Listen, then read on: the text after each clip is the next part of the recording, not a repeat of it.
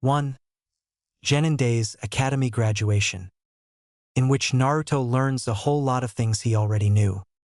There was a blonde kid walking in the middle of the streets of Konoha. Now, blondes weren't actually a rare thing in the Fire Country. In fact, there was a renowned clan of blondes in the Hidden Leaf. The thing was, this blonde wasn't a Yamanaka, and if you weren't a blonde from the Yamanaka clan, then you could only be this one kid, Uzumaki Naruto, the most hated brat in the village. This kid was expertly ignoring the negative vibe around him. On the contrary, he openly smiled at the people glaring at him, which only worsened their mood and improved his. By the time the crowd had figured it out and chose to ignore him instead, he had arrived at his destination, the Konoha Academy. This is going to be a great day, Naruto told himself. And what a day this would be. This was the day of the Genin examination. He had failed 2 times already, but this time he had a gut feeling the Konoha forehead protector would finally be his. He couldn't contain his excitement. He would be a shinobi, a real, genuine, ass-kicking, princess-saving, badass shinobi. There's just no way things could go wrong. The first clue Naruto had that things might actually go wrong came with the arrival of Iruka-sensei, their class instructor. Their teacher was explaining the details of the Genin test, but no one was really listening. Instead, all eyes were on the girl right next to Iruka. With hazel eyes that bordered on green, and a braid on the left side of her oval face, she left a somewhat novel impression. But the consensus was she had no business being here, so Naruto was a bit worried when he realized he knew her somehow. Naruto, being hated by pretty much everyone, knew very little of the children his age. Orphaned, he never hung out around people much, and the orphanage, well, the less remembered about that hellhole, the better. So that, along with his short attention span, made it that he only knew the people of his class, and even then only the people that stuck out. There was the class clown Kiba, his dog Akamaru, the sloth Shikamaru, the chips-eating Choji, the creepy guy wearing shades and a trench coat named Shino Hinata, who for some reason couldn't keep a single conversation with him, Sasuke, the all-around prick and genius of the class, Sakura and Ino, his staunchest fangirls, and Aya and her gang of bullies. Further thoughts about the newcomer were interrupted by Iruka-sensei's change of subject. Today, we have someone who will be taking the Genin test with you. While it is uncommon, it's not extraordinary. A few clans don't send their kids at the Shinobi Academy at all. He turned to face his temporary charge. Why don't introduce yourself? And so she did. Her name was Kurama Yakumo, and from her poise, you could tell she was from a clan. All in all, the boys seemed to like her, while most girls were trying to somehow protect their Sasuke from her. Naruto was too focused on the excitement of finally being a fucking shinobi to pay mind to the class dynamics. However, as somewhat of an attention freak, he noticed that everyone was looking at him, including the new girl. Naruto really wished for a mirror. He looked back at them with a hint of suspicion. What the hell are you all looking at? Is there something in my face? He then snapped his fingers. I see. You finally noticed that I look way cooler than Sasuke team. Well, it's about a sudden pain between the eyes interrupted his monologue. The blonde let out a yelp and furiously rubbed his head while the rest of his peers laughed. He waited for the pain to dull a bit before glaring at his sensei. What the hell was that for, Iruka-sensei? Stop daydreaming. His teacher chided, playing casually with another piece of chalk. He then returned to his new charge. Naruto tuned out his teacher and focused on his examination and future as a shinobi of Konoha. For about 30 seconds, then started to plan his final prank. There was no way he would be able to get away with property damage, or any kind of damage, after he became a ninja, so he decided to out with a bang. As he pondered on the more intricate details of his art, a telltale grin appeared. He made mental calculations, pondered on the logistics, covered his bases. He wasn't even done, and Naruto was sure that this prank would go down in history, and judging by the way most of his classmates paled and shuddered, they thought the same as well. His dastardly plot was nearly plotted to perfection when he was distracted by a "good luck" Uzumaki-kun. The blonde nearly fell out of his chair. There was only 2, maybe 3 people willing to say such nice words to him, and the only girl in that group always called him Naruto-kun. That left the new girl, and looking at her, he could see that she was smiling at him. It was so wrong on so many levels that even the children near them were giving the two of them funny looks. By the time Naruto's mind rebooted, the written test had already started, so he focused on the paper on his desk instead, muttering about his luck while he made up for his late start. With his luck, he might actually pass this time. All in all, the Genin exam went about as well as he expected to. He had managed to pass everything, only to fail to make the clones Irika-sensei had asked. That hadn't surprised him much. Mizuki taking his defense and wanting him to pass, that needed some thought. And that's why Naruto was sitting on a swing looking somber, while most kids were being congratulated by their parents.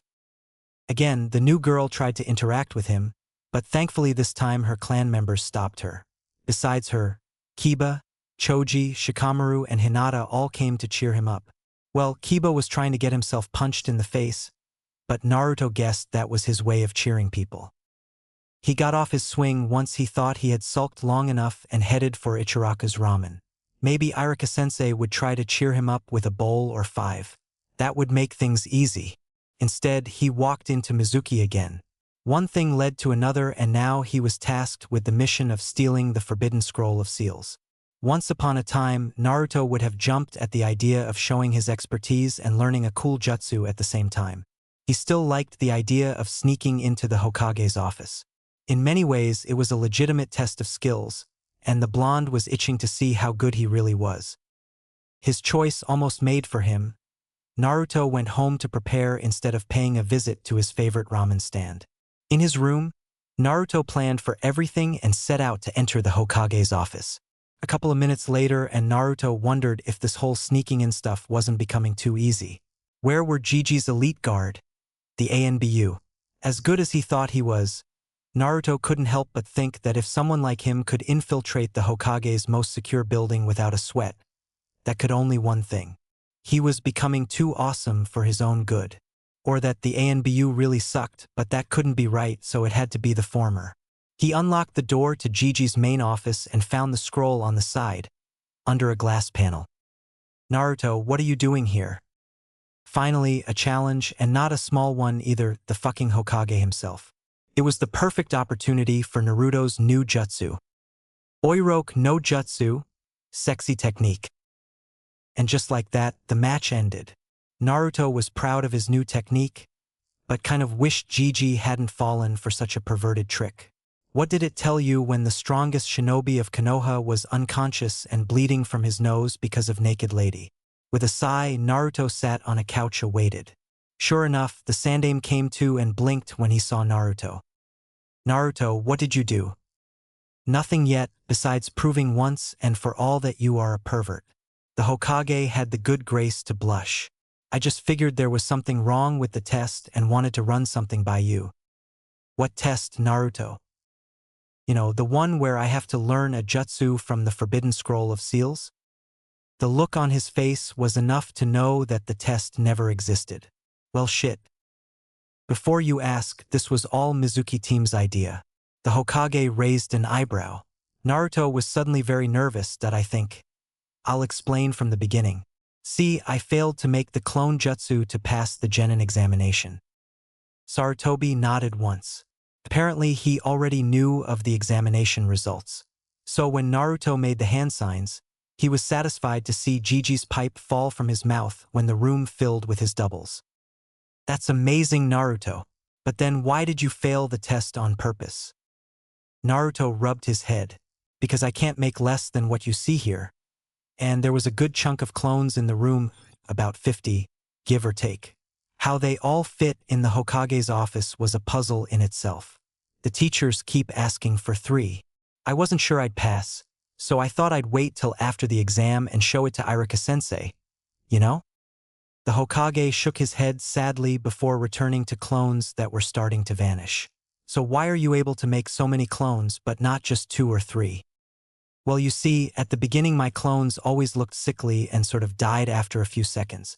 And then Choji said maybe I should focus on making just 1 clone. But that was even worse. So then Shikamaru said that if 3 was bad and 1 was worse, maybe I should try to do a lot more. I told him he was stupid, and then we kind of fought, and in the end my 20 clones still looked sickly but a lot better, so in the end I had to make 200 clones for the jutsu to work properly. And now you only need 50, added the old man, finishing Naruto's thought. Well done, Naruto. Naruto beamed. Anyway, I was gonna find Sensei, but then Mizuki team said I could still pass. All I had to do was steal the forbidden scroll of seals and learn a jutsu in it and give it to him. He then looked eagerly at the Hokage. Hey, can I still learn a forbidden jutsu? I think not. You get into quite enough of mischief without the use of kenjutsu. The old man ignored Naruto's pout and smoked his pipe. However, I do think that, reviewing the events of today, someone just earned themselves their Konoha headband. Naruto's smile lit up the whole office that night. The next day, Naruto entered the academy classroom like it was Christmas. Now that he was a registered shinobi, the next part was as crucial to his future as the Genin exam. He was referring, of course, to the team assignments. Would his teammates help him reach his full potential, or would they get him killed? With his luck, he was banking on the latter. Good thing he hadn't left anything up to luck. Team 7 will be Uzumaki Naruto, Haruno Sakura, and Uchiha Sasuke. A loud crash interrupted Irika's announcement. Startled, everyone turned to see the resident prankster breathing loudly, and if the desk split neatly in front of him wasn't a clear sign that he was not happy with the results. One had but look at his face. There was a storm brewing behind his eyes. He raised his hand in rebuttal, but only air came out of his mouth. Naruto shook his head and let out a snort. You know what? Screw this. I'm going home. And to put weight on his words, he walked out of the room. The others must have been surprised. Or not, it's not like they knew him anyway. He was just so pissed. More than that, he felt betrayed. Once again, he had been let down by the village. Once again, the rules didn't apply to him. Naruto was used to unfairness. He had grown being hated by almost everyone. Receiving the short end of the stick was something he had learned to expect from his neighborhood, from his landlord, and even from the academy. He had hoped that once he became a shinobi things would be different. Apparently it wasn't to be. Even Irika-sensei was bending the rules when it came to the demon brat. Oh well, a lot had changed.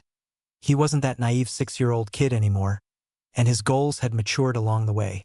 In fact, this would make his future plans easier to achieve. Maybe he should just quit. Naruto. The blonde scoffed. It was the first time Irika-sensei came to his house, and coincidentally, it was at the only time Naruto didn't want to see him. Must have spent all my luck yesterday, he muttered as he went to door. He was only proven right when behind his sensei, he could see the Sandaime as well. Gigi, what are you doing here? No matter, come in. Once one inside, they settled in the kitchen. He offered them some instant ramen, which they politely refused. Naruto shrugged and prepared his own. So, he said between slurps, why are you here? Because you can't just quit.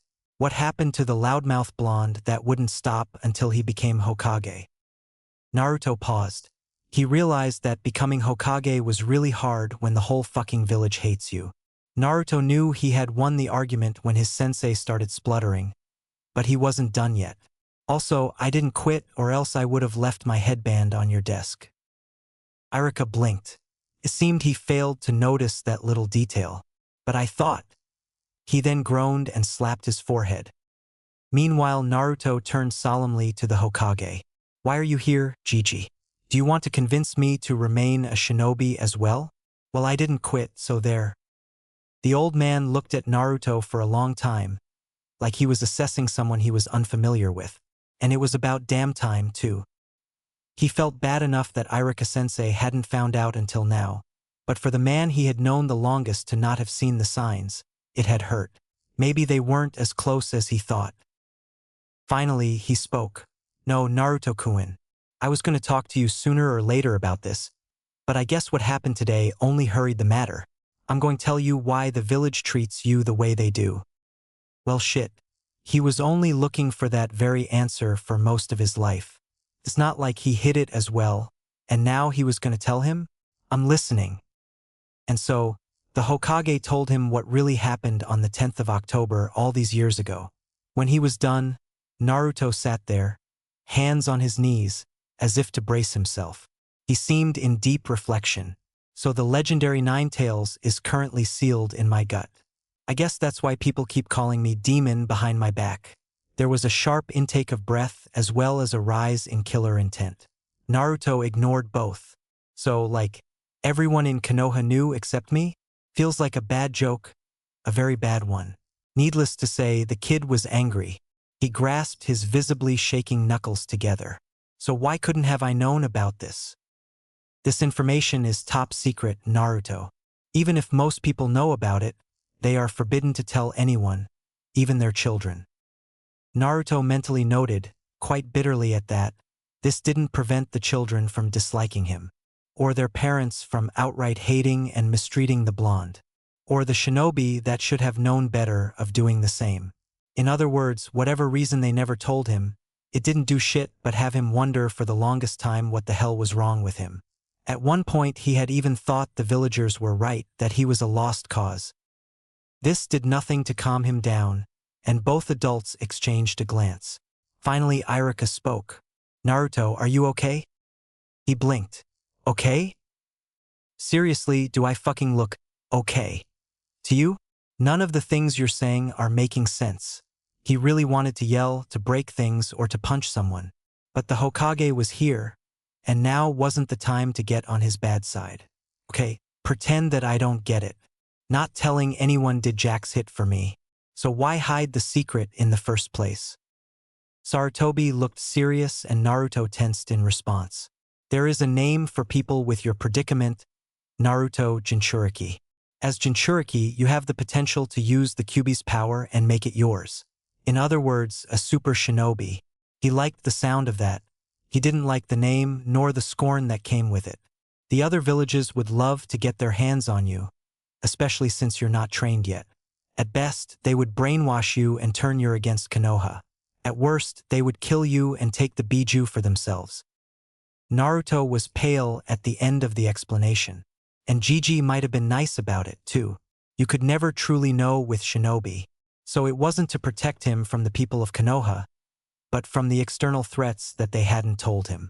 That's not good enough, you could have explained it to me. I can keep a secret, you know? Perhaps, but you are still a child.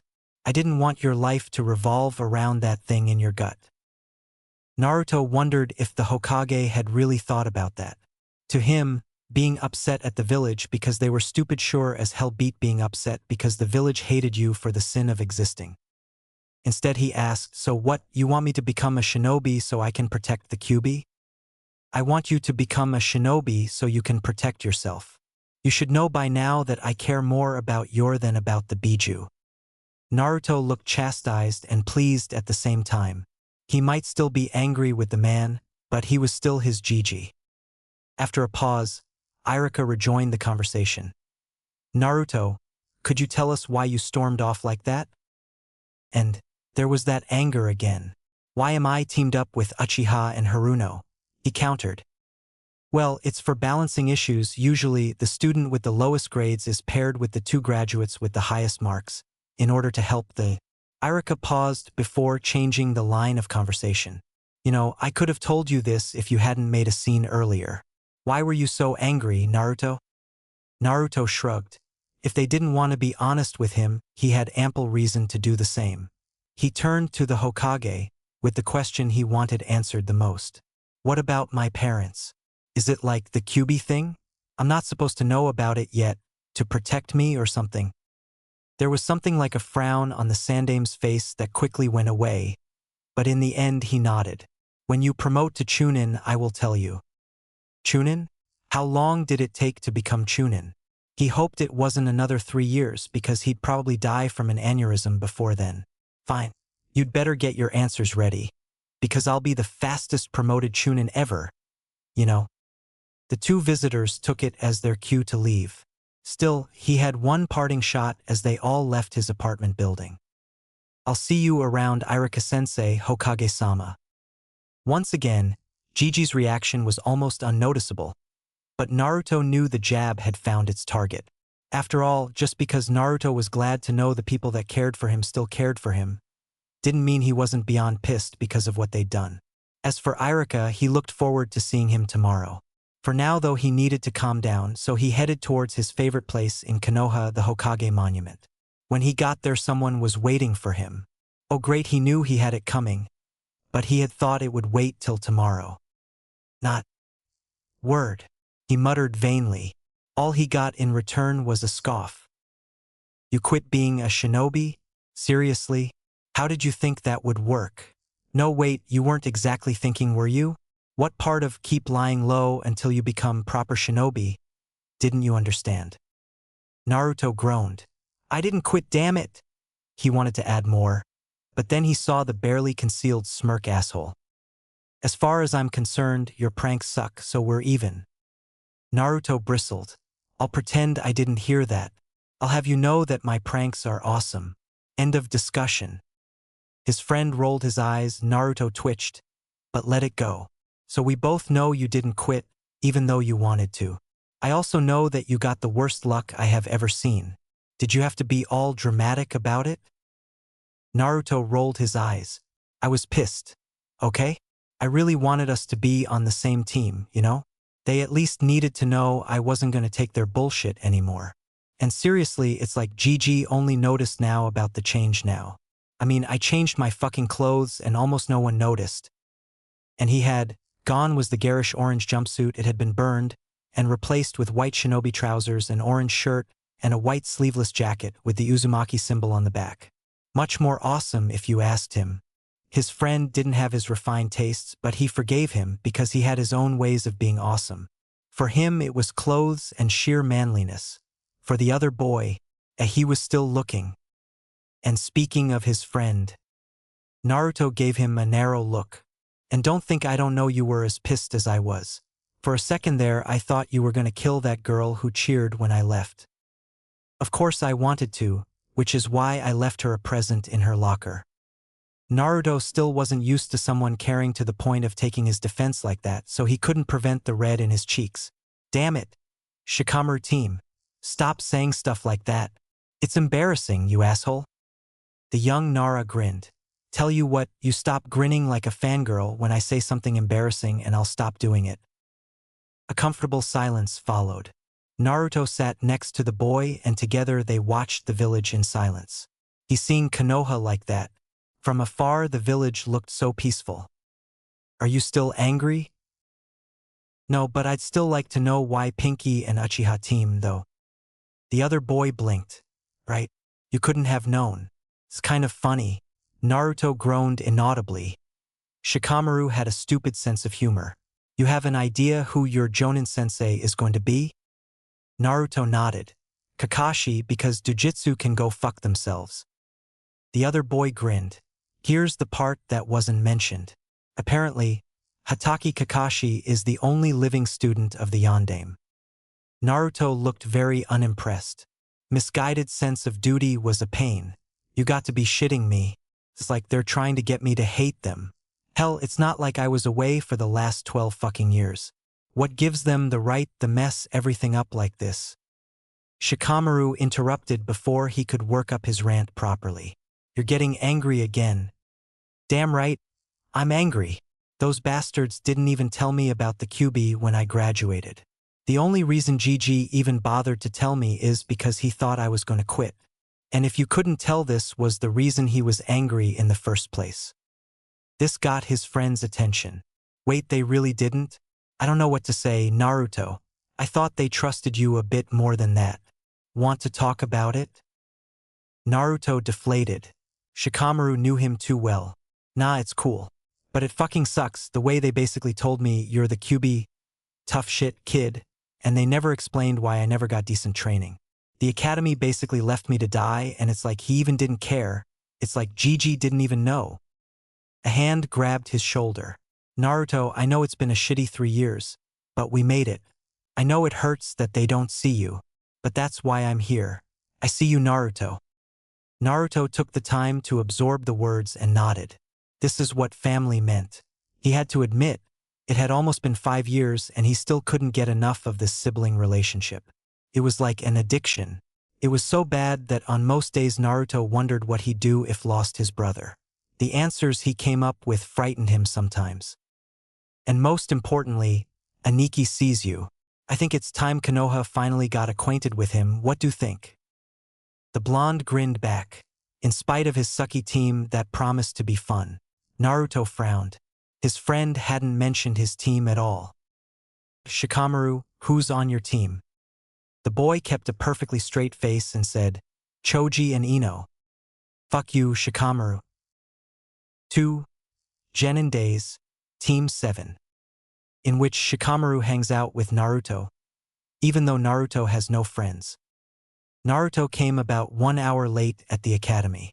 He did so partly because he didn't want to be seen after the scene he caused yesterday, and partly because he knew a bit about his new sensei. He probably would never admit it, but he was still sulking.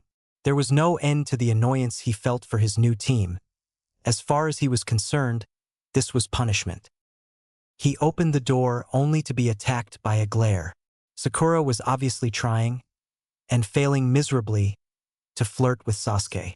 She didn't even see that she had been a minute away from an epic rejection, judging from the way her crush clenched his fists every now and then.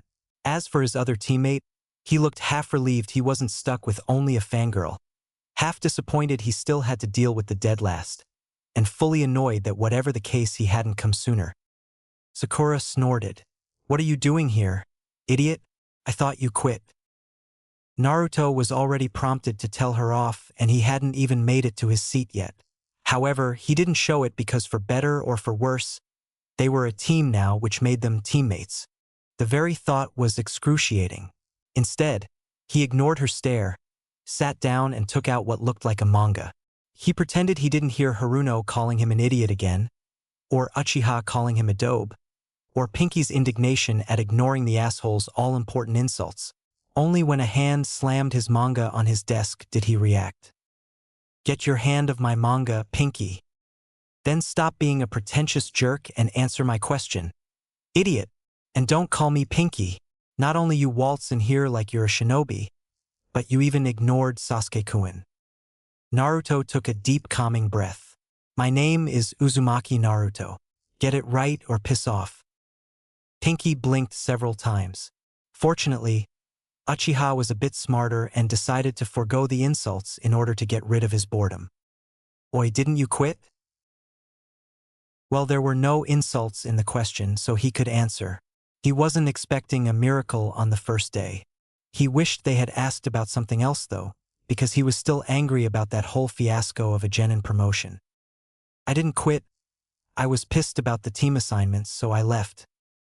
Uchiha frowned. What about your hair? He asked next. Oh, so the pretentious asshole did know how to use his eyes. His spiky blonde hair was now tied into a ponytail that reached his back. In front, a couple of bands covered his forehead, without reaching his eyes. This new style gave him a bit of a wild look he had learned to appreciate.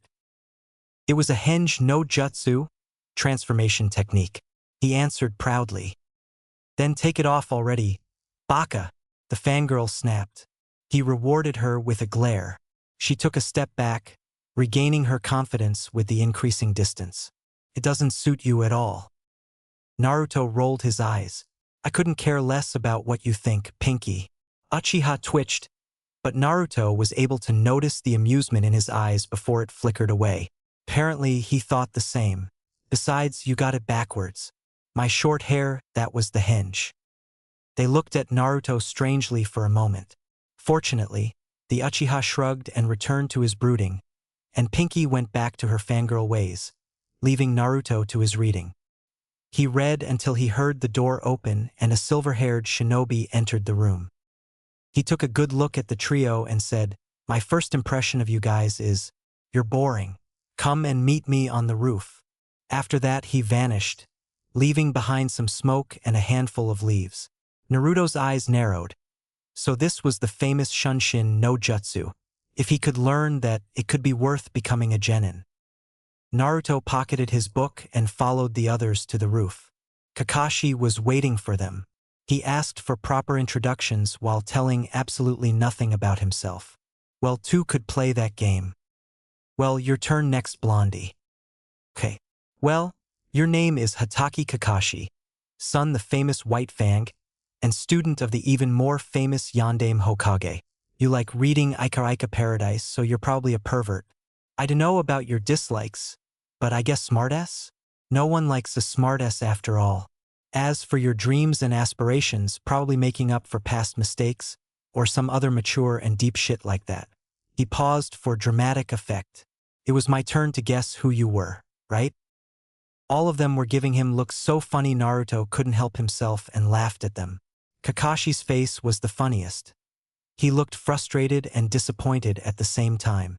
You know, for a cute little rookie, you're not cute at all, he said. Naruto coughed to control his laughter. I'm not supposed to be cute. I'm supposed to be badass. He grinned when Kakashi shook his head. Anyway, I'm Uzumaki Naruto. I like aniki, ramen, and being awesome. I don't like stupid people or people that can't use their eyes. My goal? Peace, I guess. Uchiha finally looked at him, and not at the dobe he usually ignored. Considering he was a pretentious asshole though, he would have to wait and see if that translated to different actions. Sakura didn't even listen to his introduction. Kakashi had a poker face that made Naruto jealous. Combined with the mask covering half his face and the headband covering a quarter more, it was impossible to tell what he thought about him.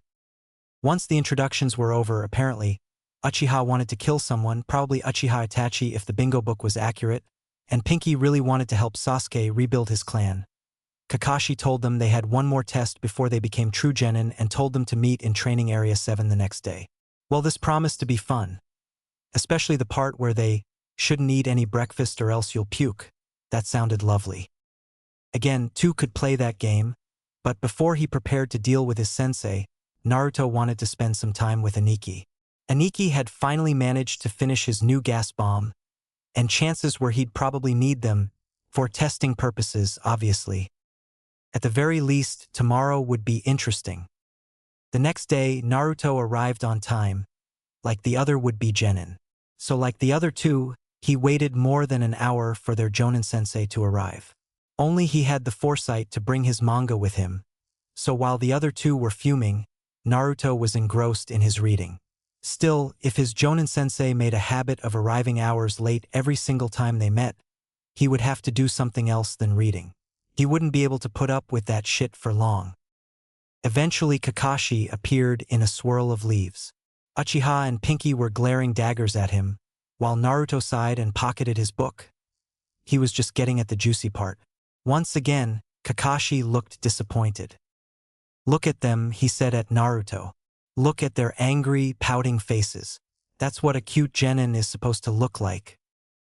Naruto replied non-committally, giving his teammates a quick glance. They kind of look ugly if you ask me. Now the glares were aimed at him, not that he cared. Kakashi shrugged. Here's your test. I have bells here, you get one, you pass. Also, you get to eat lunch, he added as he put bento boxes on a tree stump. 3 stomachs growled in response. Haruno, ever so astute and observant, stated the obvious. But, Kakashi-sensei, there's only 2 bells. To which the Jonin smiled ominously. Well, tough luck for the one who doesn't get bells. Incidentally, there are only 3 lunch boxes here and I'll be eating one of those boxes. Any other questions? Naruto and the others were too busy being weary of each other to think of one more thing. Come at me with the intent to kill, or you'll never get those bells. Begin. After the customary smoke bomb, only Kakashi and Naruto remained.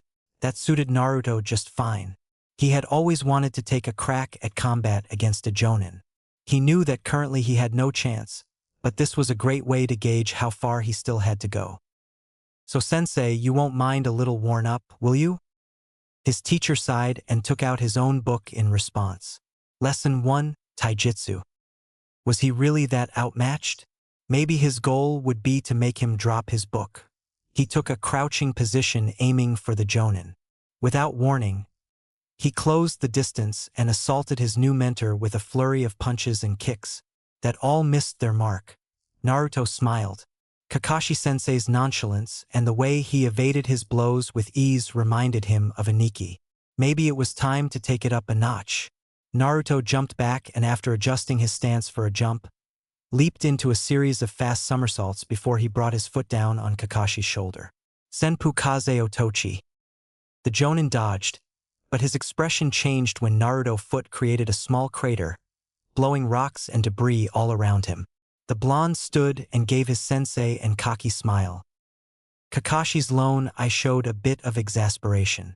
That could have hurt. He shrugged. Intent to kill, remember? Having said that, Naruto threw a smoke bomb and went to hide in the nearby trees like his other teammates. Only he didn't stop there and moved even farther away while making sure that his Jonin instructor wasn't after him. Once he thought he was far enough, Naruto took out a scroll and unsealed some grub fruits, nuts, and some preheated instant ramen. He ate quickly, while staying aware of his surroundings. He was proud of the loophole he found in Kakashi's instructions. He may have told them not to eat breakfast before the test, but he never said anything about eating it during the test. Once he finished, he put on his modified pilot goggles. He tinkered with this little bauble on his own, and with some fuinjutsu he was able to see chakra. Not even as remotely as well as even Sharingan users, but enough to tell apart shinobi from rocks and trees. That, and he had managed to have his goggles act like a telescope. Thanks to them, he managed to spot Kakashi going after Sasuke. He smiled. Time for a little prank. Seeing Naruto hanging upside down and tied up like a sausage made Kakashi-sensei's lone eye smile. You know, Naruto, eating before the others isn't very nice. What about your teammates? Shouldn't they get a chance to eat as well? Smoke bombs and shuriken interrupted his little lecture. When the smoke cleared, Kakashi-sensei was fast asleep. Naruto pumped his first in victory. He knew his double trap would work. Hide the sleeping gas in the midst of the smoke bombs. It was a classic. People tended to underestimate him at least once, and he banked on that. Seriously, the fact that more people didn't have sleeping and paralyzing gas the way Aniki did was head-scratching. Then again, maybe that's why most of them wore masks. While Naruto pondered of the subtleties of chemical warfare, he acquired the two bells, hid the body somewhere, and tried to find his two teammates. He found Uchiha first, but it was so funny finding the boy as a talking head that he decided to search for Pinky instead and brought her to see it.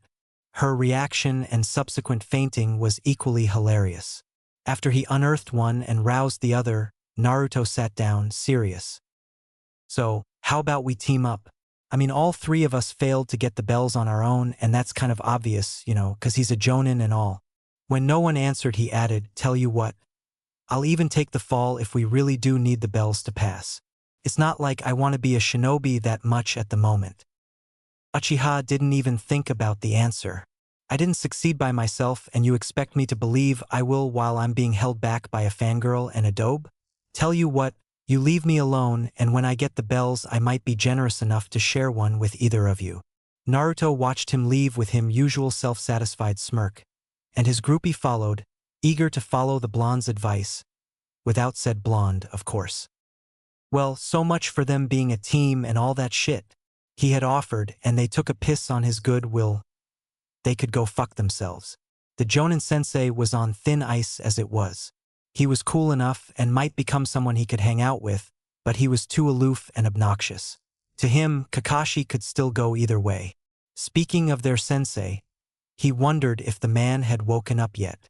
Naruto decided to wait near their lunch and see what would happen.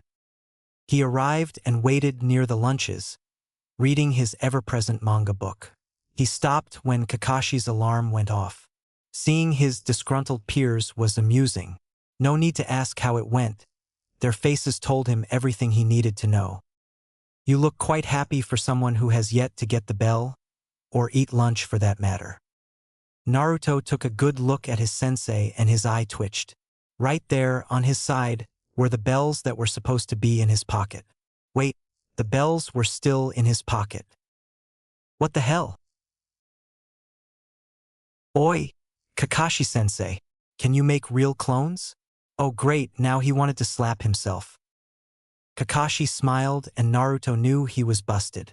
As a matter of fact I do. Care to explain why you're interested in knowing? Naruto grumbled something under his breath. Kakashi smiled. Now Naruto, you wouldn't be asking that question without reason. Seeing the boy still didn't want to talk, Kakashi went on. I know I made a Kagebunshin, shadow clones, That's what they're called, by the way. You're also not the only one who has good eyes, though you kind of focus too much on your ambush when ambushing. Speaking of ambushing, it was really well done for a genin.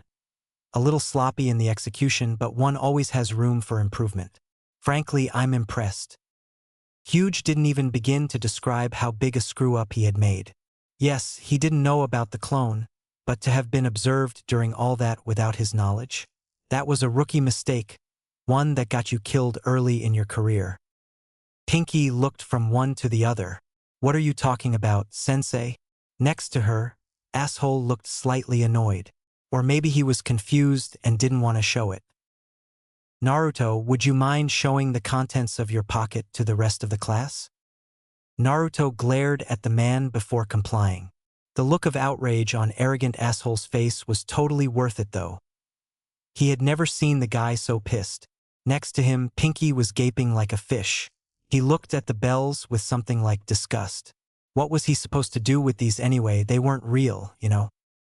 As if to confirm his feelings, Kakashi dispelled his clone. Naruto let out a small groan when he saw his hard work disappear in a puff of smoke. Truthfully, he would have been worried otherwise. Really, outsmarting a jonin would be absurd at this stage. Still, that didn't mean he wasn't disappointed by his failure. Oh well, at least this team had a competent shinobi. Though, the perverted grin his new sensei bore since he canceled his clone jutsu made him doubt if the word professional was part of the man's vocabulary. Said perverted sensei turned his attention to his recruits, focusing on the book Naruto had taken out and was currently playing with. After a moment, he shrugged. You'll be glad to know that I've revised my conclusions about you. My second opinion is, you're really boring, except you Naruto, you're annoying. The boy bowed, pleased with himself. I live to please, though you're plenty annoying yourself. Kakashi rubbed his head in embarrassment. Really? Thanks, that's awfully nice of you to notice. He then returned to the matter at hand. Believe it or not, I actually did my homework. This is Team 7, composed of 4 members. Aside from the cool, smart, and handsome sensei, one of them is Bookworm, who's also a fangirl. One of them is your run-of-the-mill sapsari jackass that also happens to be the Rookie of the Year.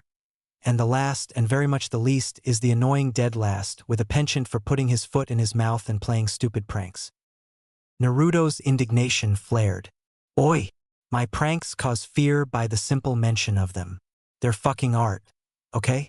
The rest is pretty much spot on though. Naruto ignored the outrage of his teammates, focusing on his sensei instead. What's your point? My point is he pointed at the other 2 aspirants genin, are supposed to be the smart ones and you, he said pointing at Naruto, are supposed to be the idiot. Naruto's eye twitched, but he made no comment. Kakashi sighed. So explain to me why you're the only one so far who passed the test and got the bells. But Kakashi-sensei, the idiot didn't even get the real bells in the first place, so how did he pass? No. Fucking. Wait. You mean to tell me that after all the shit he put you through, and after he handed your dear Sasuke team's ass to him, all by doing diddly squat, mind you, and after he explicitly said, and I quote, passed the test and got the bells, you still think this test is about the fucking bells? Wait, you still think you had a fucking chance at taking the bells? Sakura frowned and turned her anger towards Naruto. Nice try, idiot. There's no way you could have passed when Sasuke-kun didn't. Kakashi-sensei must be trying to get to us. And of course the test is about the bells, Kakashi-sensei said so. That comment seemed to bolster the confidence of her crush as well. Naruto's face barely twitched, while inside he was laughing himself silly. The irony of Pinky's comment was killing him. Finally, he let out a small chortle when he looked at Kakashi. He was eyeing the other genin with a barely hidden twitch in his eye. Naruto kindly explained to her why she's wrong. Surprise replaced his amusement. Why the hell would I do that? You're the sensei. Do your fucking job. And in case you didn't know, I couldn't give a damn about this test in the first place, so I got no reason to tell them Jack's hit, you know? Kakashi's lone eye narrowed dangerously. Unfortunately for you, I care about this test, and considering I'm the jonin and I make the rules, when I tell you to explain to your teammate, you explain to your teammate. What followed was an intense staring contest, which Naruto lost because Kakashi was a prick. He glared at Haruno. You're wrong. He's right. Stop talking back. He turned to Kakashi. They're satisfied now? In fact, none of them were if their stares and glares were any indication. Naruto threw his hands in frustration and resignation. Fine, I'll explain. Really, the true meaning of the test wasn't so hard if you figured out the huge clue Kakashi-sensei had left them, namely, that he had been lying about almost everything. The test had failure rate of 66%. If that were true, there would be only one bell, not two. The no breakfast thing? The fact that he had baited them with lunchboxes clearly meant that the earlier command had been a trap to reinforce the biggest lie, that only two people could pass. Naruto had to admit he had struggled with that last part the most, but after realizing he had absolutely no chance of taking on a Jonin even if they were 100 genin, things started falling into place. The real test isn't about the bells at all. This is a test about teamwork, he stated. Pinky dismissed the idea almost immediately, since it went against all the tips and rules the Jonin had given them. She was so by the book that Naruto pitied her. Asshole worked out the information, put the pieces of the puzzle in place at a frightening pace and scowled fiercely at him once he was done. Oi, don't look at me like that, it was his idea, not mine, he snapped back. The other boy ignored his remark. When we met earlier, you never told us the true purpose of the bell test. Naruto simply stared back, defiant.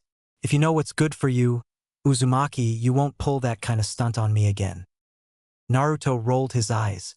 If that asshole thought he'd simply obey him, he had another thing coming. Well, normally once someone realizes the true meaning of the test, they have the rest of their team show a modicum of teamwork and they pass. Considering the circumstances, he looked at Naruto, who totally ignored him, and that you already know what the purpose of this test without me telling you. You pass. You may thank Naruto here because you would have failed otherwise. Naruto snorted. Figures the Jonin would one-up him and made them pass in spite of his efforts, or lack thereof. Naruto wasn't angry, but he sure hated his luck. More importantly, he despised Shikamaru's luck. Why was he stuck with the worst team ever while the other boy had his best friend with him? So, Naruto, care to explain why you don't give a damn about this test? Naruto turned his attention to his sensei. Do I have to? I think you owe your teammates at least that much. He frowned.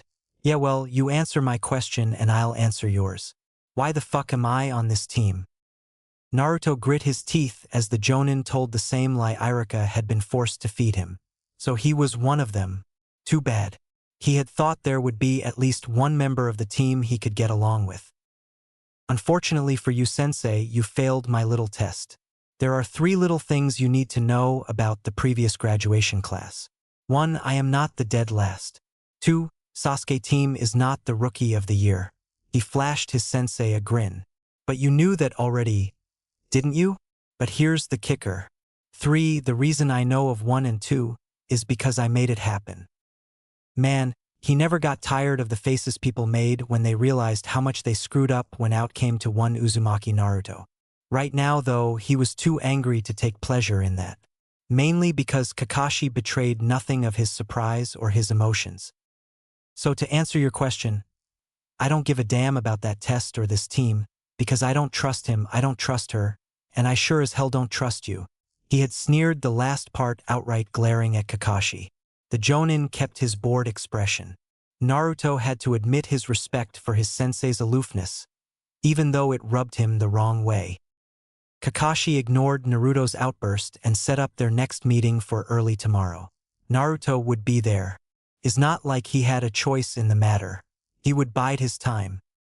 Since they had Aniki's permission now that they were genin, Naruto was meeting Shikamaru at Ichiraku's. Naruto complained in detail about how his situation plain sucked. After his rant, he calmed down, happy to have the attention of someone that actually cared. Still, he was about done thinking about his horrible day. Hey, how did the test go? He asked the other boy. A confused Shikamaru frowned. Test? What are you talking about? Naruto tried to breathe.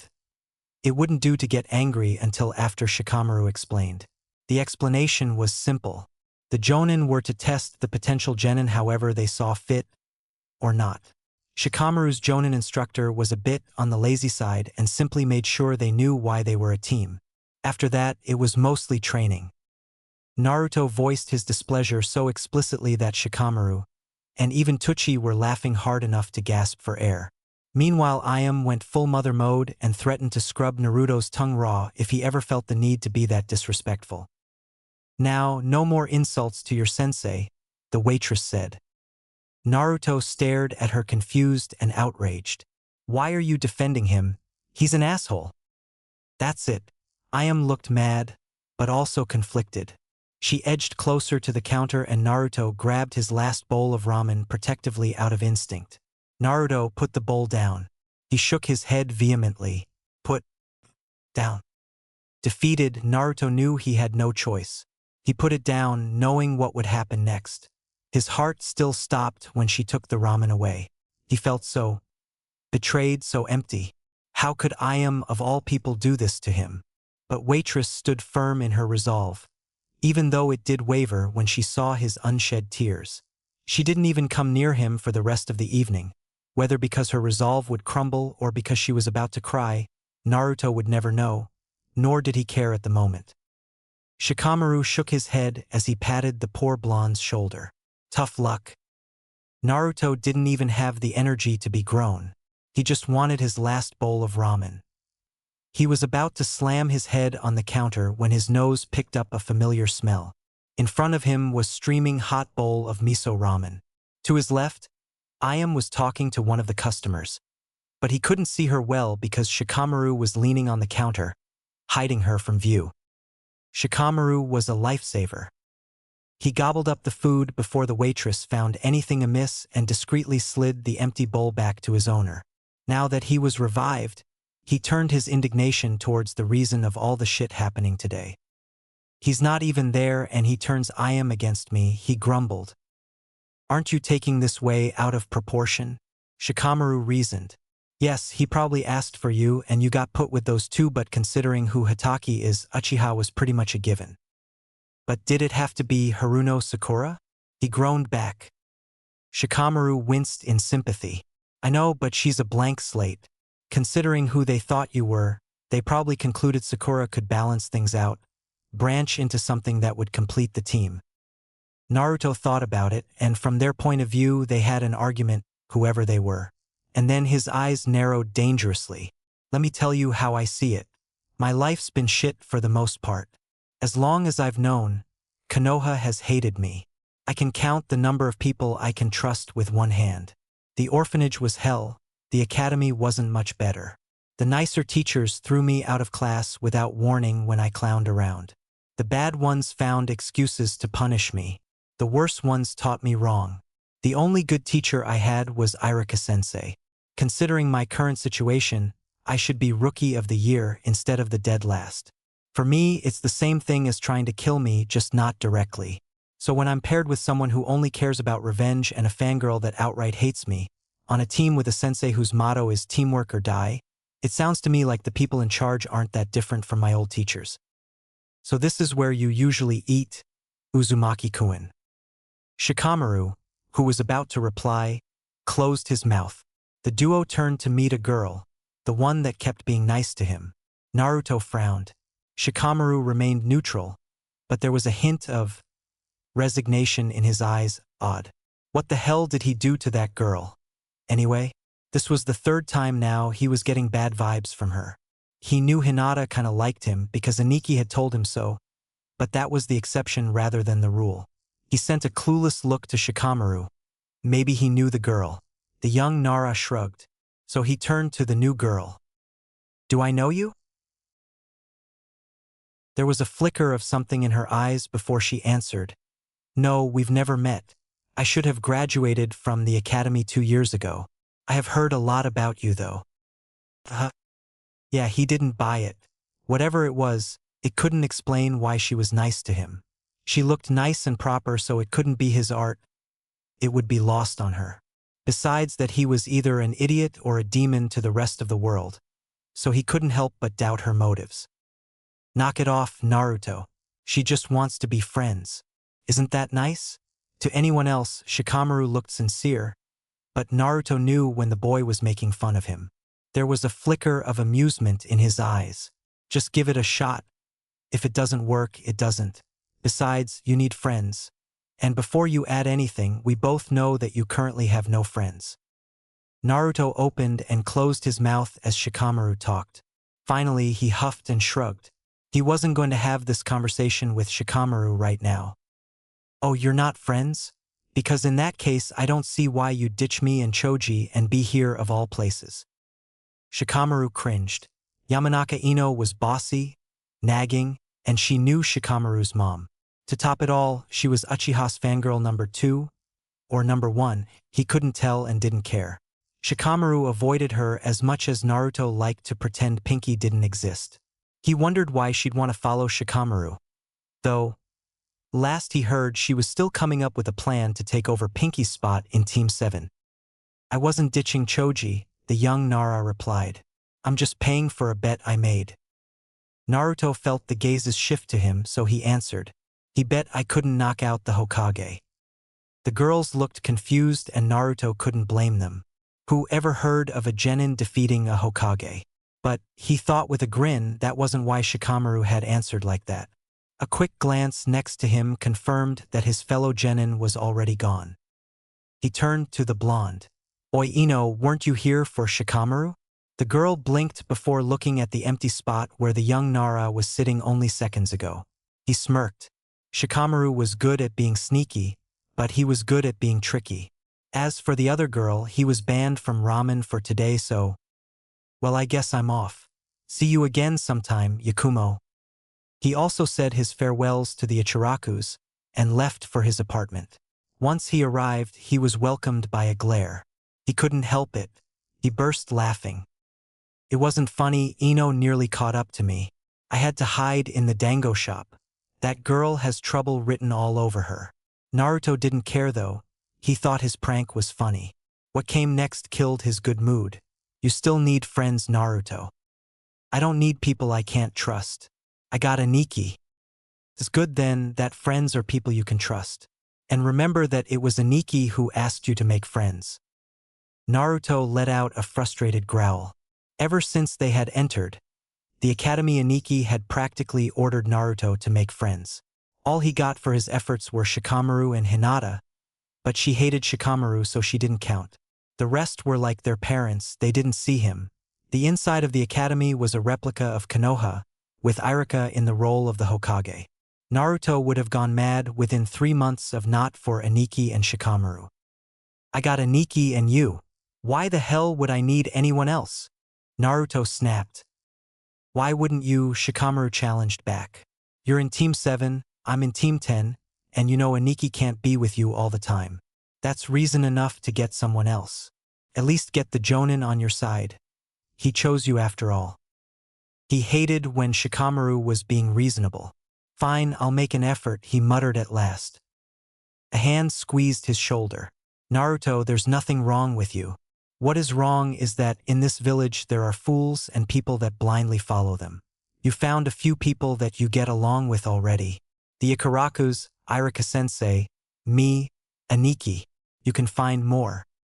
Naruto nodded but didn't bet on it. And speaking of people who got along, and what the fuck did I do to this Yakumo girl? It's like she's stalking me, and I already got one stalker. Shikamaru blinked, and then shook his head. Right, that doesn't surprise me. You tend to forget what you want to forget. You met her a couple of times 2 years ago. She's the girl with the demon in her head. Took a moment for Naruto to remember. Eh? I thought I told that girl that shit never happened. Shikamaru smiled, which is why she lied when you asked her if she knew you. But that doesn't mean she couldn't get to meet you now or be friends with you. In other words, she had used a loophole in true shinobi fashion. Well shit. Shikamaru laughed. 3. Genin Days, Team Dynamics.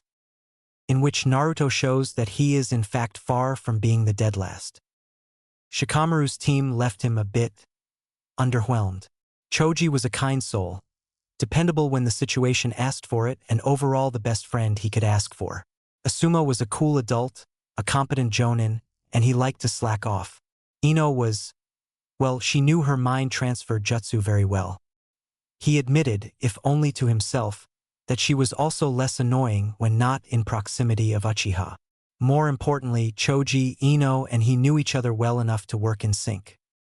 So it baffled him that they didn't know the first thing about him. To be honest, Choji knew a lot about him, but at the same time the Akimichi didn't bother looking underneath the underneath. Asuma and Ino had assumptions, and he seriously wondered how stereotyped had the Nara become.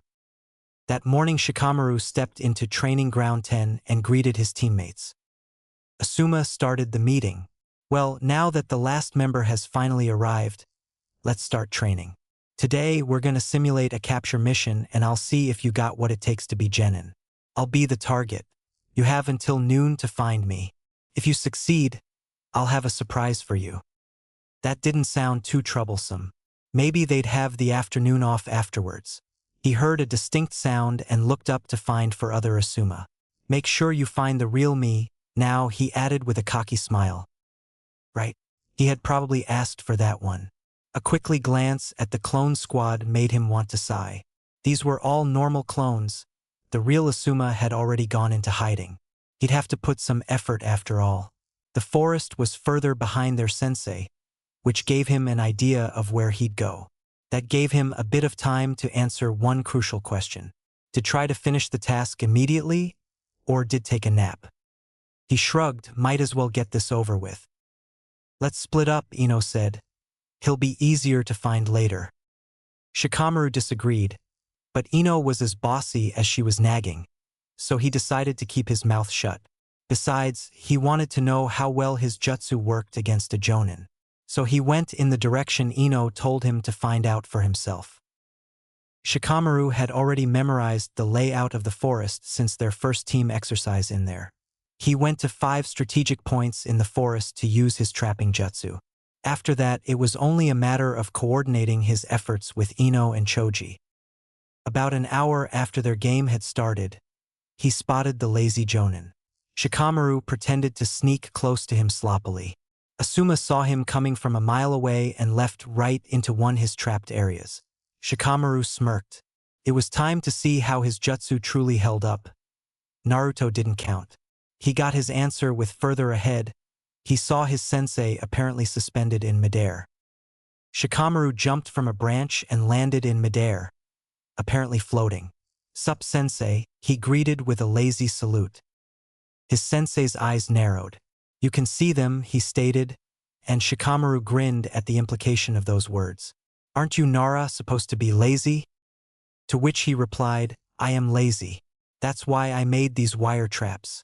These capture you for me. It took, 30 minutes to make all the traps I put in this forest? We'll talk about that when I get back. Shikamaru threw something looking like a black grenade at his teacher. It made contact with the jonin and suddenly black wires bound him in a tight cocoon. He then left his sensei hanging to find his teammates. In the end, the exercise finished in the allotted time. Shikamaru came back 10 minutes later with his teammates. The 3 of them brought their sensei back to the clearing where they usually met in the mornings. After that, Shikamaru slept until noon, and only then did he free the jonin. Asuma did not look amused. What? You said we had until noon, right? I just didn't want you to pull a fast one on us. Asuma glared back, but decided to change subject. Normally genin are lazy and don't think ahead. And you are unusually lazy. But I do like to think ahead, or else I couldn't have beaten you at shogi, he argued back. Asuma's frown made him wonder. Apparently, his sensei had expected something else. Then it clicked. No wonder these exercises seemed to focus on capture-type missions. So far, Choji had already demonstrated the partial enlargement that made his clan famous, and Ino had used the mind transfer jutsu once. He had yet to use ninjutsu, let alone the Nara's shadow bind jutsu. His sensei must have wondered why he hadn't used it yet. This jonin was perceptive. He almost felt bad for the headache he was about to give him. You know, sensei, things would have gone a lot quicker if you had been straightforward and asked about the Kage main. It's not like I was trying to hide it from you. Ino and Choji looked curious. In fact, you might as well know now so it doesn't bite us in the ass later. I didn't learn the Kage, and I don't think I ever will. Choji already knew, of course, but Ino was shocked speechless. Asuma dropped the thankfully unlit cigarette he had hanging in his mouth and stared at Shikamaru as if the world has suddenly gone flat. If he didn't know any better, Shikamaru would have been insulted. Was it that bad that he didn't know his clan's secret techniques? He did fine without them. Maybe that's why the clan had become so lazy. They fitted so well in the Inoshikacho machine that no real effort was needed of them anymore. On the other hand, being part of a shinobi clan meant so much, and though the Nara wasn't as well known as the Uchiha and the Hyuga, they were up there with the best of them when it came to influence. As the son of the current head of the clan, it should have been a given that he would have learned the Kage by now. This totally illustrated his point about people not knowing him at all. He could see the doubt in his sensei's eyes. He sighed in disappointment. Oh well, he hadn't expected much from his genin team anyway.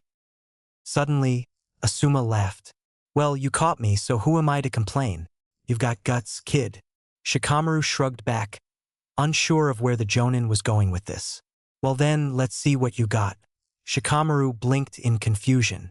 Asuma elaborated. Your traps earlier were top-notch Chunin level maybe, but I think you must have come up with something to replace the Shadowbind Jutsu if you decided against learning it. Now it was Shikamaru's turn to grin. His sensei gave him a chance to prove himself. Maybe he had been too hasty in judging his team as well. First things first, how did he respond to his sensei's challenge? I need a target. Asuma obliged, setting up a straw man. Shikamaru went through 4 hand seals before his hands turned dark. He slammed them on the ground. Shadow-style grasp of the underworld. Several shadow tendrils burst from the ground near the target and bound him in an instant, and shocking the rest of his team. Ino gasped. What was that? Was that a Nara shadow technique? No, that was a shadow technique, but not one used by any Nara I know of. A modified Keijio's no jutsu, shadow gathering technique. Shikamaru blinked. Asuma was spot on. Of course, that was only half the explanation. Good thing his technique would be nearly impossible to replicate, even for other Nara. His sensei smiled. I can work with that tomorrow. Shikamaru grinned. He was starting to like this man. Naruto decided to treat his time with Team 7 like another year at the academy. He hated it, but he could deal with it. He would expect no friends, no instruction, and no help. It would be up to him to make it to Chunin. That couldn't be too hard. Aniki had told him that with the range and mastery of their skills, Shikamaru and he were above genin level already. He would simply hope that it was true and hone what skills he already had. If that failed and it came to the point that his team would be a threat to his life, more than it already was, he would simply leave them. There was always Plan B after all. Today looked to be a repetition of yesterday. His teammates were already there, probably hoping their sensei would come on time. He waited for the Jonin for 15 minutes before leaving to do something more constructive with his time. Hey, where are you going? Pinky demanded. Naruto rolled his eyes and ignored her shouts. Because of the test yesterday, Pinky had adopted asshole's manner of addressing him. She stopped calling him an idiot, but still couldn't bother to use his name. Then again, the bimbo hadn't found a reason to berate him for anything yet. So far, they had done nothing, but even then Naruto had the impression she was simply looking for someone to feel superior to. Pathetic. As for the brooding Avenger, he was actively looking for an opportunity to do something. He often looked at Naruto. Frankly, he was starting to find his behavior obnoxious. Naruto moved out of sight, but kept his senses sharp. He really didn't want to be caught unaware like last time. Hidden by the trees, Naruto deactivated some seals on various parts on his body, did some stretches, went through some kata, and meditated. About an hour later, Naruto opened one eye to see Kakashi's head upside down, with his usual eye smile. You've been here staring at me for the past 10 minutes. I hope you got a good reason because that's just creepy. So you were aware? I thought you forgot my little comment of yesterday. I didn't. He also didn't forget how his sensei had lied to his face yesterday. What the fuck do you want, sensei? Kakashi blinked. To be honest, I wanted to answer one of your questions, and I wanted to ask a question myself. Naruto nodded dubiously. Write the answer first. To be honest, you're on my team because the Hokage owed me a favor. There's a lot I am forbidden to say. But now that I know that you're able to read between the lines, there is something you need to know. We were supposed to meet much earlier than this, but as you know, everything is messed up when it comes to you. So like you said, I am trying to make amends. Naruto only drew one conclusion from Kakashi bloated information. You knew my parents? I forbidden to answer that question, the replied with a smile. The fact that he was close his parents was interesting. Maybe he'd be able to hear something about them. Okay, I'm willing to give you a chance. I'm not doing the same for the other two though. You really should, you are still a team. Naruto's answer was a blank stare. Now for my question. Do you love Konoha? Now that was a loaded question. Naruto would be lying if he said that he loved Konoha. Then again, couldn't see himself living anywhere outside of a hidden village. And his situation wouldn't be that different from a village to another.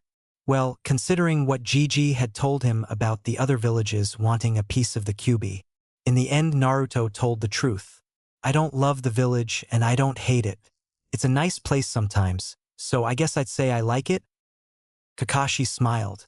I see. Good, I'm relieved. Well, it's about time you headed back. I'll see you in a few minutes. Naruto took the hint and headed back to rejoin the other genin. Not even 5 minutes into his book and Kakashi appeared. After greeting them, he told them they were having a sparring session. Naruto and Sasuke perked up. Rules? Anything goes, as long as there's no permanent damage. Anything? Sasuke's eyes gleamed. Sakura looked nervous. As for him, he was smiling. If he could legally kick his teammates' asses, then maybe his genin days wouldn't suck as much as he thought. The first friendly match was between Sakura and Sasuke. It wasn't much of a fight. Sakura had managed to deflect the first few blows, but Sasuke hadn't been serious. In the end, he had simply rushed her, showing none of his true skill. Second match, Naruto versus Sakura. Naruto was making efforts to not let his anger show. Alright, I'm gonna show you why you shouldn't mess with the top kunoichi. I may have lost to Sasuke-kun, but there's no way I'm losing to the dead last. Naruto didn't even bother with the insults. They were mild compared to what he suffered from Pinky at the academy. He remembered all the times she had hit him for no reason, the way she had thrown his offer of friendship in the mud, all the labels he didn't deserve, the scorn he received because he didn't think Sasuke was the best. Worst of all, he still felt something for her. Naruto blinked. If he kept thinking like that, he might end up killing her. That would mess up a lot of plans. Shikamaru would say it would be troublesome. Aniki would say it was totally worth it. When the fight started, Naruto drew what looked like a playing card filled with seals from his jacket. He looked at it to confirm the word barrier was written in the middle. He channeled chakra into the card. It glowed orange for a second. Now that the card was primed, he threw it in downward angle. Sakura, who was about to throw some kunai, jumped back to avoid the projectile and countered with the weapons in her hands. Naruto started walking towards the kunoichi, casually evading the kunai. Sakura felt so pressured by Naruto's advance that she failed to notice the card that turned orange again. By the time she did, a dome made of an orange light appeared suddenly, and the shuriken she has thrown bounced harmlessly against it. What the hell is this? She asked with a hint of panic. This is a barrier triggered by that modified seal tag I threw down. It'll go off on its own in a little while, or not. Sakura demanded that Naruto release her under threat of bodily harm. Meanwhile, Sasuke was looking at Naruto in surprise, and Kakashi looked somewhat impressed. And here's the best part, Naruto said, taking out a normal tag. The moment he put it on the barrier, there was a peaceful silence. He sighed in contentment. You actually shut her up? Sasuke said in amazement. Meanwhile, Kakashi looked at the barrier and then at Naruto. Anyway, I could convince you to sell me some tags or make me some. Why? What do you need? I want to prank someone. Naruto looked at Kakashi in wonder. You have a sense of humor. Naruto showed his sensei the grin people around him learned to fear. Why not? I'm sure we can come to an agreement. Kakashi smiled. So, your Fuinjutsu and Taijutsu are decent. Anything else you're not telling us? Yes, Naruto chirped gleefully. Sasuke twitched.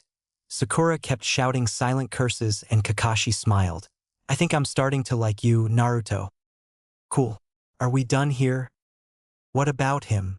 Kakashi pointed at Sasuke with a bored expression. The asshole looked eager for a fight. He looked back at Kakashi and shrugged. The Jonin probably had this particular match in mind when he planned the training. To be honest, Naruto had wanted to put him at his place once, but now he really couldn't care less about the pretentious Uchiha, unlike the turmoil he felt about Pinky.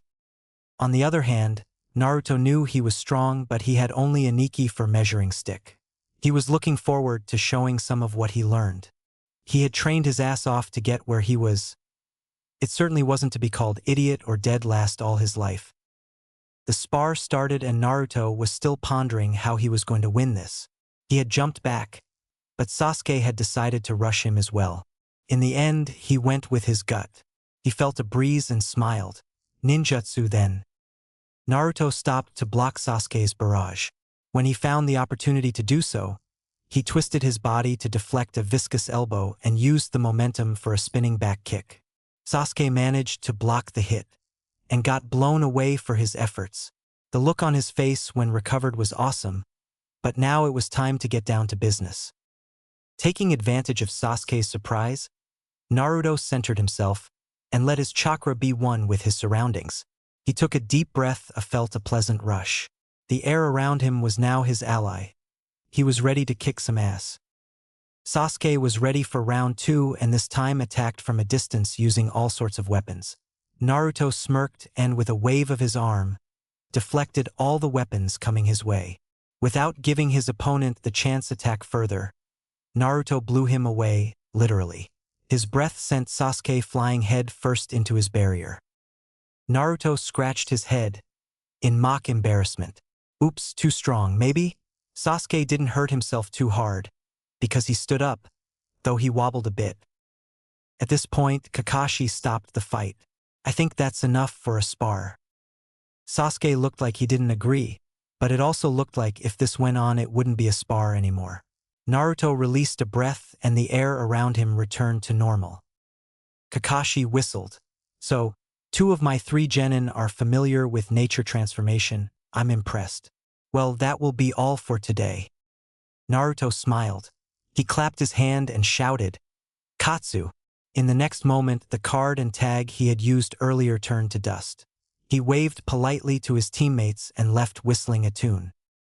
Damn, it felt good being a badass. So finally, Kakashi ain't so bad, Naruto told him.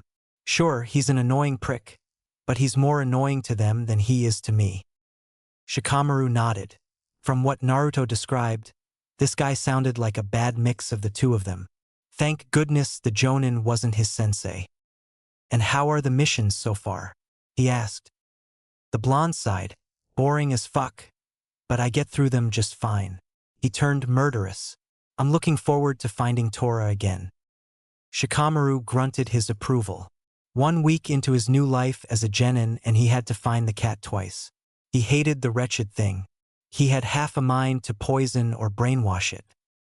The both of them pondered of the different ways to skin a cat before Naruto went on. You think C-ranked missions get any better? Yeah, if only for the fact that you get to leave the village. Naruto's eyes sharpened. No doubt he was thinking the same thing he was thinking, Plan B. You wouldn't be realistic to expect their first few missions to be anywhere near their target. But by the time one usually made Chunin, they would have visited the area at least once. And once was all they needed. He hoped it would take a few months rather than a few years. At the rate things were going, Naruto would simply grow to hate Konoha. And if it ever reached that point... There you go, eating with Naruto again. Are you sure you 2 aren't going out? Ino. She had started to drop by unannounced lately along with the Hyuga and Kurama heiresses. Between the three of them, he rarely had the opportunity to talk to Naruto about their various plans, since the three girls never came to annoy them together after that first time. He had to admit Ino was the least invasive of the three, and wasn't that telling? Still, he understood the motives of the Hyuga and Kurama girls. He hadn't a clue for Ino's persistence. Naruto and he shared an annoyed glance. Things were definitely less troublesome when they used to meet in secret. "Where's Choji?" he asked her resignedly. "Clan reunion," she answered offhandedly. "So, any chance that Sasuke gets here on your next get-together?" Shikamaru sighed in relief. Of course, the girl has been looking for a way to meet Sasuke. This was normal behavior as far as he was concerned, meaning that eventually, she would stop coming. Unfortunately, he couldn't think of something for the other two, as their behavior was normal as well in a troublesome way. Trust Naruto to make only female friends. Must have been on purpose. So here he was, trying to weather the inane chatting of Ino. Next to him, Naruto looked like he was having fun at their expense, but Shikamaru had a feeling Naruto was angry with him. Like he wanted to tell him off, but it was neither the place nor the time. Eventually, Ino realized that he was completely ignoring her. She turned to Naruto instead. "So you were telling me how you and Shikamaru became such good buddies all of a sudden." Naruto stopped between two bites and gave her a clueless look. I was?" Ino rolled her eyes. "Yes. You guys never hung out before, so what changed between the academy and now?" "What are you talking about, Ino? I've been hanging with Shikamaru during the academy. Where do you think we went when Kiba, Choji, Shikamaru, and me skipped classes?" She looked lost for a second, but went on the attack again. "But then why isn't Kiba with you?" Shikamaru rolled his eyes. "Because they're not close, obviously." As Ino turned her attention to him, Shikamaru was grinning at Naruto, who was making hidden signs to shut the hell up. Right now. "Look, no matter how much you snoop and ask Naruto, he won't answer you because he's very good at playing dumb." Ino turned her focus back on him. "Then if you're not friends and you're not lovers, what are you?" "Last time I checked I was a human and so was Naruto and we're both teen shinobi." "I meant, what is your relationship?" she snapped.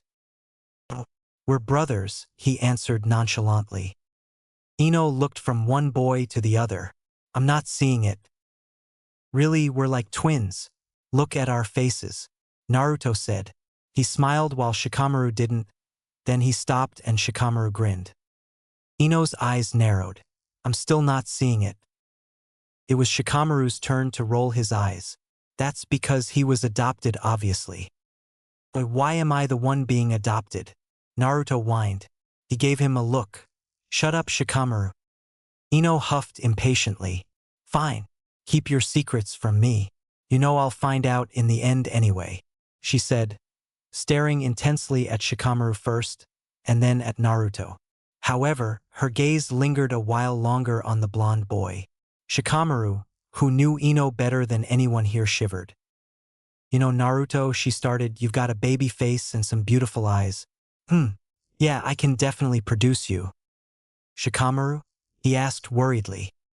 Shikamaru didn't meet his eyes. He was trying very hard to hide his amusement. "She wants to be your manager. To sell your image." Naruto was very cautious now. "To be what?" "The perfect boyfriend, of course." Ino gushed, scaring Naruto a little. "Oh, you're probably telling yourself, I'll never be like Sasuke-kun, and you'd be right. The only one who'd fit the type would be Shikamaru here, my greatest failure." She faked sobs while Shikamaru rolled his eyes. "But you could definitely be the cute type, or maybe the little brother type."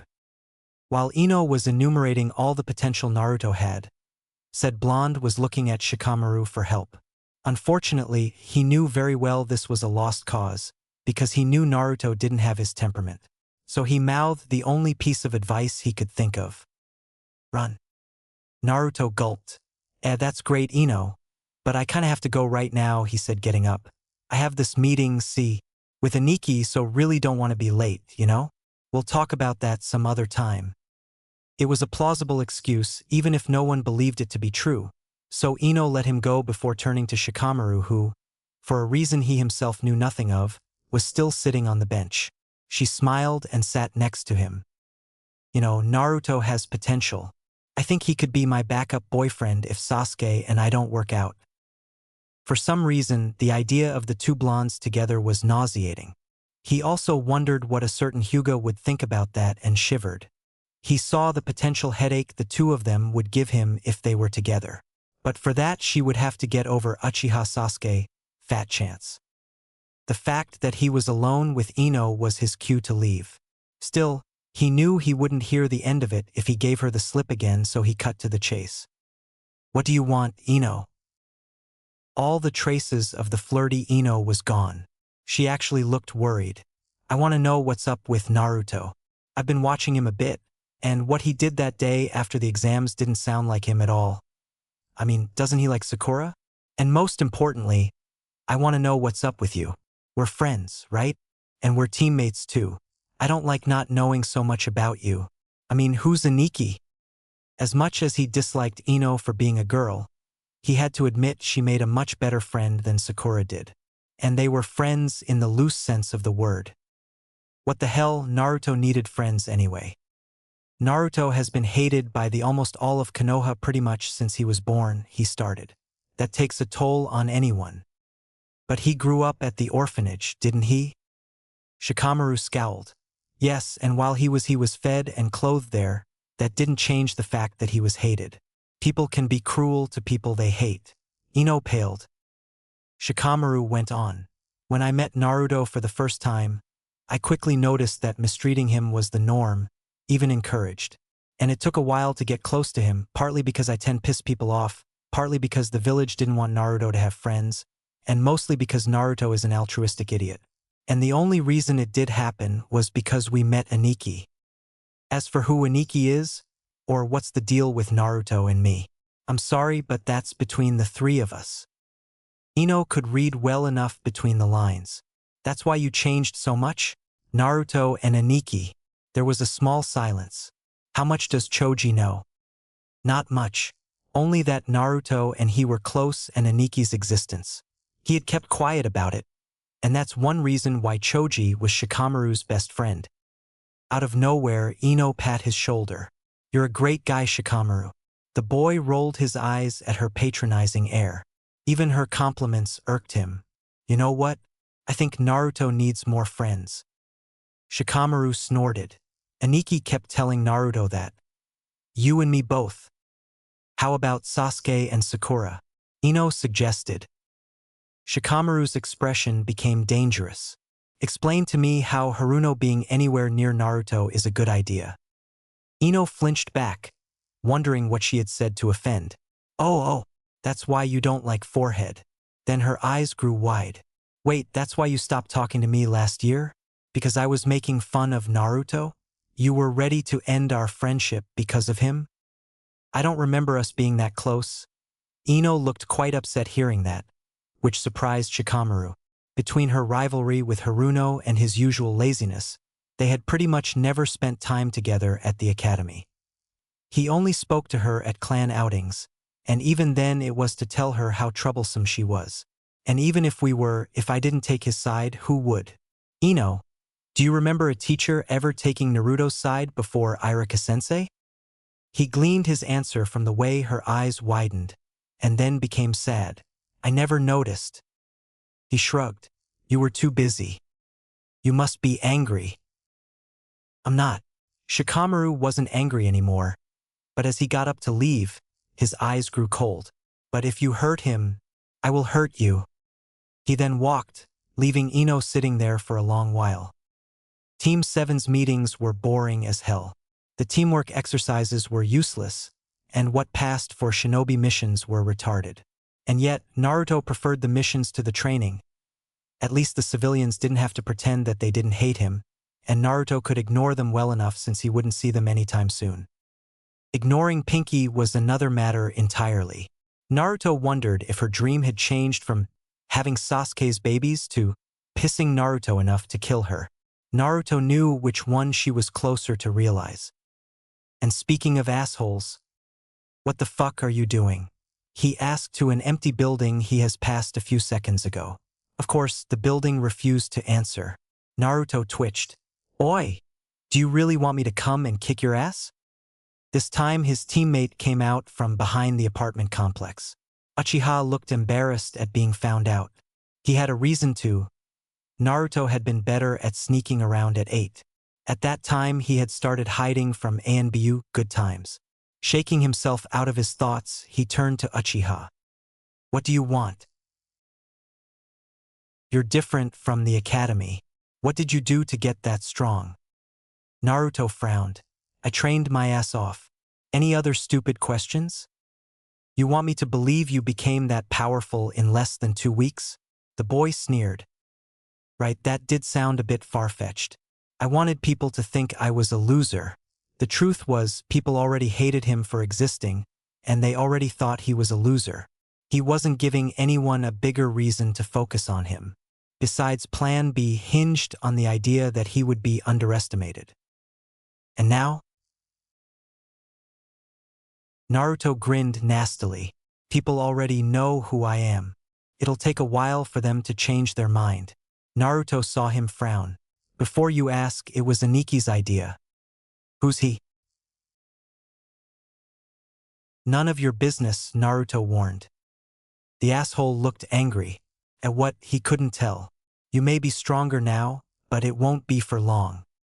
Naruto looked amused. Why? You think your little eye shit is enough to deal with me? You can try all you want. The other boy looked ready to strike, but calmed down.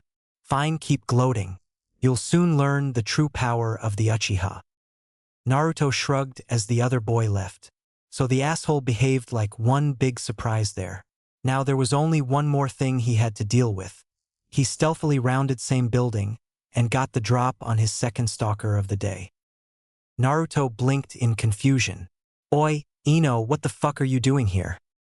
Ino, who was looking for someone by the looks of things, jumped in fright.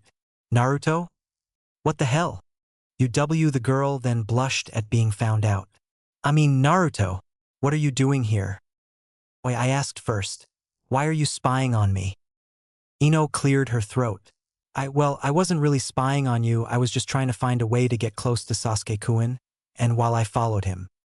Naruto looked unimpressed. You're full of shit. The only thing that's true is that you have been snooping around since you talked about producing me. Problem is, if you're interested in Sasuke, why are you spying on me? And while Naruto looked curious when he asked her, there was a hint of warning in his voice. Okay, look.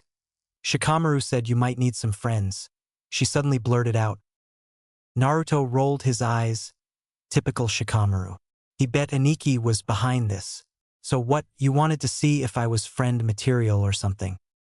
No. She looked kinda upset.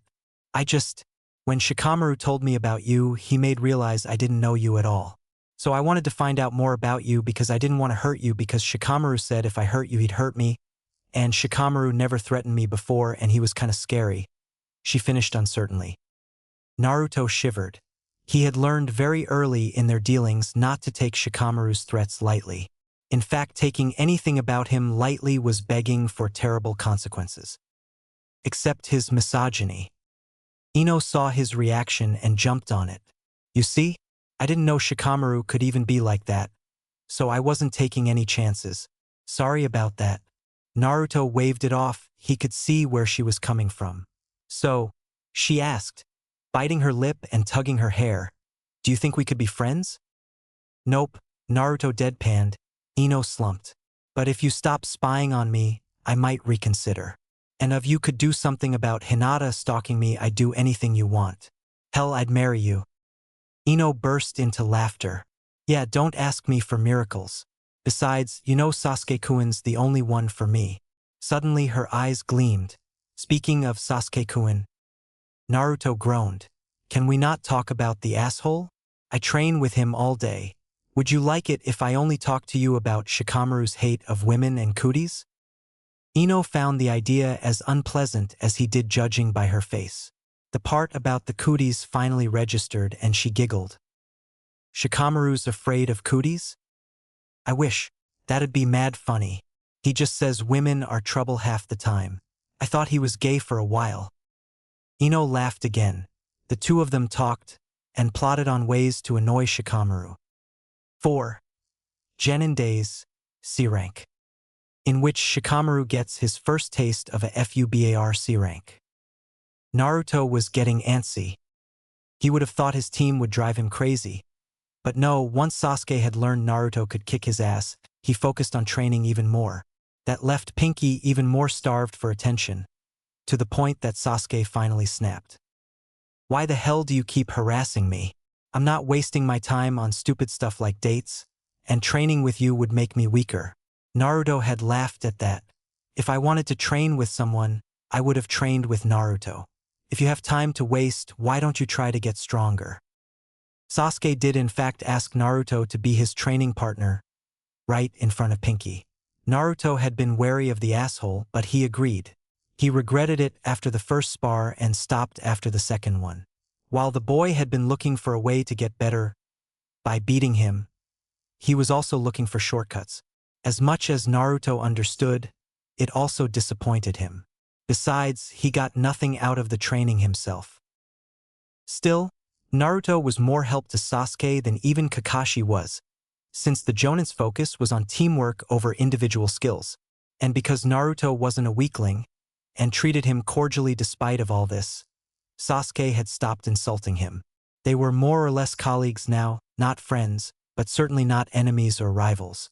There was a certain professionalism that even Kakashi had to admire. Needless to say, Pinky's hate for Naruto had reached new heights, and Naruto was closer to strangling her every day. Between this new training atmosphere and the missions, things had become normal. That, and he even less time to spend with Aniki now. The latter was definitely reason enough for his nervousness, but the former didn't help. So today, as they walked to the mission reception desk, a determined Naruto asked his sensei, "Why can't we get a mission outside of the village for once?" Kakashi hummed, "Okay." Pinky gawked, looking from her sensei to Naruto. Just like that? All we had to do was ask? The Jonin shook his head. Not exactly. They already showed me they got what it takes to take on C-ranked missions, but I wanted to know if they had the motivation to do so. Pinky noticed he was talking about Uchiha and him. What about me? He simply smiled at her. Naruto snickered. As luck would have it, the Hokage was assigning the missions today. So what will it be, Kakashi? Today Tora has gone missing again. Naruto's brain flipped in an instant. Wait, fuck the C-rank, get me Tora. Kakashi looked a bit perplexed and let some sweat drop. You know what? I think we're ready for C-ranks, he said to the Hokage. The Hokage must have seen the same thing Kakashi saw in Naruto because he agreed. Naruto cursed. But it was fine in the end. He would just have to pick the mission on his own when it wasn't the Hokage giving them. And then Tora and him would be having loads of fun. You're in luck. We've just received a mission. A bridge builder needs protection until his bridge is finished. You are to escort him back and see his bridge to completion. Send in the client, he then told a Chunin. Naruto wasn't very impressed with the client. He looked the part enough, with broad shoulders, toned muscles, and a working attire that had seen better days, but the bottle in his hands kinda ruined the effect. And these are the brats that are supposed to protect me? They don't look the part. Especially that flashy blonde there, he looks stupid. Naruto rolled his eyes. He didn't sound better than the villagers here. He whispered to his teacher, Kakashi-sensei, are all of the clients rude like that? Because they've all been like that so far, and it's fucking annoying. Kakashi frowned. Well, Naruto, he answered loudly for the bridge builder to hear. Clients that are that rude usually have a lot of money to pay, so they think they're entitled to do whatever they want. Naturally, they tend to be oblivious to the get that they are in fact accusing the Hokage of poor judgment. That sobered the client completely. Wait a sec. I didn't mean that at all. I was just worried about my life. 'Cause my project is super important. The Hokage smiled benignly. Of course not, but since you don't seem to trust our very capable Genin and their Jonin sensei, maybe you could opt for a team of more qualified Chunin, or even Jonin for your protection. Of course, they require a larger fee. No, no, I don't think that'll be necessary, the man said at last. Thank you for your consideration, Hokage-sama. Now that the matter is settled, Team 7, you'll rendezvous with the client at 7 sharp, where you will escort him to the wave country. He gave the scroll to Kakashi. You're all dismissed. Naruto, if I could get a moment of your time, he added as Naruto turned to leave. He waited for the others to leave before he spoke. Hokage-sama? The man pinched the bridge of his nose. He somehow looked older than Naruto remembered. Naruto, do you have something you want to say to me? Kakashi-sensei didn't tell you? It's like this. I wasn't the dead last, Choji was, followed by Kiba. I was third to last. Sasuke wasn't the rookie of the year, Shikamaru was, and his grades made all the past rookies look like chumps. I know this because I planned it this way so I wouldn't end up in a shitty team or at best end up with Shikamaru. The Hokage grumbled as he knew where this was going. Not only did you bend the rules so that I ended up in a shitty team, but you fucking lied to me about it. And don't think I forgave you about the QB. I like you, Gigi, but I can't trust the Hokage. So if you don't mind, I'll be keeping my distance from now on. Naruto bowed politely as he left. Jaeni Hokage-sama. The same day, Team 10 also left for a mission outside of the village. This was also an easy mission. They were to go and fetch the report of a Chunin outpost near the border between the Fire and the Earth countries. The trip would take a day at the pace they were going, and Asuma wanted to spend a few days there, for the genin to learn the ropes of being a Chunin. Near the outpost, Shikamaru heard a groan. A quick glance told him the rest of his team hadn't heard. Asuma-sensei, I'll be back in a second. Asuma, thinking he was going to relieve himself, grunted. We'll wait for you. Don't take too long. He dropped down the tree, backtracking towards the direction he thought the sound had come from. As came closer, he heard a second, weaker sound of distress. He definitely wasn't wrong then. When he arrived, he almost wished he were. From a glance, he could tell 3 things from the woman. She was Chunin, she was from Konoha, and she was badly wounded. Keeping an eye out on his surroundings, he quickly closed the distance. His priority was to stop the bleeding. Thankfully, it wasn't anywhere too problematic, so she might live through this. While he approached, he opened his radio. Asuma-sensei, I just found a wounded Konoha kunoichi. Wounds don't look critical, but that could change soon. Here are the coordinates. The Chunin's focus came back as he was administering treatment. Who? She hissed when he tightened the bandage. What? Help. You're in trouble, he summarized. Is there anything I should know? They ambushed me, she slowly rasped. Well, that didn't bode well at all. Anything else? Before she could open her mouth to answer, Shikamaru's ears warned him, and hand grabbed the arrow right before it entered the kunoichi's temple. The second arrow he heard sounded much more menacing. Even with a kunai, he had been barely able to deflect it. They are still here. Yeah, the arrows kinda gave it away, he deadpanned. Luckily, the Chunin was leaning against a tree. That made it easier to defend her. And the 3 men in front of him would make sure he did plenty of defending. The 3 of them wore yukata and katana, and their hair was tied into topknots. His mind screamed Ronin bandits. The man with the green yukata barked orders at the other 2. Get rid of them. After that, things went pretty fast. One moment, the man closest to him spat, the next he was right in front of him trying to slash him from below. A split-second Kaminari Jutsu body replacement technique, and he saw how the 2 Ronin cut the log into 4 neat chunks of wood from where he was, right next to the kunoichi. Right, ninjutsu and genjutsu them. He had always sucked at taijutsu anyway. A puff of smoke later and 10 copies of Shikamaru advanced on them. Clones. Watch out for the one with a shadow. He's the real one. He had to admit that was one of the weaknesses of the clone technique.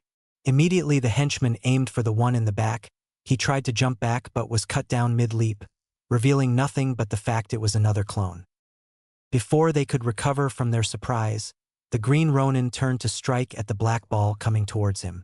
Only the ball transformed into wire and the man was trapped before he had even recovered from his attack. He wanted to warn his goons, but the other two soon shared his fate. Shikamaru pulled the wire as he rose and the Ronin were dragged down.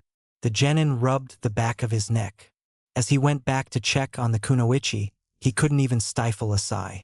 He really didn't need this. This was supposed to be an easy mission. Shikamaru. His shoulders sagged with relief when he heard Asuma's voice. "We need to leave, and fast," the man hollered. "There's a large number of bandits coming through here." Shikamaru's eyes widened. He did not want to meet more of those Ronin. Taking a last look at his attackers, he could see a hint of worry in the blue yukata wearing Ronin he didn't notice in the others. Shikamaru took note of that before he left with his team. "Are we heading back to Konoha?" he asked his sensei. "Yes, she might not even survive the trip. We should hurry." "No." Team 10 looked at the kunoichi who had joined in the conversation. "She may look better, but Shikamaru knew she needed medical attention." "What do you mean?" Asuma asked. "Are your teammates in need of help back at the outpost?" Her eyes looked haunted. "No, I'm the only one left.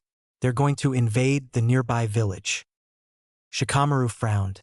Bandits weren't known to be ambitious. "Is there shinobi in their midst?" he prodded. He heard a rasp. "Not bandit." She was losing consciousness. He felt dread settle in his chest, but it wasn't because of her state. Ino felt nervous as well. "Oh, so what are they then?" she asked. Sa, but she fainted before she could finish. Shikamaru twitched. Choji paled and spoke for all of them when he said, "She wasn't about to say samurai, was she?" If this was how C-rank missions went, he couldn't wait to go back to his boring D ranks. The first day of their trip went without a hitch. Kakashi had taken up the front, while Uchiha and Haruno flanked their client and Naruto brought up the rear, meaning he had minimal interaction with everyone, especially Pinky, who was busy trying to show Uchiha she had become a real kunoichi. Still, his mood was off. His gut told him something was wrong, and it took him almost a day to figure out what it was. His client. Tazuna fidgeted. His eyes were shifty. He was expecting something even with an escort of shinobi. This is what had him in a sour mood. Whatever the old bridge maker was hiding was going to bite them in the ass. He just didn't know when. His answer came the next day, when a puddle of water turned into two menacing shinobi, and they ripped Kakashi-sensei to shreds. Naruto had been able to react to their lunging, so he knew the much faster Kakashi would be okay. But that still left him with the two enemy shinobi to deal with. Pinky was protecting Tazuna, but with his barrier seal activating in a few moments, that was a moot point. An eye contact with Uchiha and both knew they would be going on the offense. Fortunately for him, Naruto hadn't waited for the attack to get ready. He was already prepared to use his ninjutsu. So when one of the two assassins came at him with a gauntlet aimed at his heart, Naruto extended his palm. Air wall. There was a visible distortion in the air between the two shinobi. The gauntlet and the air fought, and in the end, it was the shinobi's fingers that broke. Naruto didn't wait for the man to cry in pain. He had already cocked back his fist to slug him. The hook to the side drove the air out of the masked man and left wide open for the spinning roundhouse kick that landed right in the temple. The man flipped once before hitting the ground hard. From the other side, the other man felt a tug, and when he turned he saw his accomplice. Meizu. Big mistake. A moment later he was hit with a kick before being engulfed in flames. Kakashi chose that moment to make his reappearance. He surveyed the area and clapped in approval. "That went well, good job kids. Now, for some info gathering. Could you drop the barrier?" he asked. When Naruto did so, he approached their client. "So, anything you might want to tell us?" The drunkard was clearly frazzled. "What? How would I know the fire country was so unsafe?" Naruto snorted, not amused the slightest. "Drop the act. You've been expecting something ever since we stepped out of Konoha. You lied to us. We could wake up those idiots, hand you to them in a gift wrap, and we'd still get paid at the end of the day." Drunkard saw the menacing expression on almost all the people paid to protect him and decided an explanation of the current situation of the wave country was in order. Basically, a businessman named Gato had the daimyo in his pocket and the country by the balls, and the only thing that could save them was a fucking bridge. Of course, I lied to you, so go ahead. Turn back and leave a poor man to die. I'm sure my gorgeous widowed daughter and my cute grandson will cry and miss me. And of course, you might as well doom my country. He was laying it on thick, and Naruto was having none of that bullshit.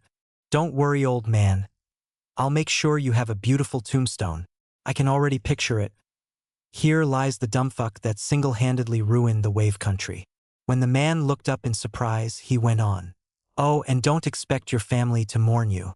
If Gato is as nasty as you say, they'll probably end up dead soon after you, or worse. The man had gone horribly pale at that. He looked pleadingly towards Kakashi. Wait, I'm sorry I can't pay, but you can't just abandon us. I was just trying to save my country. Kakashi scratched his chin. That is fine. Lying about a mission and ending on the Konoha blacklist is not. As of a few minutes ago, we aren't required to do anything for you. His loan, I became serious enough to frighten the old man. And that's not taking under account that your lies endangered not only you and your country, but also my genin. You could see fear and desperation on the man's face. I'm sorry. I was wrong, but I am desperate. Please help us. I'll pay you whatever you want when the bridge is done. Please. Kakashi nodded. Better. I'm not guaranteeing anything, but your attitude is much more tolerable now. I guess it's time to talk to the demon brothers then. He did so. It implied threats and screams that even got Naruto cringing. A few moments after it went quiet, Kakashi came back. So, team, what do you think? Should we help them or go back? Be warned that more powerful shinobi are waiting for us where we're going. Uchiha didn't hesitate to answer.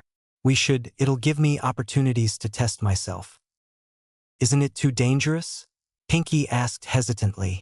But if the wave country is in so much trouble, we have to help them. The three of them looked at Naruto. He had three priorities: himself, his friends, and the mission, roughly in that order. And they had no mission and he had no friends. On the other hand, the choice was between returning to Konoha and Aniki or getting himself killed fighting strong-ass shinobi. Let's go kick some nuke-neen ass.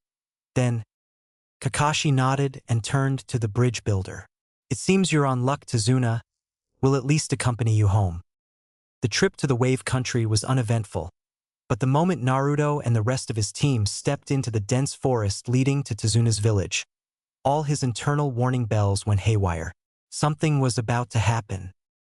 It was nerves that made him throw the kunai in the bushes. The poor rabbit died. He'd have to skin it for fur and meat later. Get down, everyone. Since Sakura was the closest to Tazuna, she tackled him to the ground. Naruto was already halfway to the bunny, so he saw the huge sword spinning madly until it lodged into a tree. He also saw the man standing on the blade like it was Tuesday. That was pretty cool. Zabuza of the Mist. Copy Ninja Kakashi, an honor to meet you. I didn't think you were the type to babysit kids though, he said, looking at the genin. What'll it be, Kakashi? You walk away now and I can guarantee that I won't come after your children. Wish I could, but I have a mission. Now stand down or I will deal with you. Suit yourself. Zabuza jumped down, grabbing his huge sword in the process. I always wanted to know if the rumors about you were true. Stay near Tazuna, he ordered the children. He isn't someone you can deal with. At the same time, Zabuza made some hand signs and a thick mist rolled in. Naruto knew what he had to do without being told. Channeling his chakra, he stomped his foot in a commanding manner. In an instant, the gust of wind blasted the mist away. Zabuza had disappeared in the meantime, but he heard a grunt coming from everywhere at the same time. I guess they're not as incompetent as I thought. In the next moment, Naruto jumped with a reverse roundhouse, hitting Zabuza so hard the man turned into a puddle of water. Shit, he can make real clones too? Water clones, Kakashi said near him. Good job with the mist. Before he could say more, he was slashed into two by Zabuza. Another Kakashi kicked the swordsman away while his clone became water as well. The fight had reached another level, and so Naruto remained on the sidelines, ready to help at any moment. That's why Kakashi was pushed back by a gentle wind, stopping Zabuza's kick from pushing him in lake. "You're annoying, brat," Zabuza finally said, leaking a vast amount of killing intent. Naruto cocked his head to the side, not affected at all, before he slowly took a crouching stance before he jumped. Zankuden, slashing air bullet. There was tremendous force in that jumping roundhouse, but the real kicker was the visible distortion in the air right in front of Naruto. A second later, Zabuza was hit by an invisible airwave with the strength of a bull. It interrupted his hand signs and sent him flying right into Kakashi's water dragon jutsu, and that sent the swordsman crashing into a tree. The two moves were plenty powerful on their own. Their combination put Zabuza out of commission. The Miss Jonin had barely the strength to ask, "What the hell was that?" Kakashi's eye smiled. "That was the child I was supposed to babysit. Any last words?" Two Senbon needles put an abrupt end to Zabuza. Naruto stared at the young masked newcomer with obvious mistrust. "Who the fuck are you?" "Thank you for your assistance in apprehending this criminal," the intruder replied, ignoring Naruto's attitude. "We shinobi of the mist have been looking for him for quite a time." Kakashi sighed tiredly, glad to be of assistance. A moment later and the teen had left with its bounty. Naruto looked at Kakashi strangely. "You really gonna let them leave like that?" "Yes." "You do know that other kid's been here the whole time, right?" "He's probably working with Zabuza, then," the other two genin gasped. "So why the fuck did you let them go?" "Because I'm about to collapse any second now." The next moment, Naruto caught his Jonin sensei with a grunt. The man wasn't unconscious, but he wasn't far from it. Probably that Sharingan of his. He looked at Tazuna. "Still think we're a bunch of brats that don't look like shinobi?" The man shook his head. "Just so you know, I was the weakest of my class, the dead last." "Those two," he added, jerking his head towards his teammates, "they were at the top." Tazuna blanched, his teammates scowled, and Naruto chuckled. He had pissed off his teammates and spooked the old man in one sentence. Man, he was awesome. Shikamaru was nursing a headache. "So to summarize, some samurai probably attacked the outpost, and she's the last survivor, and she's badly but not critically wounded," he said, pointing the woman their Jonin sensei was carrying. "Oh, and those same samurai are going to attack a fire country village. Did I miss anything?" "They probably sent a few samurai after us as well," added Asuma. Choji groaned. "This is bad. Isn't it?" "You have no idea," he grumbled. "What Shikamaru wouldn't give for a good nap right now." "Where to?" Asuma-sensei. "The outpost, easier to defend and closer to the village." "Choji, carry her. I won't be able to protect you like this." As they settled on a thick branch to transfer the kunoichi, Asuma looked at them seriously.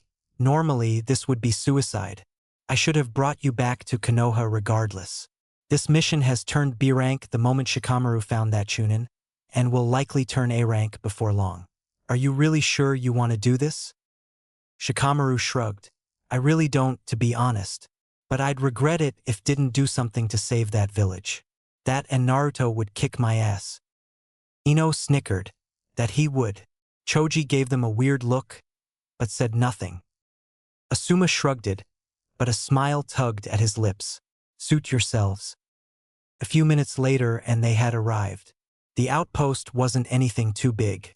From afar it looked like a small bunker. But that was because most of the structure was underground. Asuma landed first. "We're here.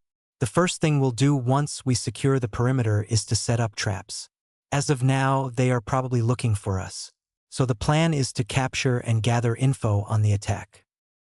There was something nagging the back of Shikamaru's head about that plan, but for now he'd go with until he had something concrete.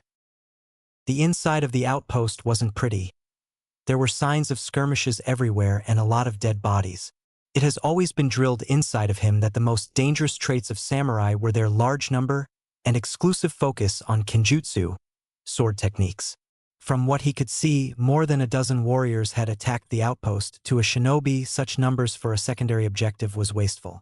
It was interesting to see the contrast between quality and quantity. Further inside, he confirmed that the 3 other Chunin had died. Fortunately, their deaths had been swift. No signs of them finding the secret exit either, probably the way the yet unnamed Kunoichi had made her escape. Speaking of, he was due another go at her treatment any moment now. The outpost is secure, he heard Ino say. No signs of the back door being tampered with, added Choji. Good. Any of you good with first aid? Shikamaru saw Ino raise her hand as he raised his. He was glad to see Ino had some knowledge as well. She'd be of help if he weren't there to help the Chunin. Wait, how do you know about any kind of medical treatment? Ino asked. Shikamaru shrugged. I'm for the Nara clan. I'm pretty sure that the Nara clan knows more about medicine and drugs than even Tsunade herself. Hearing that, she shrugged and went along with it. But he had no doubt he was going to get grilled about that later. Good. I want to ask Ino to take a look at her. But since Shikamaru started, he can deal with our Chunin. The others, you're with me. We'll be making sure this place is a death trap to anyone foolish enough to attack us. Since both their lives weren't in immediate danger this time, Shikamaru did his best to heal what he could as best as he could. Because of his specialization, he sucked at using yang chakra, which was essential when performing healing jutsu. To remedy this setback, he made use of various medicines and drugs that boosted the body's natural healing power and made his own healing techniques that much more effective. If that syringe gets anywhere near me, I'll kill you. He rolled his eyes. How could shinobi not fear kunai and shuriken but shiver at the sight of syringes was beyond him. Even worse, he was one of these shinobi. Some will of fire. I'll have you know that my will of fire is just, ouch. You just stabbed me. This is an analgesic, you're not even feeling pain right now. The death glare he received told him she couldn't care less about that. Shikamaru rolled his eyes again. Anyway, you should be fine. Don't move too much or the wound will reopen, and you'll bleed to death without knowing. The young woman gave him another glare before relenting. I'm Senju Setsuna. Thank you for saving my life. Nara Shikamaru, I'd say the pleasure's all mine, but I'm still not over the whole samurai in the fire country thing. Anything new you want to add about that? Her eyes took on that pained expression again. Not much, they simply swarmed the place. There was so many of them, but they were too good to only be bandits. The way they dealt with us, it was like they knew how to deal with shinobi. Shikamaru had noticed. He had underestimated them as well and nearly died for it. I barely escaped through the back door, but I heard them say they had to silence me, or they would be discovered before they could secure the windmill village. Shikamaru didn't want to pry further, but he was dealing with a kunoichi. She'd get over it. Did you hear anything about the time? Setsuna shook her head. I wish I did, but it must be soon. The next Chunin squad should have been coming in 2 days, but it might be more than a squad now since they haven't received the transmission today. Shikamaru blinked before he started scowling. The bad feeling returned. Is the radio still working? I don't know. A lot of the equipment has been destroyed. I might be able to check. Shikamaru stopped her as she started to rise. Tomorrow. You're not checking anything in your state. So the radio might be still usable. Without a radio, they would probably send Anbu or Jonin to investigate the deaths of those shinobi in a few days. He then had a horrible thought. Would it even matter? If they attacked tonight or tomorrow, this would all be a moot point. Shit. He opened his radio to contact his sensei, Asuma-sensei.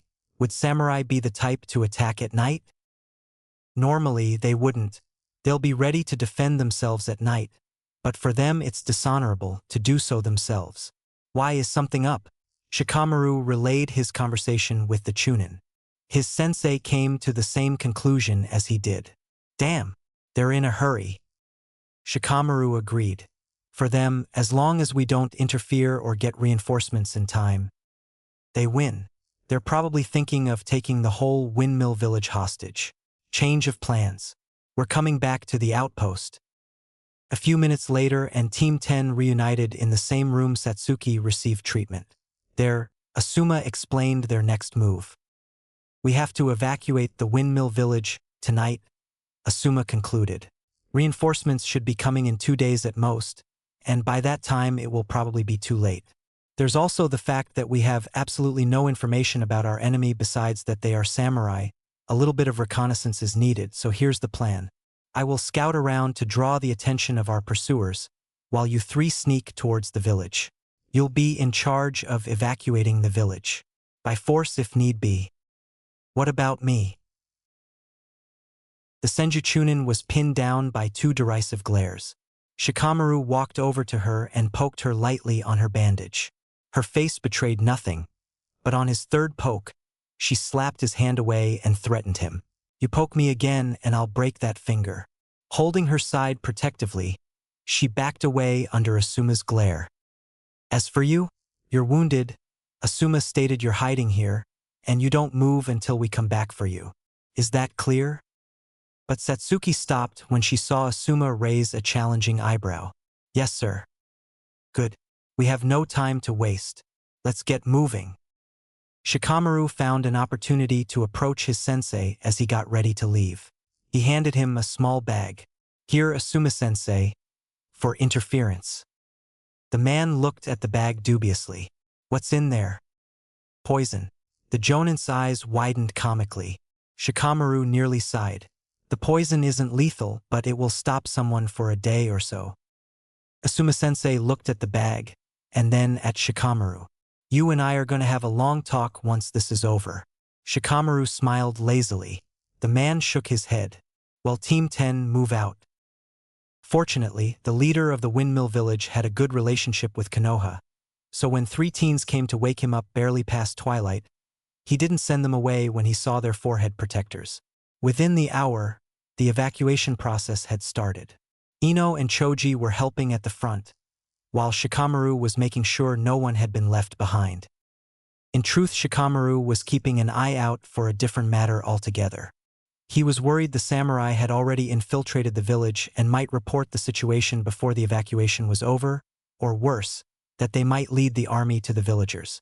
And on top of that, Shikamaru wasn't a censor like Naruto. Good thing he had his wire traps. He would keep an eye out for people that would try to disappear in the confusion, while his traps would warn him of an escape attempt if activated. Of course, he would have to catch all the spies if this evacuation was to be successful. Shikamaru sighed. This promised to be a long day, and they were still in the middle of the night. 5. Genin Days of Waves and Windmills, in which Naruto demonstrate he still has that charisma, although it's a bit more crude. When Naruto and Team 7 arrived at Tezuna's home, he was surprised that Tezuna's daughter, Tsunami, was actually beautiful. She had a very homely feel to her, and the way she worried for her father, welcomed Team 7, and took care of her house, made him remember quite well that he had no parents. He wondered if he'd ever find someone like that. Suddenly he could see himself with a wife like Tsunami, eating with Aniki's family at his house. Maybe with kids running around. Peace. Naruto. Naruto wiped the stupid smile of his face and turned to Haruno. The 3 genin were eating, and were trying to figure out what to do while Kakashi was sleeping upstairs. What? Sasuke snorted. We'll start keeping watch. You take the 1st and 4th watches, I take 2nd and last, Sakura takes 3rd. Naruto grew a tick mark. Just who died and made that asshole the one in charge? Unfortunately, they were all of equal rank and Pinky would definitely agree with whatever Uchiha would want. In the end, he shrugged. The other boy had made a sensible request. No use fighting over something this stupid, and he could use the time away from then. Maybe when Kakashi woke up tomorrow, things would be better. In the end, Shikamaru caught 6 suspicious individuals. 2 were spies, the others were trying to take advantage of the situation. All were taken away to remain with the villagers, which left Shikamaru the only living being in the village. The sun hadn't come up yet, and that left him with a couple of hours to run his own interference. By noon the next day, All of the villagers would reach and stay at the rural town to the southeast for a week or two. Shikamaru had assured them that everything would be settled and that they could come back, though he made no promises about their belongings or their homes. However, their homes was the reason he hadn't left yet, or rather, the empty village in itself. Asuma-sensei might be one of the best jonin of the Leaf and could prevent a great number of samurai of even reaching the village, but the windmill village would end up under the occupation of the samurai by tomorrow night. Fortunately, there was no one to take hostage, and that meant that the forces Konoha would send to reclaim the village would be acting with extreme prejudice. And he could help with that. A wire trap here, some exploding tags by the main square, some homemade booby traps over there. In less than 2 hours, Shikamaru had made the samurai's future occupation even more unpleasant. He could have been more creative given more time, but he didn't want to discourage the warriors and have them try somewhere else. He also didn't want to impede the advance of the Konoha enforcers that would be coming. Leaving it at that, Shikamaru rejoined his friends. He found Choji leading the villagers, but no traces of Ino. He was about to ask his best friend about her, but Ino arrived at that moment. "We have a problem. Some bandits are lying in ambush about 2 kilometers behind the hill further ahead." Shikamaru's shoulders slumped. It seemed the enemy was more thorough than he had assumed. "How many?" "3. Right." Shikamaru closed his eyes for a moment. "Okay, Choji, you'll remain here and hide the civilians as best as you can. Ino, we're gonna take those bandits down." He probably could take them down on his own, but that was a horrible idea when a simple mind transfer jutsu could do so much more damage and more safely too. When Ino showed him the individuals in question, his eyebrow twitched. In the midst of the nearly 30 or so samurai, he found the 3 he had met before. "That's a lot more than 3, he deadpanned. Ino had gone horribly pale at that point. She was so upset she didn't even frown at his joke. "But I only saw 3 of them before. Did they spot me?" Shikamaru shook his head, deep in thought. "No, most likely we were right about the day of the attack, and whoever's in charge doesn't want the word to spread until they're ready. I don't think 30 anything is anywhere enough to efficiently capture villagers." And, he thought to himself, 30 is too low a number for systematic slaughter of a small village, especially with shinobi guarding them, so they do not know about us connecting the dots. The question was, what now? Surely alternate roads would be monitored just as well. They had taken the less traveled route for the purpose of avoiding that exact scenario. He also couldn't think of using the untrained villagers against seasoned warriors. And Choji had to stay behind, if only to call for backup if the civilians came under attack. He had half a mind to trade Ino for Choji, because they were more in need of raw combat potential at this point. What followed next changed his mind.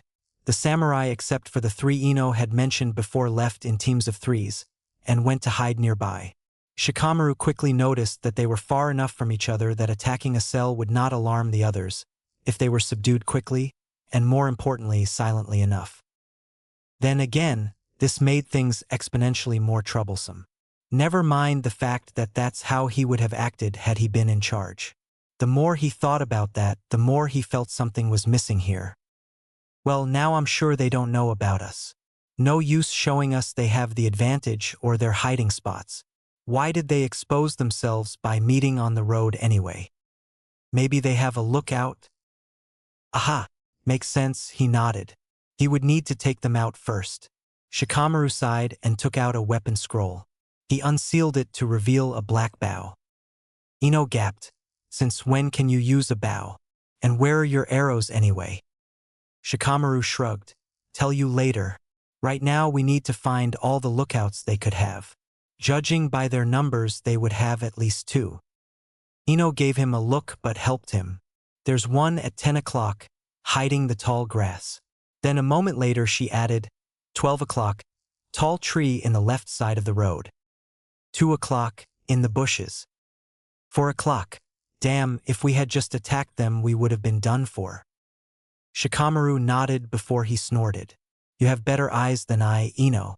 While she smiled smugly at his compliment, Shikamaru readied for pitch-black arrows what seemingly materialized out of nowhere. He methodically drew his bow, took aim, and hit his targets. all of them headshots, in the span of 2 minutes. Ino's jaw dropped about as fast as the lookouts. Who the hell are you and what the hell did you do with Shikamaru? She hissed. I never saw him with bow in his life. Never mind bows that don't make a sound, that shoot arrows made out of thin air, that fly almost as fast as lightning. At that point she started to mercilessly hammer his shoulder, before hitting their targets in the head. Before Ino could add more, Shikamaru stopped her. Look, I'd really like to explain, but we only have a couple of minutes at best before they figure out they don't have their lookouts. Ino stopped her rant. To do what? To stop them, obviously. Ino's eyes bulged in disbelief. Eh? Today we're gonna learn how to climb trees. Naruto was not so optimistically cautious about today. Pinky voiced his disapproval. But sensei, we already learned to climb trees at the academy. True, but did you learn the climb trees like this? He asked, walking up the tree horizontally. This is a chakra control exercise. Your feet are supposed to be the hardest part to channel chakra to. A running start usually helps. Sasuke went quite high on his first try. Sakura went to the top of the tree on hers. Naruto didn't bother with climbing the tree at all. Instead, he put a foot on the trunk of his tree. He would put and remove his foot several times, sometimes in short bursts, sometimes for minutes. Meanwhile, Sakura trained to increase her rather small stamina and Sasuke increased his top height bit by bit. Naruto decided to call it quits around noon. By then he had figured the gist of the technique, but he would have to show Kakashi to be sure. He left to train by himself for 2 hours more, and after that, he went to visit the nearby village. His heart went for the people here. Those people didn't need to suffer because Gato was an asshole or because Tazuna was an idiot. He decided then and there that he would deal with the problem. He would have to think about the how. When he went back for dinner, he faced 2 very smug teammates. They were proud to tell him that by the end of the first day, Sakura could run up and down her tree for 6 minutes before she got tired. As for Sasuke, he could run up 10 feet before he had to drop off. And what about you, Naruto? Kakashi asked politely. He didn't even run up his tree once. All he did was kick it a few times. Sakura chirped happily. Is that so, Naruto? The blonde shrugged. Well, it did look like that. I'd say my training went pretty well. Sakura snorted and Kakashi smiled. Anyway, I had a couple of questions about your tree training thing. First, I saw a couple of genin train on water. Does it work the same way? Kakashi nodded appreciatively. Very astute, Naruto. That's the next level of the technique. Of course you have to have mastered the tree climbing first. Naruto nodded. Makes sense. So my other question is, why didn't you make Sakura walk up and down the tree? It's harder that way and helps her improve her physical strength. What are you saying, idiot? Naruto twitched. Of course running would be the harder of the two, since you use more energy and travel more distance. Isn't right, Kakashi-sensei? Kakashi cocked his head to the side. You would be correct when taking about chakra. So Naruto, care to explain to her why you're right? He rolled his eyes. He didn't know why Kakashi kept trying to have him interact with his supposed teammates, but soon something would happen, and he'd hold Kakashi fully responsible for his actions. When you walk, you strain your leg and midsection more. I said physical strength, Pinky, not chakra reserves. Besides, physical fitness actually affects chakra stamina, so either way you're wrong. She looked shocked when she realized he was right. Kakashi ignored her. As for your question, Naruto, I was afraid that Sakura would quit if the training was too hard. That comment hit the mark. Do I look that fragile? The triple blank stare she got back was answer enough. But Naruto felt the need to drive the point home. You're not fragile, Sakura, you're weak. And that's all on you. While Sasuke and I are training our asses off, all you do is fucking stand there, look pretty, and be all, oh, look at me, Sasuke-kun. Pinky was red, partly from embarrassment, partly from anger. Oh yeah? And what about you, then?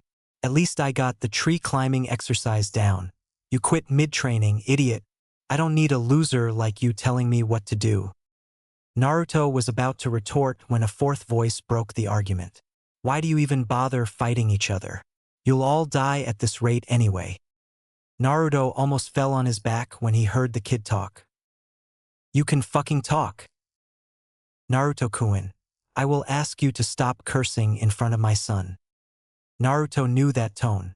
I am used that tone as well. Fine. I'm sorry, he said without a hint of remorse. He turned back toward the kid. So what was that about dying, kid? Gato will kill you. There's nothing you can do to stop him, the kid argued. Naruto scoffed. First, Gato won't do shit. He's probably a stupid fat-ass barking orders and with pockets full of money. What you meant to say was, Gato will have you killed. Second, Gato ain't a shinobi, and we've kicked the ass of the shinobi he sent after us already. If that's all he's got, we got this shit on the bag. Naruto-kun. Tough shit, lady. He snapped back. He saw her flinch and shook his head. I'll see myself out. I need to cool off.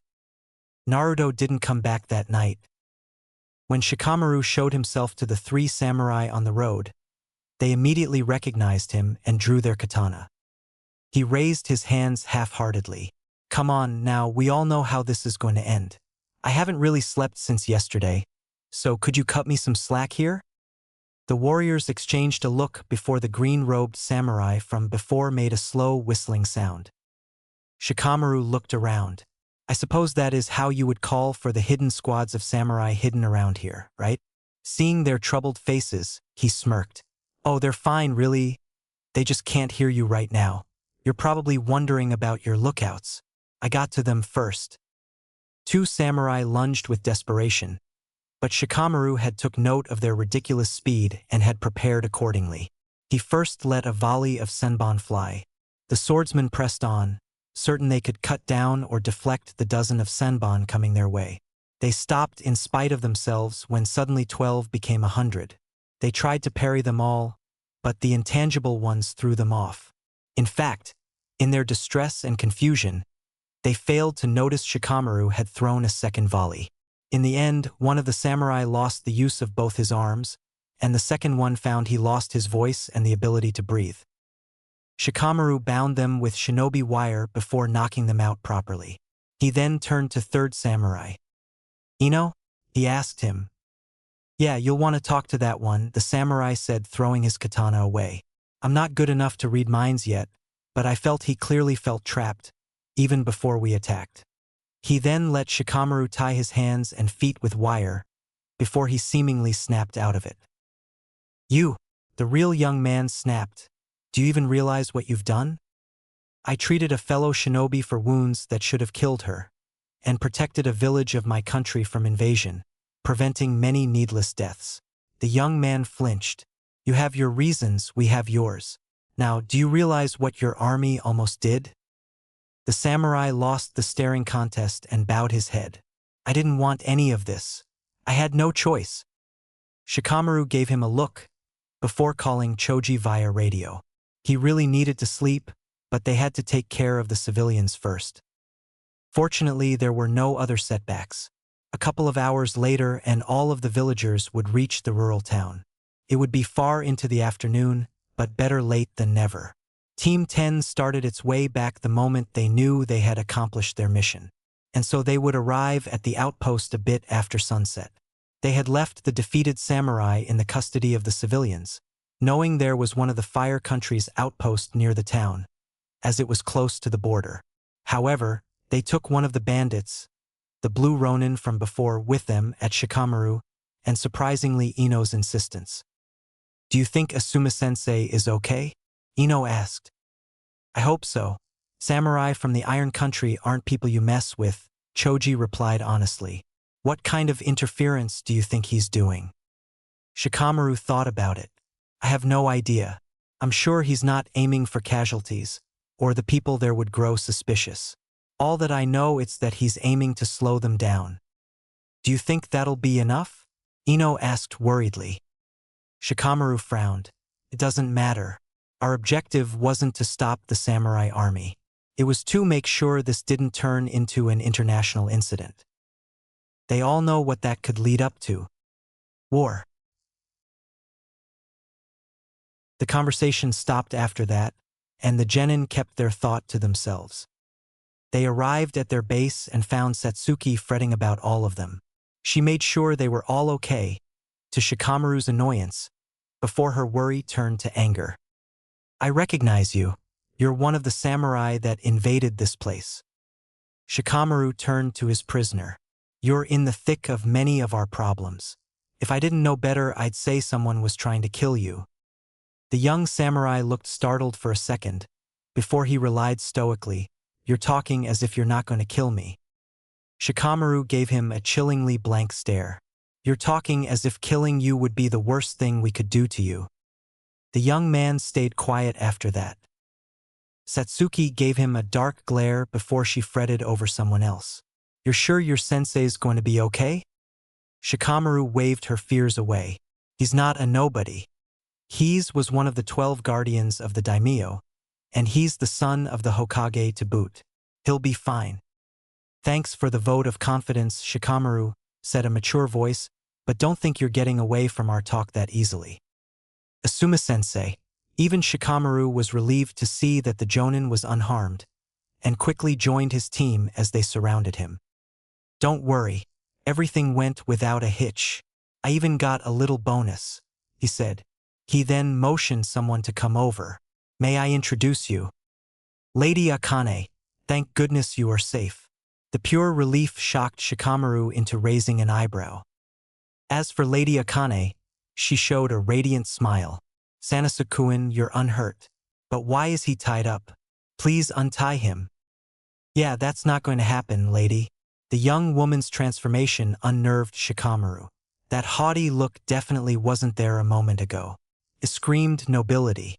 "I don't know about you, but this guy," he said, pointing at Sanasuke, and then he pointed at Satsuki, "tried to kill that woman, definitely killed her comrades, and nearly killed innocent villagers."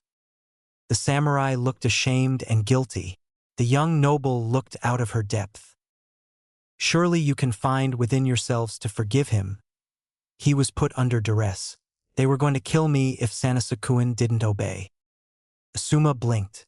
Shikamaru understood his sensei's reaction. That didn't change anything at the end of the day. The Sarutobi heir looked at Shikamaru. "So what are you going to do with them?" He looked at his instructor.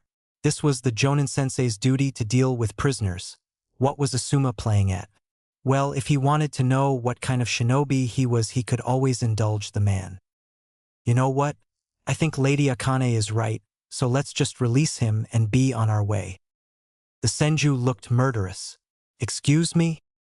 Asuma whistled, as he visibly saw the samurai wilt.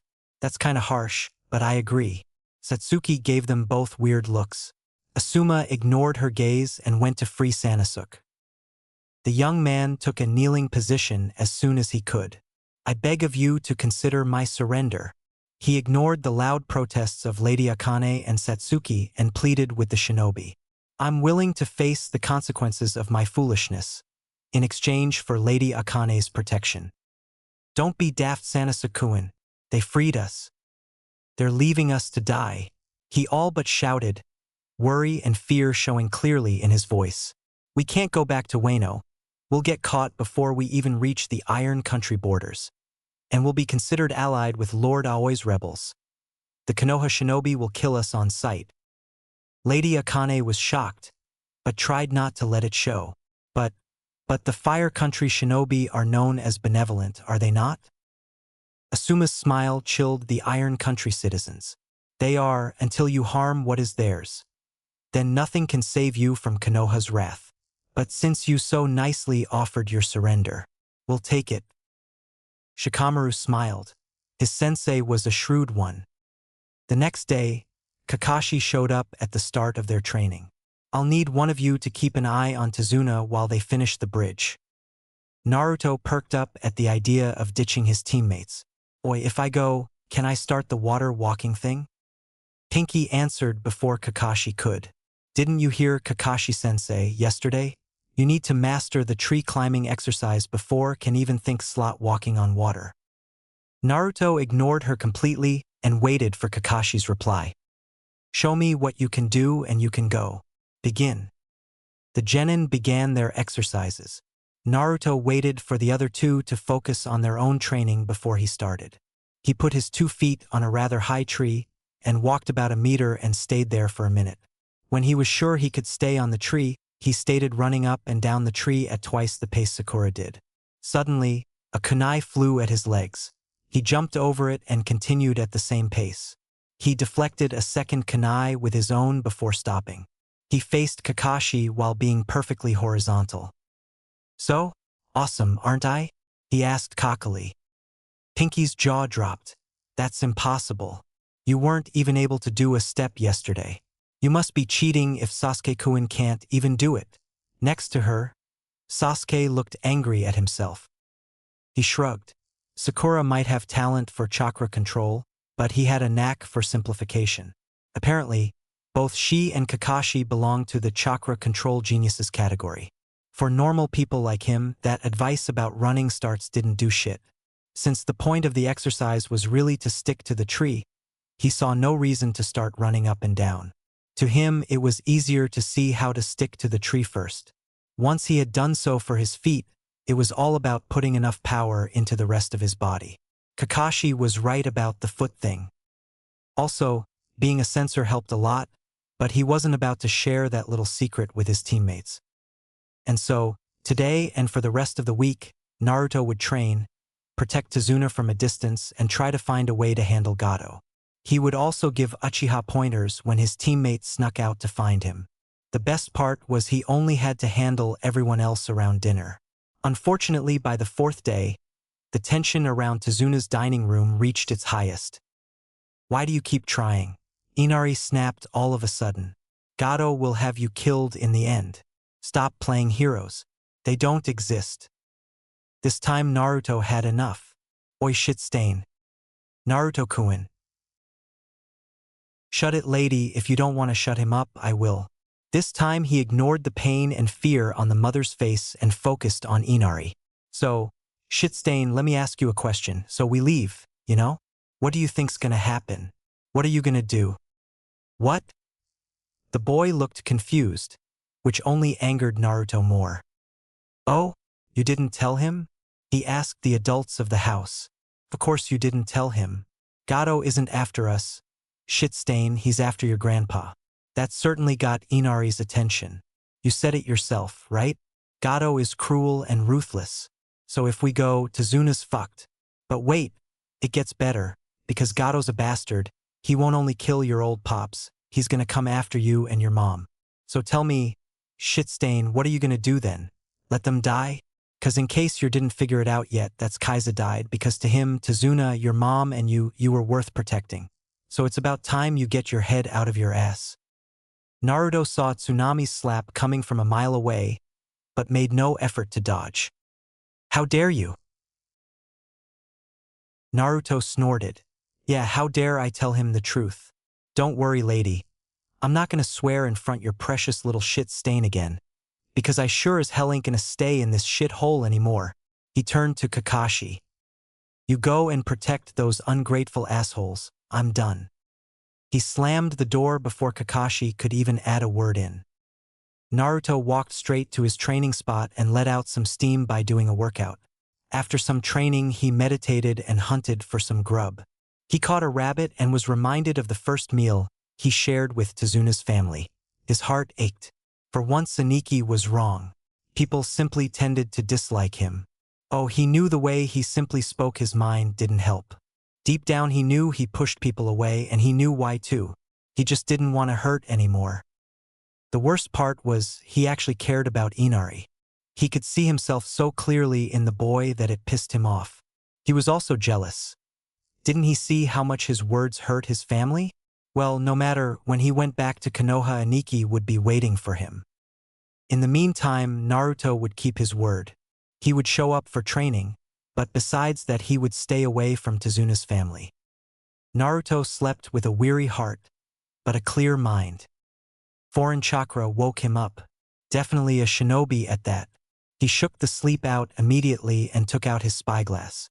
He could see a beautiful young woman, a bit older than he was, walking his way while picking flowers and herbs.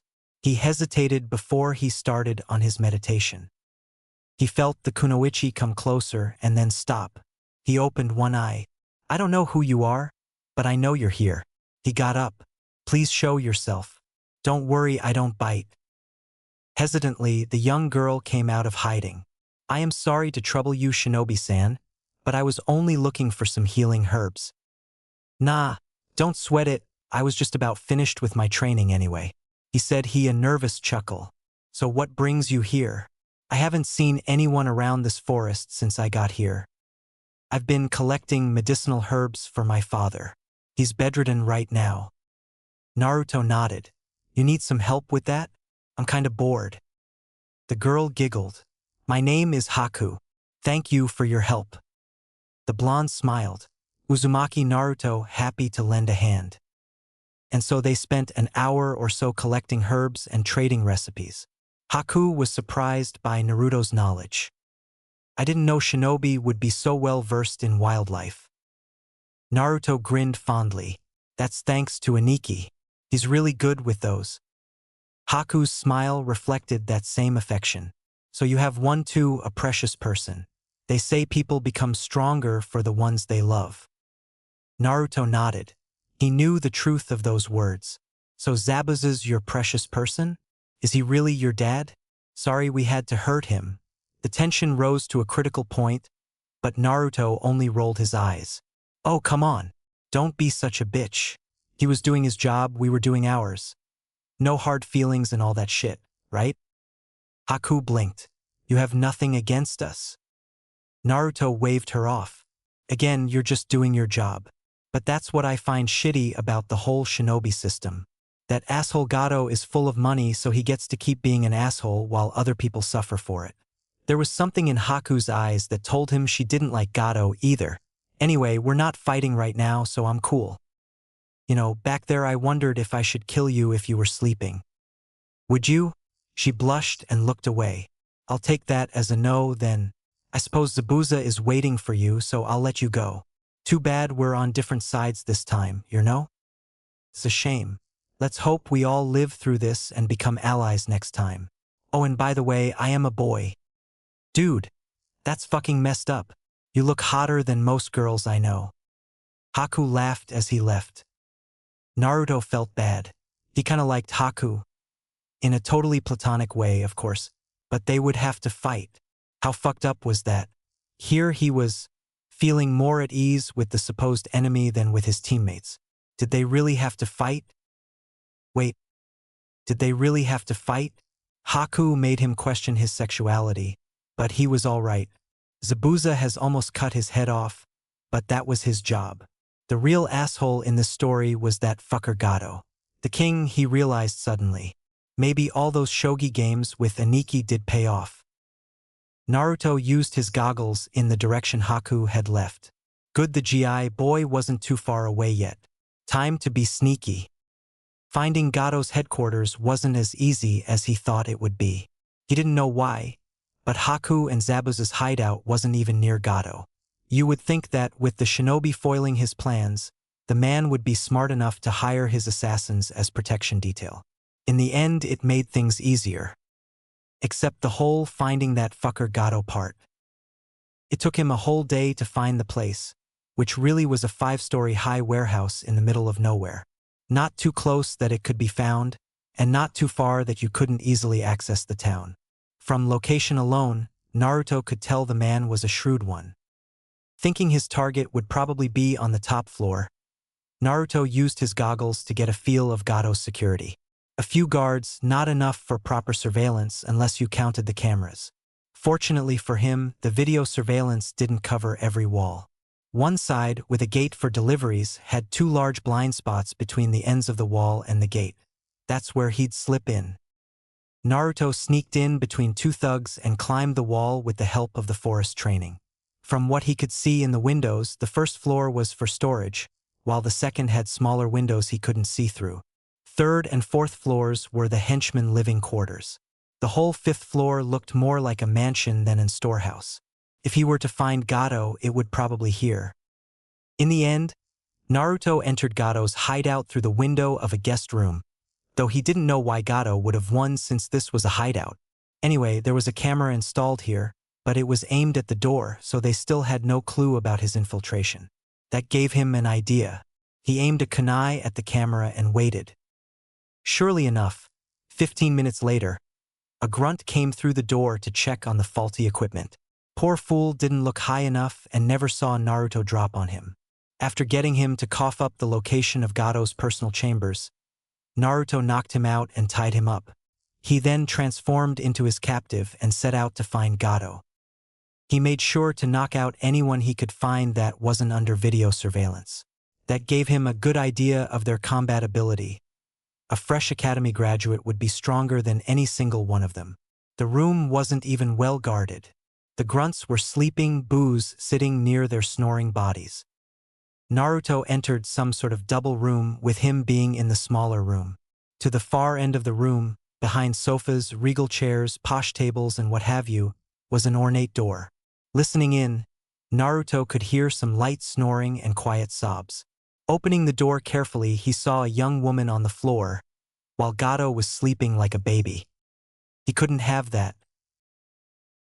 He walked calmly towards the bed and shook the short businessman so he could wake up. The man shot up, looking wildly around him, focusing on a smiling Naruto in confusion, before it turned into horror. But as he opened his mouth to cry for help, Naruto punched him square in the face, putting right back to sleep. All things considered, that had been pretty easy, and he didn't have to fight Haku or Zabuza. The only thing left was that woman. "Hey lady, are you from Wave?" The woman nodded. He wanted to ask more, but the woman was clearly in shock, and he had to leave. He took one of bed covers, wrapped Gado in it, and picked up the woman fireman style.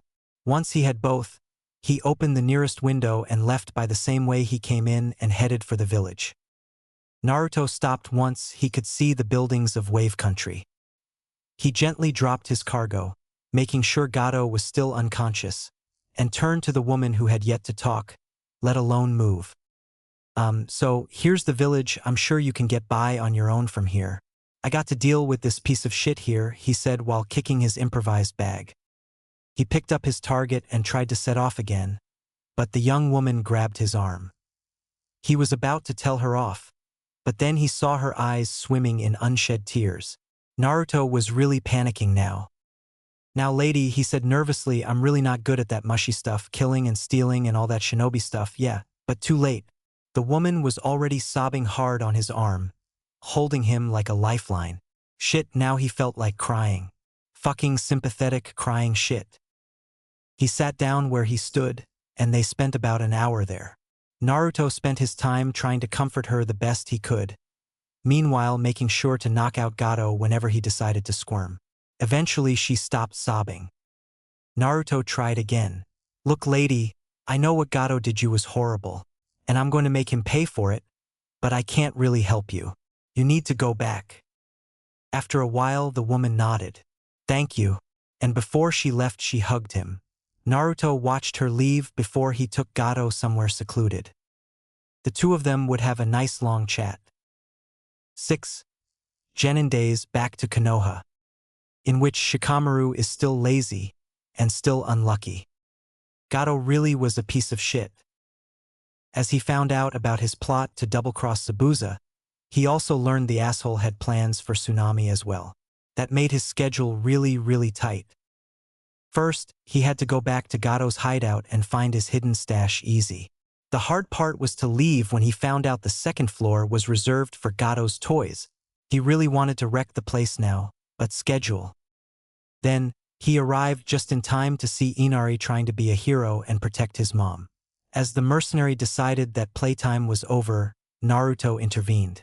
He caught the katana of one thug as it fell to slay Inari with one hand, and threw a kunai at the second Ronin before he could even think about taking Tsunami hostage.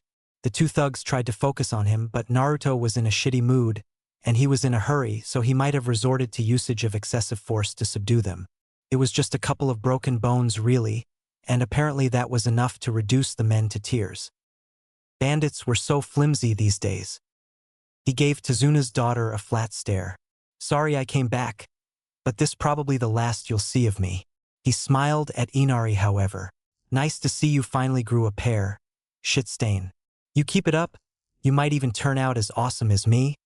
And I'm fucking awesome. Oh, and feel free to whack those assholes some more if you want. And with that, he set out to pick up Gato in a hurry, because the bastard had said today was the day Zabuza would attack again. Couldn't a guy get a fucking break around here? When he got where the final confrontation was supposed to happen, he saw part of the bridge in mist. At the edge of the mist he could see Tazuna and Sakura, and further away there was a dome made of light blue walls. He got closer and could see Sasuke fending off Sunban now and then. Good, nobody had died yet. Stop fighting, guys. Obviously that didn't work. He might need to get their attention then. He gathered chakra as he usually did, and once ready, blew the mist away. He then gave Gato a hard shove. "You're up, asshole." Gato stumbled forward before glancing back at the blonde. When the genin raised his eyebrow, he coughed and as loud as he could and said, "Zabuza, stand down, and tell your accomplice to stop." As for Naruto, he called for Kakashi. The jonin, seeing that Zabuza had obeyed, moved near Tazuna, quickly followed by Naruto. "Naruto, what?" "Shut it," he hissed. "I'm going to miss the show." Kakashi blinked before rearranging his forehead protector and focused on the argument in front of him. "Excuse me?" "Why, you heard me, Zabuza. I'm voiding the contract. You don't have to kill Tazuna anymore." But before the infamous swordsman could argue, Gato took out an envelope and, almost against his will, extended it to the mercenary. He gave Naruto a withering look. "You are still getting paid, though, for your excellent work." Naruto almost lost it when he saw Zabuza stifle a grin. "Is that so?" He took a peek at the contents and raised an eyebrow. "That's more than we agreed on." This time the businessman paled and gave Naruto a pleading look. Naruto simply motioned him to continue. "This is compensation. I might have had the, incredibly stupid idea of betraying you once you and that other shinobi had killed each other." He let out a whimper when he felt the killer intent pouring on him in waves. "Come again?" Like I said, it was a stupid idea." Fortunately, Naruto at that point he was interrupted by a cough and gave Naruto an even more pitiful glare. "I meant to say, the fucking awesome Naruto-sama showed me the error of my ways." Zabuza couldn't help but let out an amused snort, while Pinky's jaw hung low. Tazuna looked like he swallowed a particularly bitter lemon. Haku was giggling like a beautiful maiden and Sasuke's red eyes were twitching. Kakashi sighed tiredly and gave the beaming Naruto a weary glance. Zabuza gave Gato a glance. "I must admit, brat, you trained him well." Naruto's smile grew wider. "I know, right? Isn't that fucking awesome? He even paid me a large sum of money." "For what?" "Because I showed him the error of his ways, of course." He answered with a nod. Zabuza raised an eyebrow. "So he truly thought of betraying me." He turned to Kakashi. "I guess your brats aren't half bad, Hatake." Pocketing the money, he turned to Haku. "Come on, Haku, we're leaving. This might actually be enough funds for our next project." Haku turned to Naruto with a smile. "Thank you, Naruto. I hoped I wouldn't have to fight you." Naruto scratched his head bashfully. "Well, to tell you the truth, I kinda wish we did. Those wall thingies looked fucking cool. Let's say you owe me a spar next time we meet, okay?" Haku smiled, bowed, and left to join his master. "I hope you got a good explanation for that." Naruto nodded and whispered loudly to Kakashi. "Yeah, you might think she's a hot chick, but that's actually a dude." And Naruto, proud of himself, left to resume his training. When Shikamaru finally returned to his village, he was ready to fall asleep where he stood. Unfortunately, there was still the matter of debriefing they had to take care of, and so they headed to the Hokage's office. The Hokage seemed to have an idea of what transpired, because they were able to meet him in record time. The debriefing went as well as they hoped, and if Shikamaru made it sound like he had done much less than he truly had, no one called him out on it. For one, Asuma and Choji still didn't know what happened during the evacuation. As for Ino, he had already told her to keep quiet. The Hokage remained silent for a moment. Thank you for the report. Our next actions are now clear. He turned to the prisoners. As for you two, Lady Akane is free to go. We can even provide you with an escort back to the Iron Country. The samurai, however, will have to remain here, at least until this whole business is over. Lady Akane looked like she wanted to argue, but Sanosuke shook his head. The third sighed. So then, Sanosuke-kun, what shall you do? I am now but a lowly ronin and a criminal, but if I could, I would ask to live here. You could have heard the sound of a breathing Anbu. Shikamaru cleaned his ear. Excuse me, I thought I heard you say something ridiculous like wanting to defect to Konoha? That is correct. Lady Akane looked at Sanosuke with wide eyes. Are you insane? Shikamaru didn't particularly like Lady Akane, but he did share her opinion. The samurai would have not suffered for his rebellion if he escorted the young noble back home.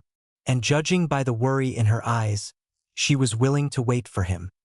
No one in their right mind would forgive desertion or outright defection. That line of thinking would have to wait because he felt his eyelids drop. He had gotten very little sleep since the mission began, and it's not like he hadn't heard arguments before. A nap sounded nice. Shikamaru. He snapped to attention, disgruntled. Everyone was looking at him now. What? Ino shook her head. You were sleeping standing. How do you even do that? I know you're tired, but… Choji has stopped eating since the evacuation. He's too tired to eat. Your eyes are bloodshot and I can see some traces of rye. Finish that sentence and die, Shikamaru. And you're cranky, he continued, too tired to be afraid. We're all tired. You're just jealous I can sleep standing, he shot back. Choji snorted. Don't make M laugh, Shikamaru. I'm too tired to laugh, he slurred. The Hokage made a face before sending the genin away. Shikamaru could swear he heard the man murmur, I'm too old for this shit. The young Nara made sure he exited the building before chuckling to himself. He then marched straight home, entered his room by the window and fell on his bed fully clothed. He'd probably hear it from his mom, but he was too tired to care right now. In fact, Shikamaru didn't care about anything for the next 24 hours. He would have slept longer if not for his mother. His father had skipped on his duties again, and he was home to pick up the slack. Asuma's invitation to play shogi waited for him when he came back from his father's duties. Reading between the lines, Shikamaru understood they would have that talk mentioned beforehand. After a helpful nudge from his mom, he set out to meet his sensei at their usual training ground. Without a word, the two set up the board. Asuma took out a cigarette and the game started. Their strategies were starting to take shape when Asuma broached the subject. So, how strong are you? Shikamaru paused, both to answer and think about his next move. I can't really tell because I've only compared myself to my old man, but I'd say around Chunin level. Maybe more, maybe less, I'm not certain. They were silent for a moment. Who's Aniki? Shikamaru gave his opponent a look. This has nothing to do with you or Team 10. On the contrary, I'm guessing that either this Aniki, Naruto, or both are the reason you became stronger and less lazy. If those two are the reason there's a wedge between you and your father on top of that, I would like to know because I don't want to make the same mistakes. Troublesome. He was about to answer when they were both interrupted by a familiar kunoichi. Shikamaru, we need to talk. Oh hey sensei. Go away, troublesome woman. I'm busy. He really didn't need this right now. Asuma was actually taking the game of shogi seriously. That meant he was more unorthodox and provided Shikamaru with a decent challenge. Excuse me?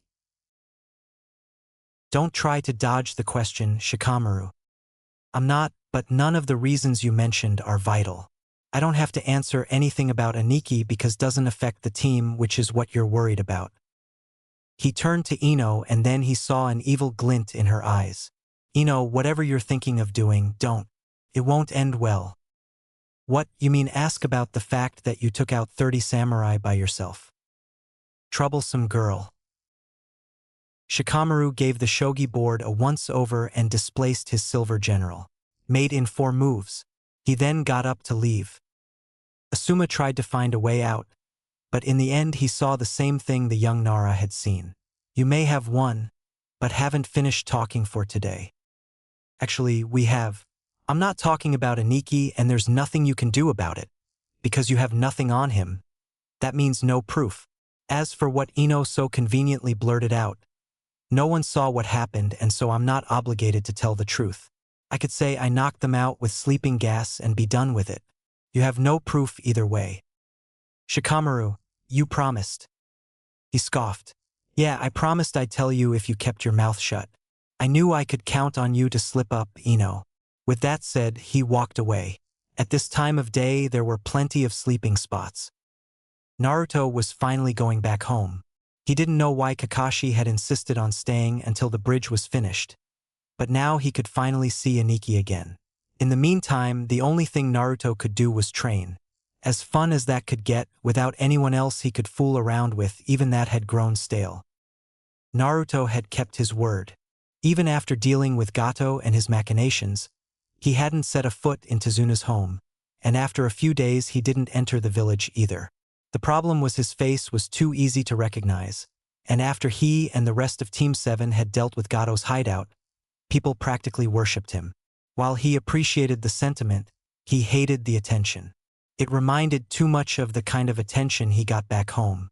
In the end, Naruto stuck to the forests, making sure to report his good health to Kakashi every morning.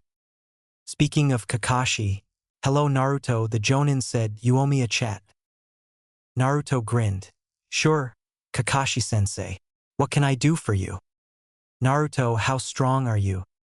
Naruto cocked his head. Overall? Aniki told me we were about Chunin level.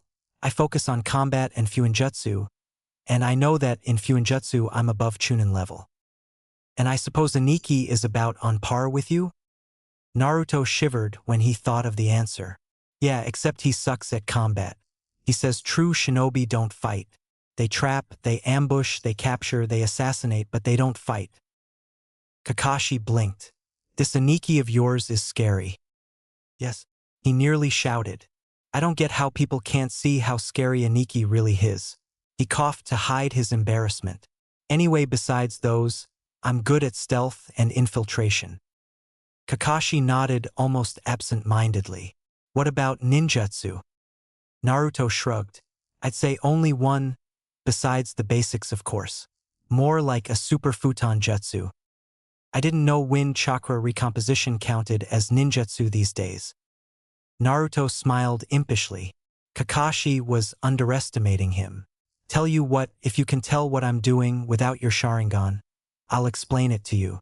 Then he took a breath and transformed his chakra. After that, he took a kunai and made it float. So you're using chakra to make the kunai float? That's not. Kakashi stopped talking when the throwing knife started flying around on its own.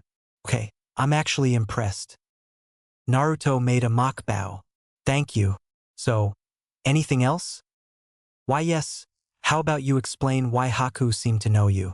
Or better yet, give a full account of everything you did in written form, of course. You're issuing me a report? Naruto's eyes grew wide, before turning mutinous. That's fucked up. Genin don't write reports. Kakashi raised a knowing finger in rebuttal. But aspiring Chunin should, since they are called to lead teams.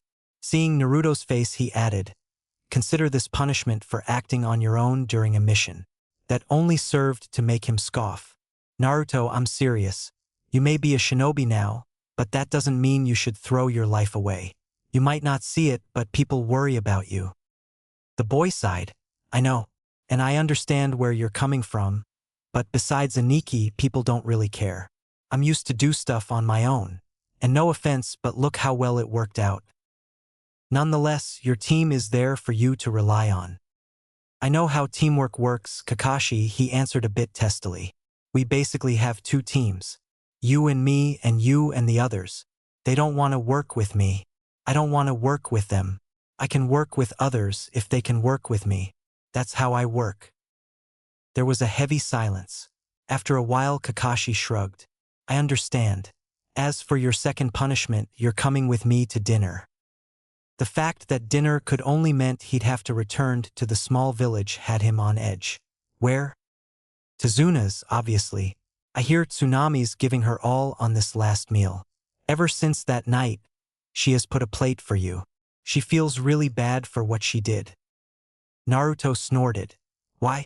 I swear a lot, she has rules. I did nothing wrong. Let's just agree to fucking disagree. You also saved her whole family and got through Inari. Nah, he dropped a pair by himself. That's what happens when you're put to the test. They kept talking until they neared the dam house. Naruto felt awkward simply seeing the building. Can't you give me another punishment? I could make you stay there for a week. You suck, Kakashi. They entered the place and already Naruto wanted to leave the place. The fact that there was a spot for him hard to miss, it was the only one with a steaming bowl of ramen, was disturbing enough. The fact that Tezuna's family were looking at him with smiles even more so. All kinds of warning bells went off at the same time. Screw Kakashi, he was leaving. This was just too fucking weird. Only there was the sound of a door lock, and when turned back, Inari was blocking the way. Naruto raised an eyebrow. You know, I can break you in that door, right? Probably at the same time too. The boy still refused to budge. The unyielding look he wore annoyed Naruto to no end. Fine, whatever. He turned back and sat in front of the ramen. Maybe they would leave him alone if he ignored them. The ramen didn't even taste as good as the Chiraku's. Then again, he hadn't eaten ramen for almost a month. He was about to comment on that when he saw the painfully hopeful look on Tsunami's face. I hope you like it. It's been a while since I made some ramen. Fuck. He couldn't say what he wanted to say now. He'd sound like some asshole. No, it was great. There was a sudden glint in Tsunami's eye. Would you like some more then? Naruto gave her a wide-eyed stare. You mean you have more ramen? Needless to say, Naruto ate many more helpings of ramen that night. So then she keeps making that ramen about as fast as I could eat it. And when I was full, she kept hovering over me, asking questions about my friends and my family, and the next time I was supposed to go back and shit. I almost snapped at all of her nosiness. Aha, Shikamaru commented non-committally as he slurped his noodles. Sounds like a typical mother behavior to me. Naruto shook his head.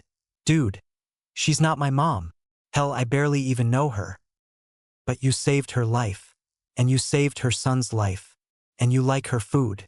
I'm surprised she didn't adopt you or marry you. Naruto looked sick. That's fucked up, Shikamaru.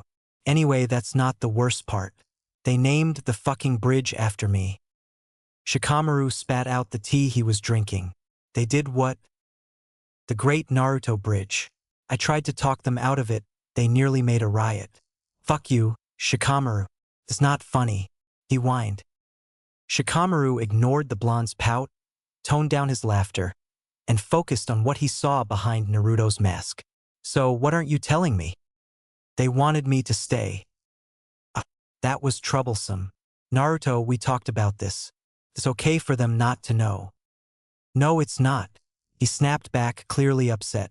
I know it would put them in danger. I thought of that, you know? It's just, how do I know they really like me if they can't know? What the Wave Country citizens couldn't know about went unspoken, but anyone with a functioning brain could tell you they were talking about Naruto's tenant. That was another debate they often had. This one leads straight to another point of discussion, which is why you should be making friends, preferably inside of Konoha. Shikamaru argued back. Just that, I don't see you making any new friends. I already got friends. Shikamaru's face lit up. Well, as it happens, I made a new friend recently. When you're finished with that bowl, we'll go and meet him. Naruto looked unsure. Ah well. Shikamaru gave a reassuring pat on the back. Don't worry, you'll like him. You haven't heard how my mission went. Have you? Naruto looked eager to hear, so Shikamaru explained on the road. He was explaining the evacuation when they arrived at a park near the market district. Your friend is a sculptor? He looked at the artist with a smidge of disappointment. I admit the statuette is pretty cool. Did you meet him at the market or something? Shikamaru ignored his friend and greeted the young man.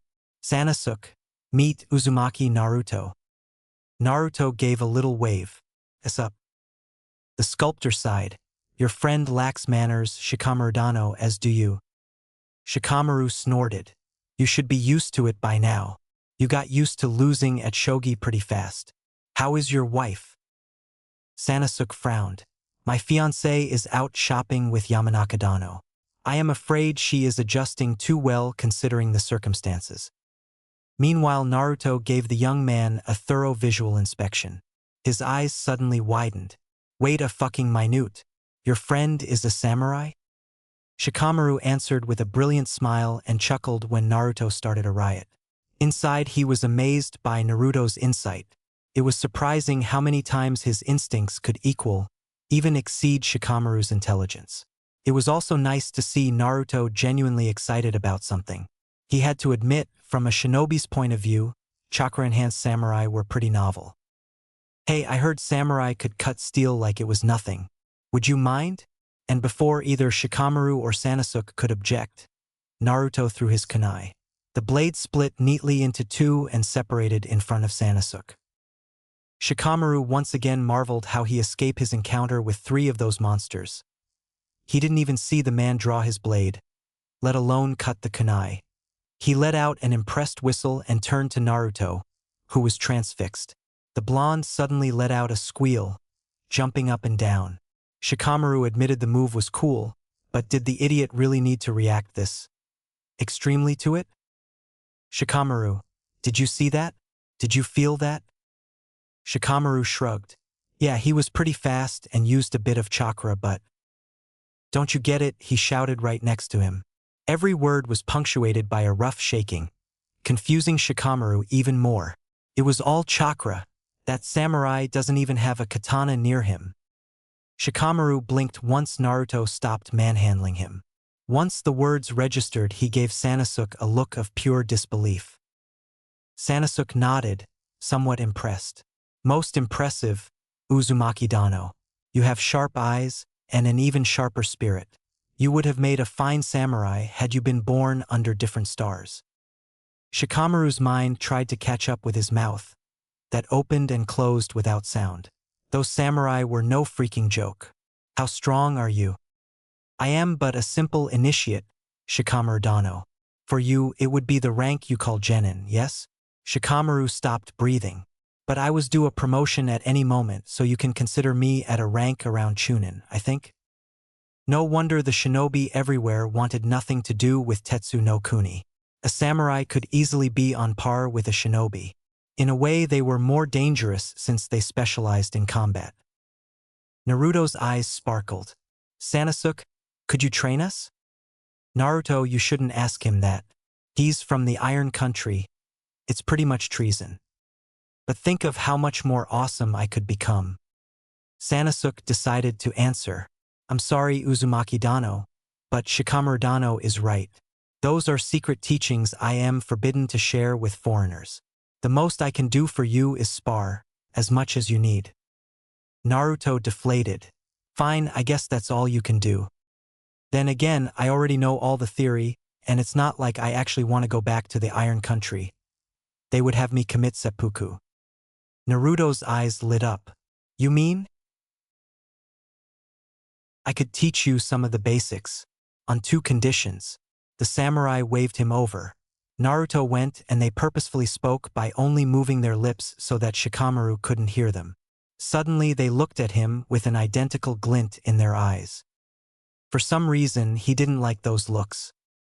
What? Naruto still felt tired the next day. He had decided they would start training that day and dragged a kicking and screaming Shikamaru with him. Samurai were fucking brutal. With only a couple of hours in, Naruto had learned about muscles that he never knew existed, and he worked them until they burned. And after that, their new instructor proceeded to beat them to an inch of unconsciousness. Repeatedly. Thankfully, his bruises healed rather quickly. He then chuckled. Shikamaru didn't recover as quick. The guy must be cursing him right now. As for Team 7, they were back to doing D-rank missions. He didn't mind. Their first mission outside of the village was considered a clusterfuck of legendary proportions, as in no one has disregarded so many Konoha rules in less than a month. His ears still rang from the Hokage's rant. He thought he did all right by his standards. Then again, he didn't make the rules. Returning to the boring job of an errand boy came with one perk.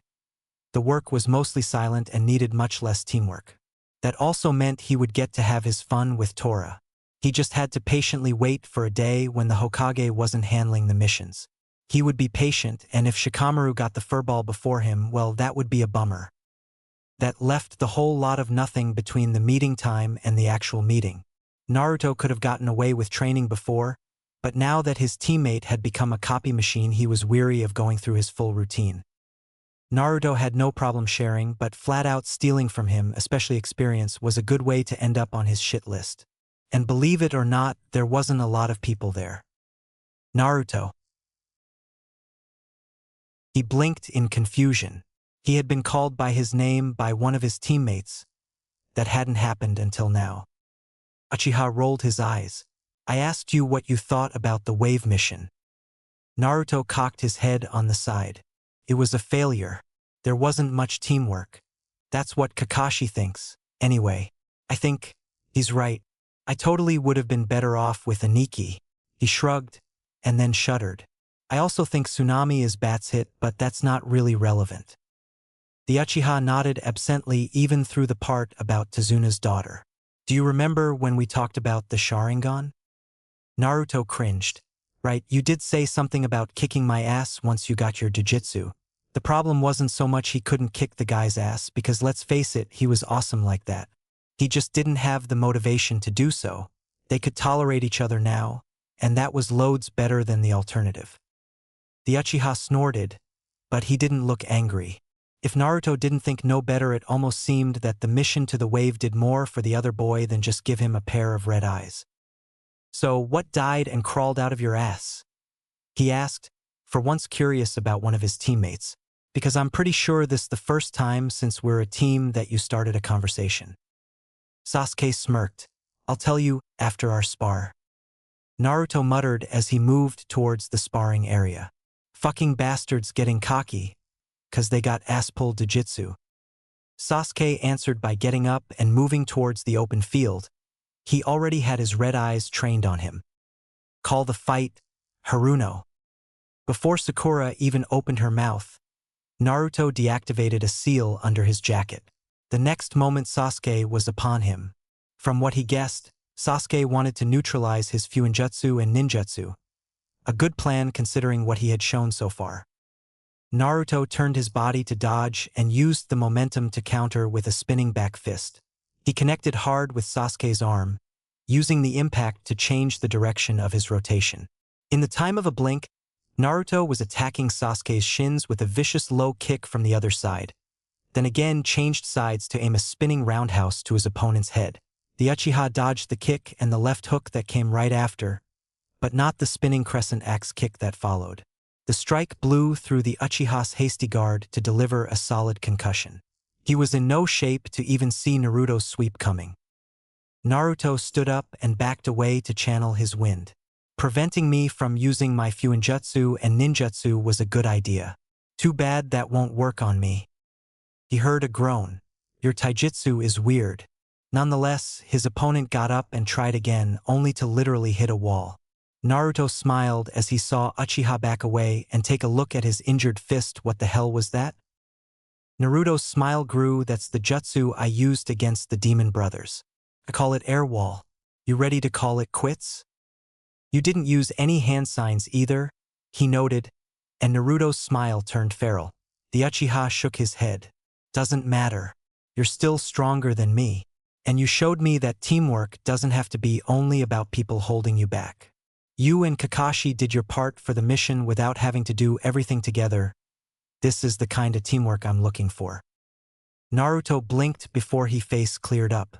Kakashi's vision of a team implied too much combination and versatility to Uchiha's taste. And Naruto's, to be honest. The boy was aiming a more focused group with specific roles that would give him the freedom to refine his fighting skills. Fortunately, Naruto was strong enough that Sasuke didn't feel the need to look elsewhere to test his strength and progress. "Why are you so strong?" he asked out of the blue. "Say that again? I'm a shinobi. I'm supposed to be strong. I never understood why you didn't want to be in my team. At first I thought it was because you liked Haruno, but now I know better. You have a plan. We're slowing you down. I thought you'd be holding me back, but it's the opposite, isn't it?" Naruto rolled his eyes. Of course Uchiha would find a way to make it about himself. He shook his head in amusement. "You're right. I am stronger than you, even with your jujitsu. But I actually wanted us to be a team." He chuckled at Sasuke's surprise. "Well, I knew it wouldn't work, but I tried to be as normal and helpful as could. You thought I was a hindrance. She hated me anyway. Thing is, I don't have to put up with your shit, so I won't. But I have to admit, since those spars a few weeks ago, you've been pretty decent. Also, I do enjoy teamwork. Just not with you guys. And besides that," he hesitated before he shook his head. "You know what, fuck it. Come here, Pinky. I'll tell you too." At that instant, Kakashi made his appearance. "Do you really think that's a good idea, Naruto? You might not like the results. Do you think I actually give a shit?" Naruto laughed at his sensei. "I just want to prove Aniki wrong for a change." And so Naruto told them what the Hokage told him, verbatim. They were all quiet for a while. Pinky, being herself, spoke first. "That's why my parents always told me to stay away from you. But you're not the Kyuubi itself, are you?" Naruto snorted. "What I told you is what the Hokage told me, and Kakashi knows, so you can ask him if you want." Uchiha frowned. "Is that why you're stronger than me? Is it because of the Kyuubi?" Naruto laughed loudly at that. "Yeah, you would think that. You're wrong again. I don't use it. Trust me, if I had you would have known. Quite obvious. Let me show you." Before Kakashi could put in a word of caution, Naruto took out a Fuinjutsu card, only this one was pitch black. The Jonin stopped, curious about what would happen next. "You might want to brace yourselves," Naruto warned. He then coated the card with his chakra and threw it away. The surge of Biju chakra wasn't big, but it was enough to shock the other two genin. Naruto shivered. That pressure of sheer power never got old. The Kyuubi is scary as fuck. He saw Kakashi sweat. That thing even got Jonin on edge. Man, he was glad he made his choice years ago. It would be pretty tempting to use this power against the village. The perfect revenge. Sakura had been more affected than the others. Her pale face and trembling frame had Naruto guessing her reaction before she even voiced them. "I can't believe they could put you in a team with us? You're already hopeless, using the Kyuubi to get ahead of Sasuke-kun. What if you lose control? What if the Kyuubi breaks out?" Naruto had expected that accusation to hurt. He had held a crush for his pink-haired teammate for the longest time. Instead, he felt relief, like he could finally let go of his infatuation and move on. And the best part was he had proven Aniki wrong. There was no way for him to make friends here. Look at how his own teammates had treated him. Maybe now he would leave him alone. He took an invigorating breath. "Thank you for proving my point, Pinky. You're no different from the villagers that never saw me. Once upon a time I liked you.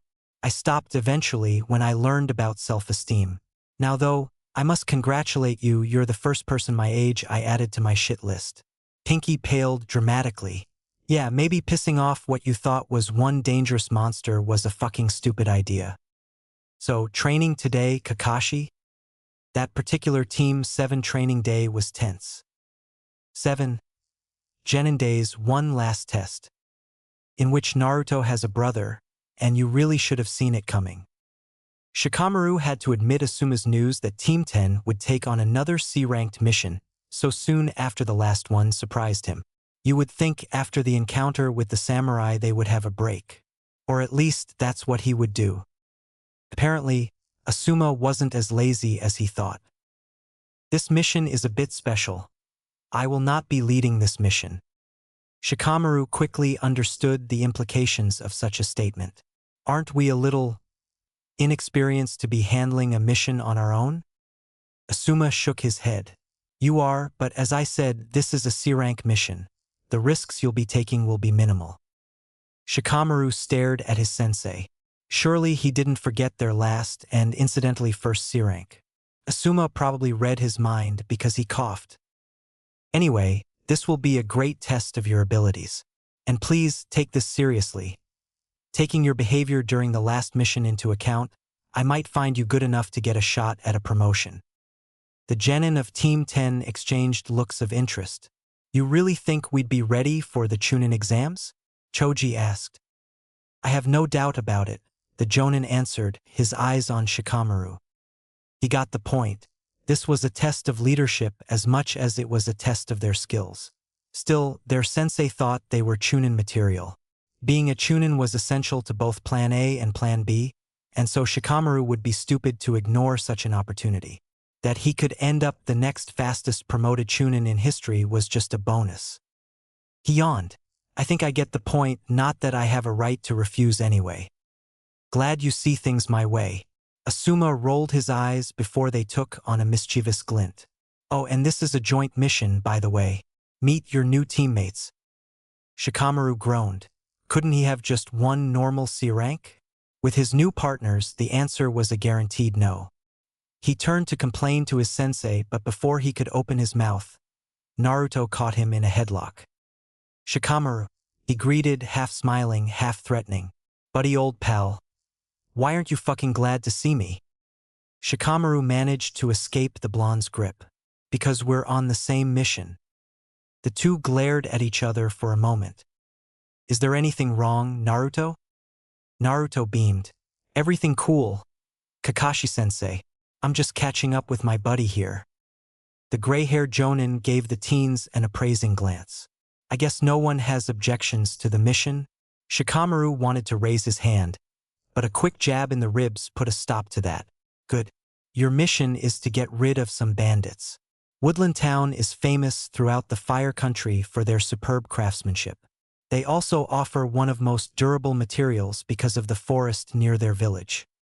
Uchiha snorted. Let me guess, that forest is perfect for a bandit hideout. Unfortunately, yes. You need to get rid of those bandits, the customers get their furniture, the village gets its income, everybody's happy. No enemy shinobi? Choji asked.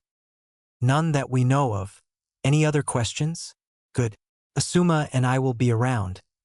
We'll be close enough that we'll be able to keep an eye on your progress. That being said, the two Jonin vanished. Shikamaru looked around and saw the scowl on Naruto's face. An amused grin showed on his face. They still haven't taught you the Shunshin body flicker. Yet? Fuck you, Shikamaru. He scoffed before he looked at the rest of the team. So, anybody know where we're going? Judging from the clueless looks, he was the only one who noticed they weren't given a direction or even a mission scroll. This mission. He sighed. Woodland Town is close to Otafukugai. We have to head east. He stopped and turned when he heard a distinct lack of walking. There was a standoff between Uchiha and Haruno and the rest of the group. Shikamaru heard the boy's grievance.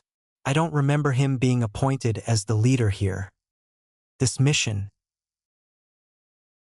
You want to be the leader? I don't mind. A chop to the throat shut him up, and Naruto spoke in his stead. I do. He doesn't even know where we're going. Shikamaru is the leader, he's got my vote. Before he could protest, they had reached a stalemate. Ino and Haruno had voted for Uchiha. Choji and Naruto had taken his side. Naruto gave him a dark look, and if you think about quitting Shikamaru, I swear. He paled under the threat, right? If it came to one of Naruto's pranks, he'd rather deal with leadership. That's probably what would end up happening had it only been Team 10 anyway. Now, how was he going to deal with Uchiha? Haruno was not worth the effort, but Ino, oh boy. She hit it well, but Shikamaru could see the gleam in his teammate's eye. One more thing she had that Haruno hadn't. A very opportunistic mindset. A good trait to have for any proper shinobi. What do you want, Ino? She smiled. Oh, nothing from you. Don't worry. Naruto flinched. Apparently it had something to do with him. Fitting, since he was the one adamant about Uchiha not being in charge. Shikamaru looked at the blonde. Would deal with the devil? In the end, Naruto groaned. What do you want, Ino?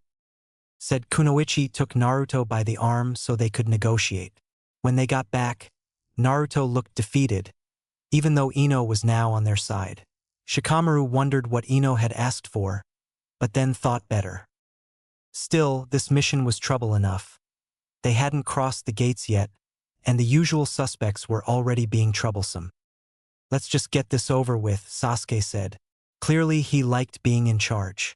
Still, Shikamaru agreed with him. The faster this mission was over with, the more time he had to slack off when this nightmare was over.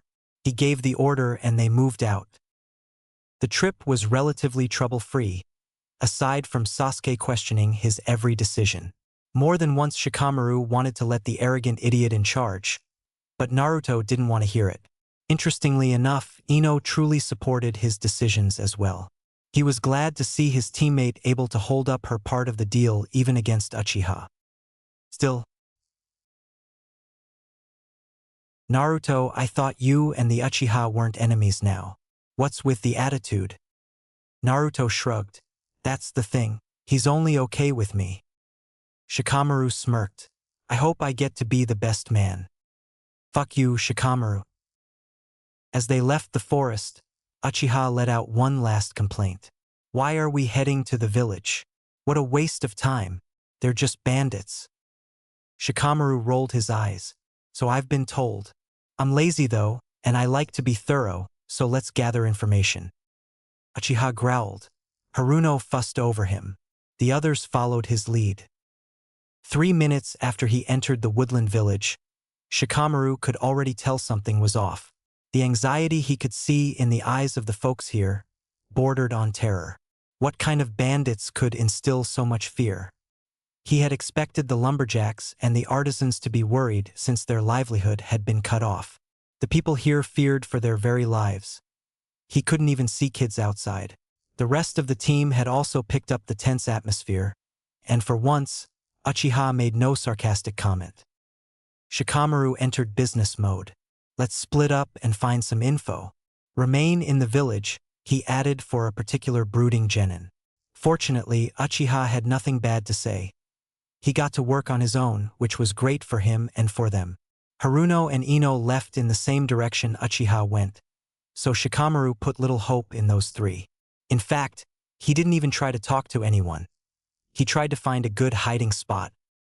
Shikamaru had always found that people were wary of sharing their trouble with perfect strangers, especially when these strangers were a bunch of kids.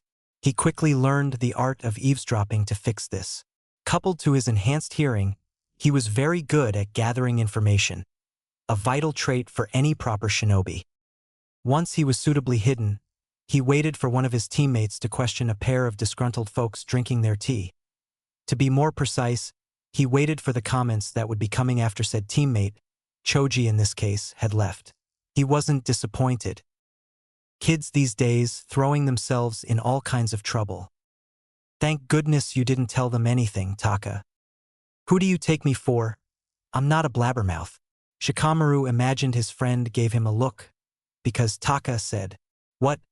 I only talk when I'm drunk. Besides, I wouldn't want what happened to, The other man nodded.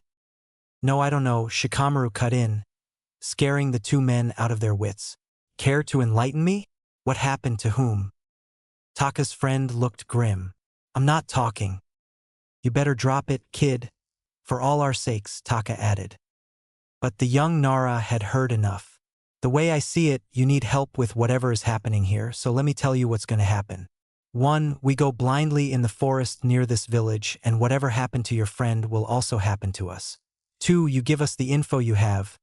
At best we get rid of the bandits, at worst we know what we're up against, and we don't try to kill ourselves stupidly. In fact, we have backup nearby just for such occasions. The men exchanged troubled looks. If Shikamaru could guess, they were more concerned about him and his friends than their own selves. Curious. Finally, one of them sighed and started talking. At first, they were simple bandits. robbing our caravans full of merchandise, attacking the lumberjacks and stealing their tools. Nothing we hadn't seen before. Then our kids started to disappear. Shikamaru's focus sharpened. The one named Taka continued. That was as far as we could tolerate. We sent 10 of our strongest, bravest out there to try and bring the children back. We only saw one of them come back as a warning. Shikamaru had the feeling he didn't like where this would be going. They killed him by the village gates. He closed his eyes. Those weren't ordinary bandits. Not with that kind of scare tactics. And to ensure they wouldn't anything reckless, this must have been a most unnatural death. How did he die? There was that ball of fire, nothing like I've ever seen before, and I've seen shinobi use their fire magic before. Touched poor Matsu and he just… Shikamaru felt a headache coming. He turned to dust, didn't he? The two men exchanged startled looks. How'd you know? More like a migraine, because that's the worst thing I thought could happen, he mumbled, massaging his temples. Seriously, this mission…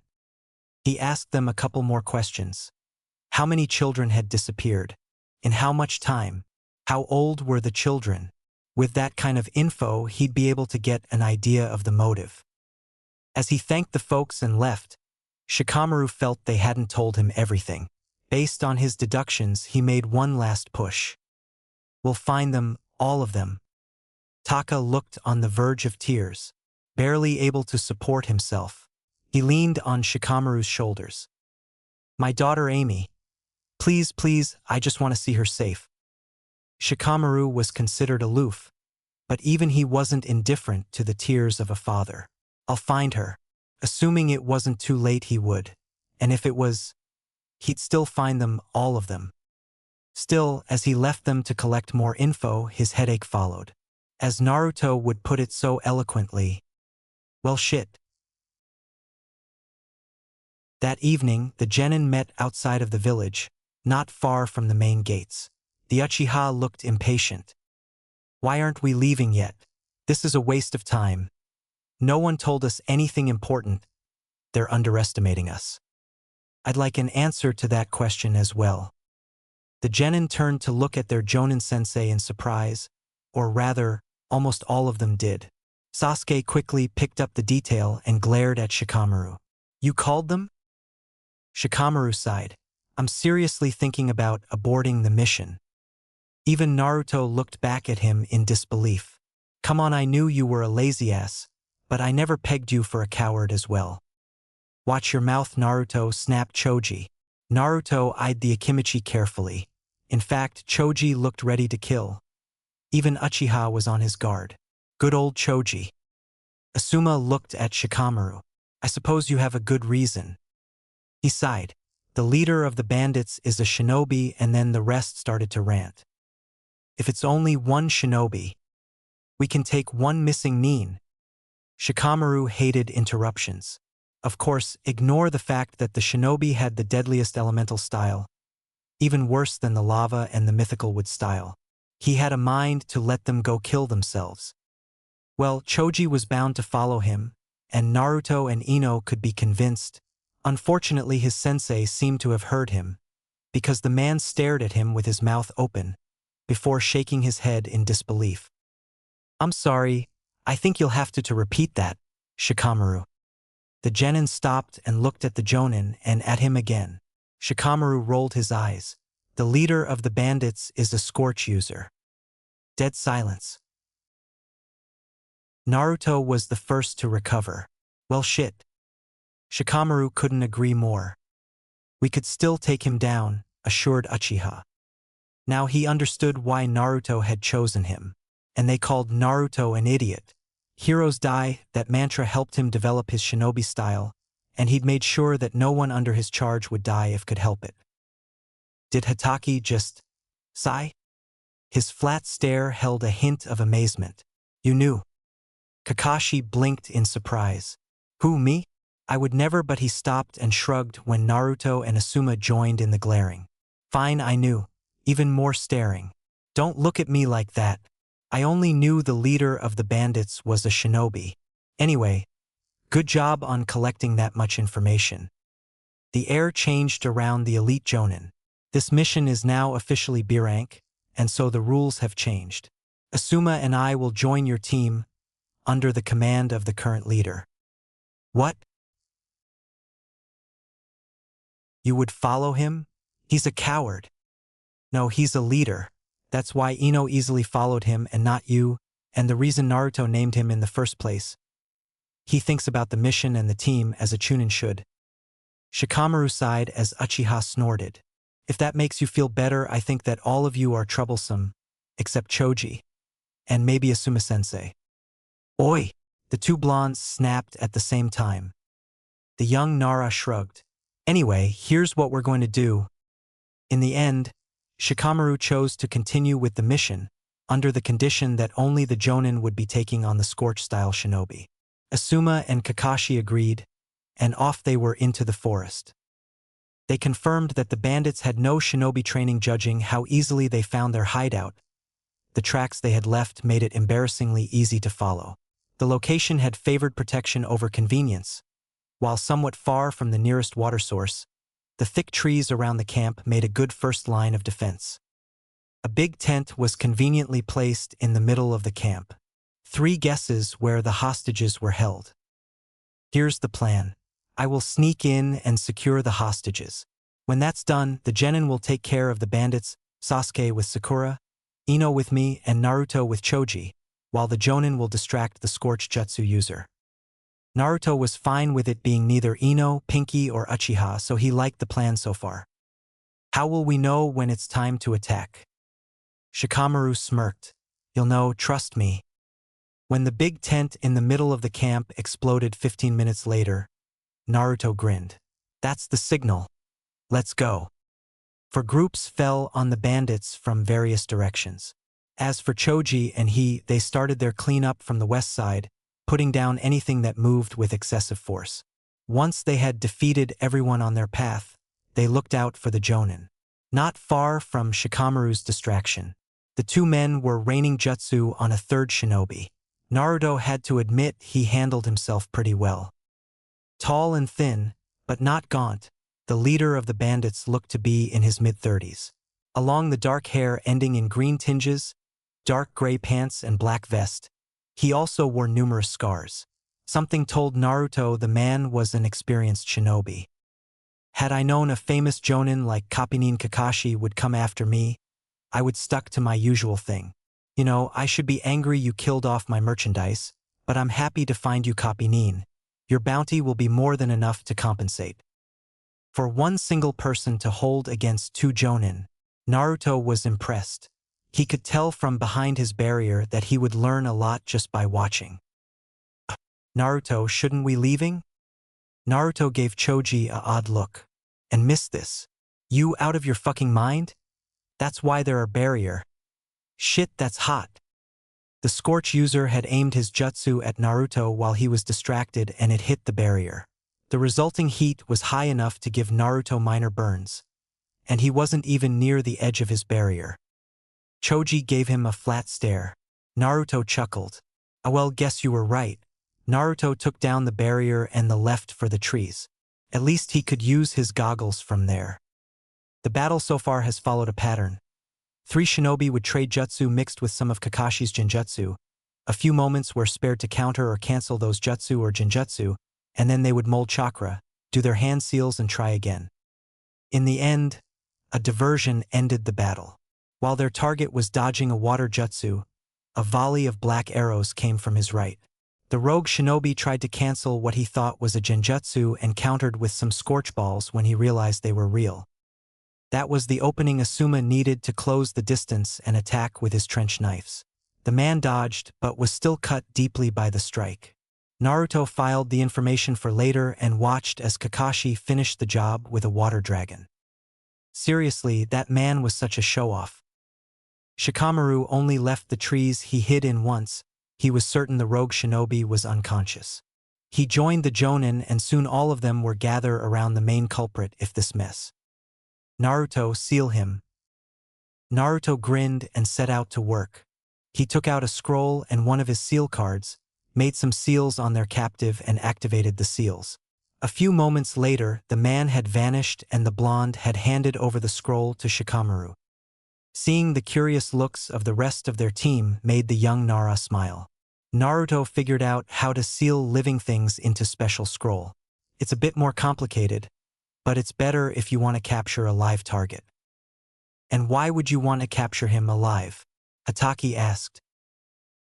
He had wondered when the Jonin-sensei would ask. That had been part of his plan from the start, because the Scorch style is a valuable bloodline limit. There were two ways Konoha acquired bloodlines. One was by way of alliance and the other wasn't talked about as much. It involved some measure of brainwashing and an unpleasant bloodline preservation program. All proper shinobi villagers has such programs. Well, maybe not the current Mizu. Thank goodness he had no bloodlines. Kakashi's lone eye grew wide, and Asuma-sensei let out a long whistle. Isn't that a bit harsh? Shikamaru shrugged. Slave trading doesn't sit well with me. I just think it's fitting. The men exchanged looks. Kakashi beamed at him. I like him. Trade him for Haruno? Both Asuma and he scoffed. Uchiha then? When both Sasuke and Sakura glared at him, he relented. Oh well, I tried. Congratulations on a successful mission. Your tactics were sound. I am curious, though. What would you have done had we not been here? Again, Shikamaru shrugged. I would have sent for reinforcements while keeping track of the hostages. His sensei nodded. We've done our part. Time to complete your mission. After that, the two Jonin left, keeping the genin in confusion.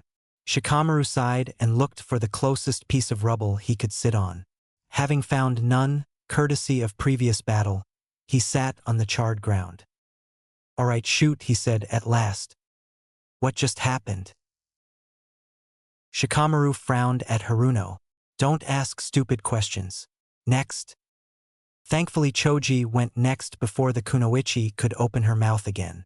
Where are the abducted villagers? Shikamaru pointed to the crater that was the hostage tent. With a snap of his fingers, the crater distorted and turned into one of Naruto's barrier. The abducted youth were inside, looking a bit frazzled, but otherwise fine. You had to love Genjutsu. Uchiha was quick to figure out the rest. Back then, when the man jumped back, it was because of an illusion. Shikamaru nodded. I saw that man use the Genjutsu cancellation technique multiple times. Maybe they weren't your typical Genjutsu then, he supplied. Uchiha gave him a dubious look. You're not as lazy as you look, are you, Nara? Shikamaru smirked, before getting up. All right then, I think it's time we actually completed the mission. And so they did. Miraculously, all of the missing youth were accounted for. The prettier ones did not come out of it unscathed. But they would live, and by the looks of the folks in the village, they'd be fine. The reunion between Amy and her father got a tear out of Naruto. Seriously, that guy was such a softie. Naruto groaned. Do I really have to do this? The blonde girl he followed played with her hair. Of course you do. A deal is a deal after all. Now, be a dear or carry those bags for me. Naruto sighed once more and added yet but another pile of bags to the already huge mountain of merchandise he was already carrying. The worst part? None of it was his, and yet he had to pay for half the stuff. How fucked up was that? Shopping dates suck. Ino rounded on him. Bit of advice for your love life, Naruto. Never say that to the woman you're dating. Naruto replied eloquently by blowing her a raspberry.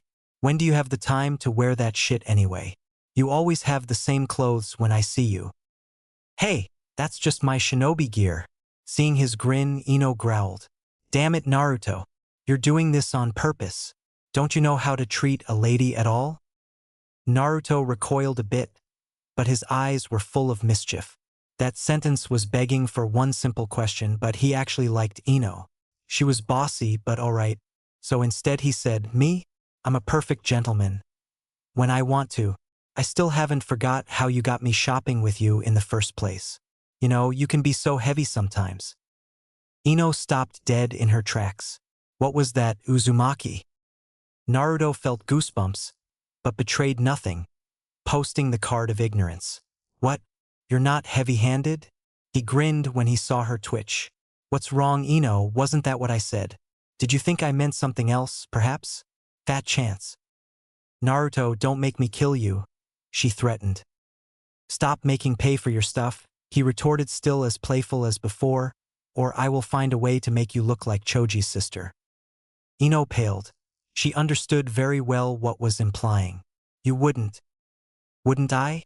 Nah, not really. Well, maybe just a bit? It was the fact that one truly couldn't find out if what he said was real or not that made Naruto's threat so menacing. After that, they hurried to the last shop. He was on a schedule here. He was to meet with the samurai in an hour at most, or he'd miss training. So Ino, are we done? But by the looks of things, Ino wasn't done, or rather, Ino was busy with something else. Ino? I am missing something? She gave him a narrow look before muttering, I'm not seeing it. Ino, what you talking about? Naruto asked patiently. Oh, about the fact that you have Hinata pinning for you. Oh, please tell me when you find out. You're a girl. I haven't got a fucking clue what goes through her head. Ino rolled her eyes. Nope, not seeing it. But with training, a few lessons there's definitely. Naruto groaned. Fuck no, Ino. We've been through this. How many fucking times do I have to? He stopped mid-sentence to give her a speculating look. How about we have a bet? Let's have a mock date. I impress you, you leave me alone. I'll play your producing game for a month. Deal? Ino looked like she caught her prey. That's all I was asking, Naruto. Time and place? Naruto would look back at this moment and want to punch himself. Shikamaru was trying really, really hard to not palm his forehead. Instead, he was leaning on a table, facing a troublesome girl. This Kunoichi was even more trouble than Ino. He didn't know why he even agreed with this meeting. It might have been curiosity. Unfortunately, curiosity wasn't worth the current headache he felt coming. The fact that he didn't have a choice in the matter was closer to the truth. Morbid curiosity, fascination with how troublesome one woman could be. He focused on the current situation. Let me get this straight. You want me to help you get closer to Naruto? The girl nodded timidly. Shikamaru gave her a second, meaningful look. And could you explain me why I would be interested in such an endeavor? Besides the fact that you hate me. Hinata glared. Shikamaru rolled his eyes. You came here out of nowhere and threatened my friends into leaving us alone, before berating me about all the bad things that happened to Naruto. And I'm wondering if even half the things you mentioned actually happened. He wasn't actually wondering. He was convinced the Hyuga heiress had a very fertile imagination. Now, after wasting my time, you're demanding that I set the two of you up. Tell me, what did you expect I would answer? There was a moment of silence, and then Hinata started to poke her fingers. I don't hate you. Could have fooled me, he drawled. Pretend I believe you. Why would you? Shikamaru's great mind finally caught up with his mouth. He gave Hinata a calculating look. What makes you think I can change Naruto's mind about you? Hinata lost her nervousness to glare at him. You changed him. Troublesome. No need to wonder why Naruto had suddenly stopped talking to her. Sometimes Shikamaru thought he was a bit too mature for his age. Or maybe it was in a woman's nature to be purposefully obtuse about their crush. Ino and Sakura certainly behaved like they couldn't see Uchiha at all. If they could, they would have changed their approach, or they would have changed target. Are you telling me you don't like the new Naruto? He asked her. Hinata's answer was interrupted by the most disturbing and annoying voice Shikamaru had the displeasure to hear. Wani-sama. The Hyuga heiress whirled in surprise. Hanabi, what are you doing here? Where is your escort? Hanabi was a little thing that stared at people like a female version of Hyuga Hayashi, meaning Shikamaru could practically feel the condescension, the sheer arrogance emanating from her. It would be impressive if wasn't pathetic.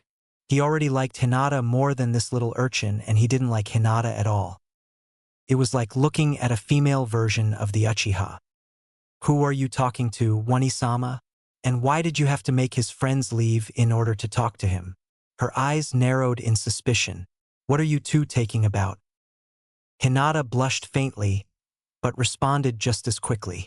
You shouldn't even be outside. Does Otasama know you're outside without pea protection? Some sibling rivalry. It made think of Naruto and Aniki. They really must love each other a lot. I don't think father will approve of your relationship with Inara. You really shouldn't frolic with people beneath you. Now that was plain vicious. More importantly, he was being dragged into their verbal spar badmouthing his clan. Really? He would teach that brat a thing or two about engaging your betters in a verbal spar.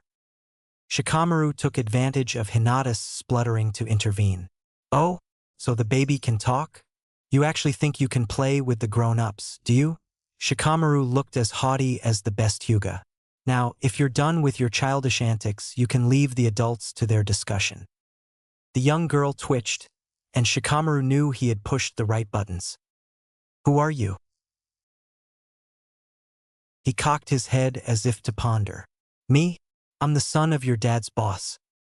The child's face started to lose her coolness.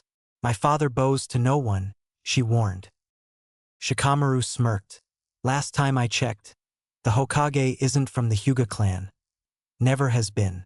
And besides him, there are at least 3 other people above the clan heads.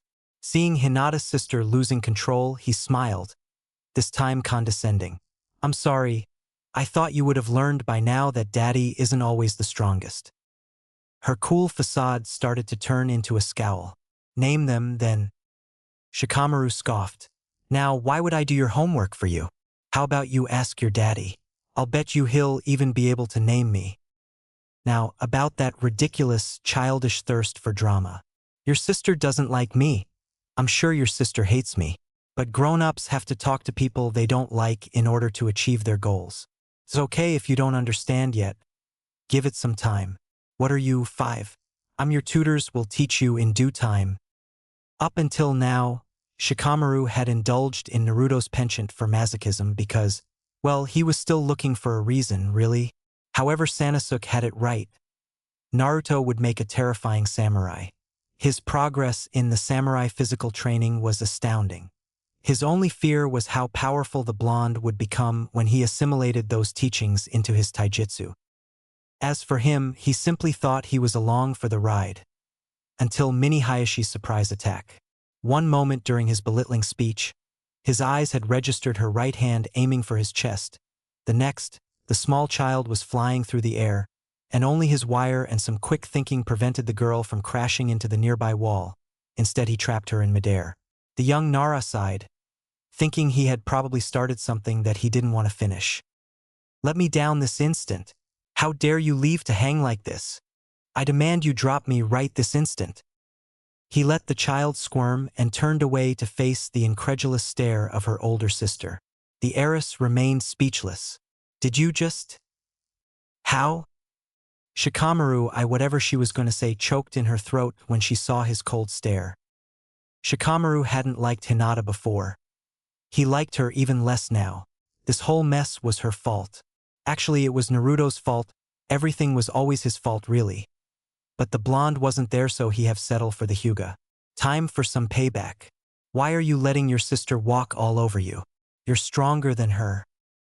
He could see surprise in the eyes of both Hyuga, but while Shikamaru felt doubt in the youngest, he picked up traces of guilt in the face of the eldest.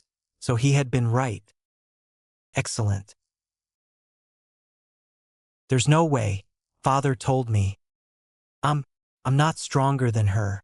She's more talented than I, and she trains with Otasama. I wasn't deemed good enough to do so. When we spar, we always manage to end up in a draw. Both girls were in denial. This only made his smile more vindictive. Tell me, little Hyuga, how come is it that with your talent, your tutors and your father, you still manage a draw against your untalented sister? Hinata started to panic, but I barely managed to catch up to her. For 3 years, without the need of the best tutors?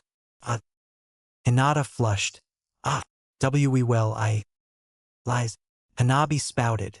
The elders said she was a failure, a disappointment, that I had surpassed her in a year. Then doubt steadily invaded her voice. But I never won, no even once. Wani-sama, were you toying with me? Shikamaru almost lost it when Hinata stumbled through every excuse or reassurance she could, without being able to complete even one sentence. The Hyuga heiress made eye contact with him and in half a second grabbed him by the shirt. You. Why? Fix this, she hissed with a promise of 1,000 deaths in her stare. Shikamaru smirked. Not a chance. You brought this on yourself. I hope the next time you try and mess with me you'll think twice about it. Still, seeing the two sisters together, he couldn't help but mess with them one last time. Well, there is a way to fix one of your problems. Beat Naruto in a spar. He'd be sure to treat you better then. Might even take you out for ramen if you impress him enough. Shikamaru saw Hinata blush and knew he had sowed the seeds in her mind. The only question was how long would it take for her to try. He hoped it was soon. She needed a reality check. Naruto once again stood on top of the fourth Hokage's hair. This time he was the waiting for someone get their ass here. When he felt him he snorted. Took your fucking time. All he got for answer was a bland stare. What did I do now? The other boy sighed. Your stalker came after me today. Naruto looked ready to commit murder. She did what? That fucking bitch. I warned her. Next time I see her I'm going to. Calm down. Nothing happened. Naruto gave him a dubious look which only resulted in Shikamaru rolling his eyes. Though the next you do see her, she might want to fight you. Naruto groaned, much to his friend's amusement. You shitting me? What did you do now? I'm trying to make a point. That made him remember his previous afternoon and the stupid idea that came from it. He also remembered it was Shikamaru's fault in the first place. Speaking of making points, fucking Ino? Really? Wait, didn't you figure it out yet? Seeing his clueless look, Shikamaru groaned. Plan K, Naruto. What about, I'm an idiot. I'm a fucking idiot. The fucking mind transfer jutsu. You're a fucking genius. Naruto wanted to laugh. He'd been looking for a solution to that particular problem for years now. Good. What about Plan A? Naruto smiled. Plan A should be entering the second phase soon, so I guess Plan B is on standby? Yep. But if everything goes well, we won't need Plan B. Naruto looked at his friend with sympathy. Plan B had the greatest chance of success, but also has the greatest cost for Shikamaru. Let's hope not. As the two of them sat on the ground and ultimately laid back to watch the sky, Naruto snickered. Oi, Shikamaru, do you think anyone figured out who Aniki is yet? Shikamaru actually smiled. I'm sure the Hokage figured it out by now, what with that crystal ball of his. I think your sensei knows. Kakashi? Naruto scoffed. No way. That guy is too fucking lazy to even care about Aniki's identity, as long as there's someone to take care of me. Shikamaru went to the next logical conclusion. Asuma might figure it out eventually, but I left him a fake clue so it'll be hard for him. He then chuckled. Actually, if the two Jonin share notes like I hope they do, Kakashi might not find out. Naruto laughed at that.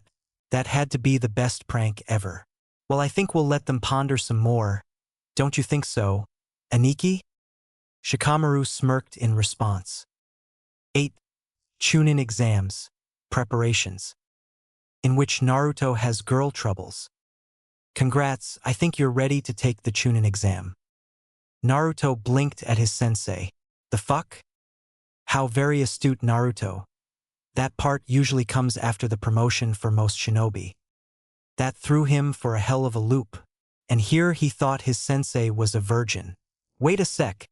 Didn't the bingo book mention that Hatake Kakashi received his promotion at around 12? You're a sick bastard, sensei. Kakashi's eye smiled. You're welcome. Now that I've put a very distributing image in Naruto's head, let's proceed with the meaning of what I just told you. And Kakashi did just that. It wasn't anything Naruto wasn't prepared for, but their sensei did leave out an important detail. So when he gave them the forms and left, Naruto decided to talk to his teammates before they could leave. There's one thing Kakashi-sensei didn't tell us. Pinky ignored him at first, but she glared at him when she saw Uchiha stop mid-step to listen. To participate in the Chunin exams, you need a full team. At least until the finals, but that detail could wait. He was staring at Pinky when he said that, and Uchiha must have understood what he was implying because he too was staring hard. Haruno, listen well. I won't let anyone get in the way of my goals. So you'd better think carefully about how you're going to fill that form. Oh, there was nothing to think about. Pinky would be signing that form. It was only a matter of when and how painful it would be for her. To her credit, the kunoichi knew she was outnumbered. Besides, the moment Uchiha had asked her, she would have done it anyway. Naruto saw her give in with a narrow look before talking to the Uchiha. I think you should train her for the remaining days until the exams. The two of them looked at him like he had grown a second head. What? Much as I don't like you, Pinky, Aniki told me people died in those exams, so I think you need all the help you can get. Pinky paled while Sasuke looked mutinous. What about you? He demanded. Naruto gave him a look. You think Pinky can learn Fuinjutsu or my taijutsu style in a week? Besides, she fucking listens to you. Just then Naruto felt someone slap his arm. He flinched only because he recognized the one who had done so, and it didn't bode well. Naruto, you owe me a rematch, and by that, Ino meant a date. When Naruto had agreed to their mock date, he had thought he had this in the bag. But he also knew he kinda sucked at connecting with people. So he had asked Aniki some tips and tried to copy what he had learned from the sappy dramas he watched, and tried to have as much fun as he could while paying attention to Ino's feelings. He hated that word. It worked though. His first date had awkward moments, but luckily Ino wasn't as shallow as she seemed, so she didn't snap at him for every little thing, like when they went for a picnic instead of a nice restaurant, for example. Besides, the view from the Hokage monument was breathtaking in the evening. The best part of that evening was that he had managed to fluster Ino. Apparently, the charisma Aniki always talked about was good for flirting too. His genuineness, his childishness, his kindness helped Ino have a great time. When he asked for a second date and she said yes, they both knew he had one. Looking back, that was a stupid thing to ask because it gave Ino an excuse, hence the rematch. But still, Ino, I'm kind of in the middle of something here.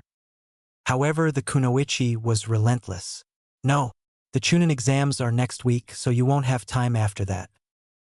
Sasuke had an odd look on his face. You train with her? Naruto felt uncomfortable for once. Something like that. I tend to learn from different fighting styles. Helps me improve. He ignored Ino's calculating glance, and then his eyes turned vicious. Hey Ino, would you like to train with Sasuke for a week? What? Both girls screeched at the same time. Ino looked ecstatic, Pinky looked murderous. Simple really. Sasuke has some time to train one of you during the week, since we don't have team meetings. If you want that spot, you'll have to fight for it. He then winked at the furious Uchiha who blinked, before snorting. Ino scoffed. Please, I'm way better than forehead. You might as well let train right now. Naruto could see veins appear on Pinky's forehead. What was that, Ino pig? You heard me, forehead. Naruto rolled his eyes. Girls. Great. Now we only need a time and a place. Right here, one kunoichi said, butting heads with her rival. Right now, the other one replied in kind. Point one. Naruto shrugged. Wanna call it Sasuke? Break it off, ladies. The response was instantaneous. They both jumped back and smiled at the Uchiha. Hi, Sasuke-kun. Naruto saw how the girls were looking at the other boy like he was ramen and pitied him for a moment. Fortunately, Uchiha was made of stern stuff and called for the spar to begin. Naruto was surprised to admit that the spar was a bit fun to watch. He had to remember that Haruno Sakura had been the top kunoichi of their promotion. Motivated to fight for once, she was fiercer than he ever thought she could be. Of course, he could still easily crush her, so that didn't mean much. At least she had the potential to actually be useful during their actual missions. Then again, if everything went well, he'd never have missions with her again. On the other hand, Ino gave as well as she got, whether it was hand-to-hand combat or with projectiles. And the fact that Ino wasn't using any jutsu was what clinched it. He clearly knew who was going to win. Ino must have read his mind because she started throwing kunai at her target. Pinky dodged while she attacked with her own. The next moment, his teammate found that she was stuck in place. What? Really, forehead, you have to learn to pay attention. Didn't you notice that all my kunai had wires attached to them? Naruto could actually see them coming from her wrist. Somebody was spending too much time with Aniki. The fact is my chakra is going through those wires you stepped on, so you're stuck. Ino gloated. I could use my Shintenshin mind transfer jutsu on you, or pepper you with more kunai, or just pummel you from behind. Give up? Pinky's eyes, filled with defiance, were answer enough. Suit yourself. Ino closed the distance, tackled Haruno from the side, and put a kunai at her throat. I win. There wasn't any doubt, and Uchiha called the match. Ino released her old friend. The other girl ran before anyone could say anything. Naruto could see there was a bit of uncertainty in Ino's eyes. Thanks, Ino. That's exactly what she needed. You're sure? Yeah, she needed to see her lack of training cost her Sasuke. That she lost to you only drives the point further. She has pride, and she's a kunoichi. She'll get over it. Ino looked towards the direction her old friend had run. So that's what you were after. Naruto's grin became mischievous. Besides, Sasuke's going to help her train anyway. Ino turned sharply. What? So I won for nothing? Well, I wouldn't say nothing. You helped out a friend in need, didn't you? He laughed as he ran, dodging a hail of kunai. Shikamaru sighed. He wondered why people went out of their way to be troublesome. It's like a day couldn't go by that he didn't have to interfere in the life of some poor soul that willfully, gleefully, threw themselves into peril. He would know Naruto was the undisputed champion of troublesomeness. Of course, by troublesome he meant stupid. Take the present case. Shikamaru was currently leaning against the wall of apartment building not too far from the Hyuga sector. He rubbed his head, trying to get rid of the coming headache, before looking up. A few meters above his head, 3 kumonin were dangling in awkward positions. So, none of you brave gentlemen are going to kindly explain to me what happened for you to be here? No answer. Somehow he had expected that. What are you doing with my genin? Shikamaru focused on the tan newcomer. He certainly looked like their sensei. Those 3 are with you? Great. Maybe you can explain to me why they ended up caught in my trap. You see, I saw those 3 upstanding gentlemen following a young girl, clearly with the intent of accompanying her home, no doubt. Despite their noble intentions, they still caught the eye of the ANBU. Now the Jonin took him more seriously, and the Cloud Genin finally understood how much trouble they got themselves into. Now, I didn't want the ANBU to meddle. That would look bad for you guys, so I intervened. And the girl they were tailing? Then the man slapped his forehead. Wait, please don't tell me they were going after a Hyuga? Shikamaru nodded. Then the 2 of them signed at the same time. He glanced at the Jonin and smirked. He could always appreciate a smart fellow. He snapped his fingers and the wires broke. The 3 genin managed to land without trouble. The next instant, 4 ANBU agents surrounded the genin ready to escort them out of the village. He bet the Raikage will love that. I hope you enjoyed your stay in Konoha. Shikamaru put his hands behind his head as he walked away. Any more time idling and he'd be late for his afternoon training with Sanosuke and Naruto. Because, why not do something more productive like recovering from his latest mission, sleeping, or preparing for the Chunin exams, cloud watching. Sometimes he really hated Otudo. And now he had to hurry up because of those Kumo idiots in the first place, so he walked slightly faster. Unfortunately, his trials did not end there because now he had someone following him. Now, Shikamaru usually didn't bother with spies and stalkers. They were never after him anyway. In fact, he encouraged sneakiness. It was the reason he had never stopped Naruto from making his pranks. And look where that had ended. People feared Otudo's pranks. It always was a subject of pride. For that reason he couldn't stand it when people were doing it wrong. like the person following him. It got so bad that Shikamaru thought of putting a minimum of effort ditch his impromptu escort, and so he turned the corner and simply walked up the wall. He was halfway up, not even bothered to look down, when he heard the most troublesome word in his situation. Byakugan. Now that was just unfair. Now he had no way to avoid confrontation. He sighed and let himself fall right next to the little spy. The kid jumped in fright and took the traditional juken, gentle fist, stance. Shikamaru raised an eyebrow. Little Hyuga-sama, he said with all of his sarcasm accenting the sama. If you're going shout your jujitsu, then you might as well admit you're trailing me. With that said, he took off, a bit faster than before, determined to get to his appointment on time. Hyuga Hanabi had other ideas. Wait, who told you I was following you? Shikamaru rolled his eyes. What I know is that you're still following me. Go home, your troublesomeness. Troublesome?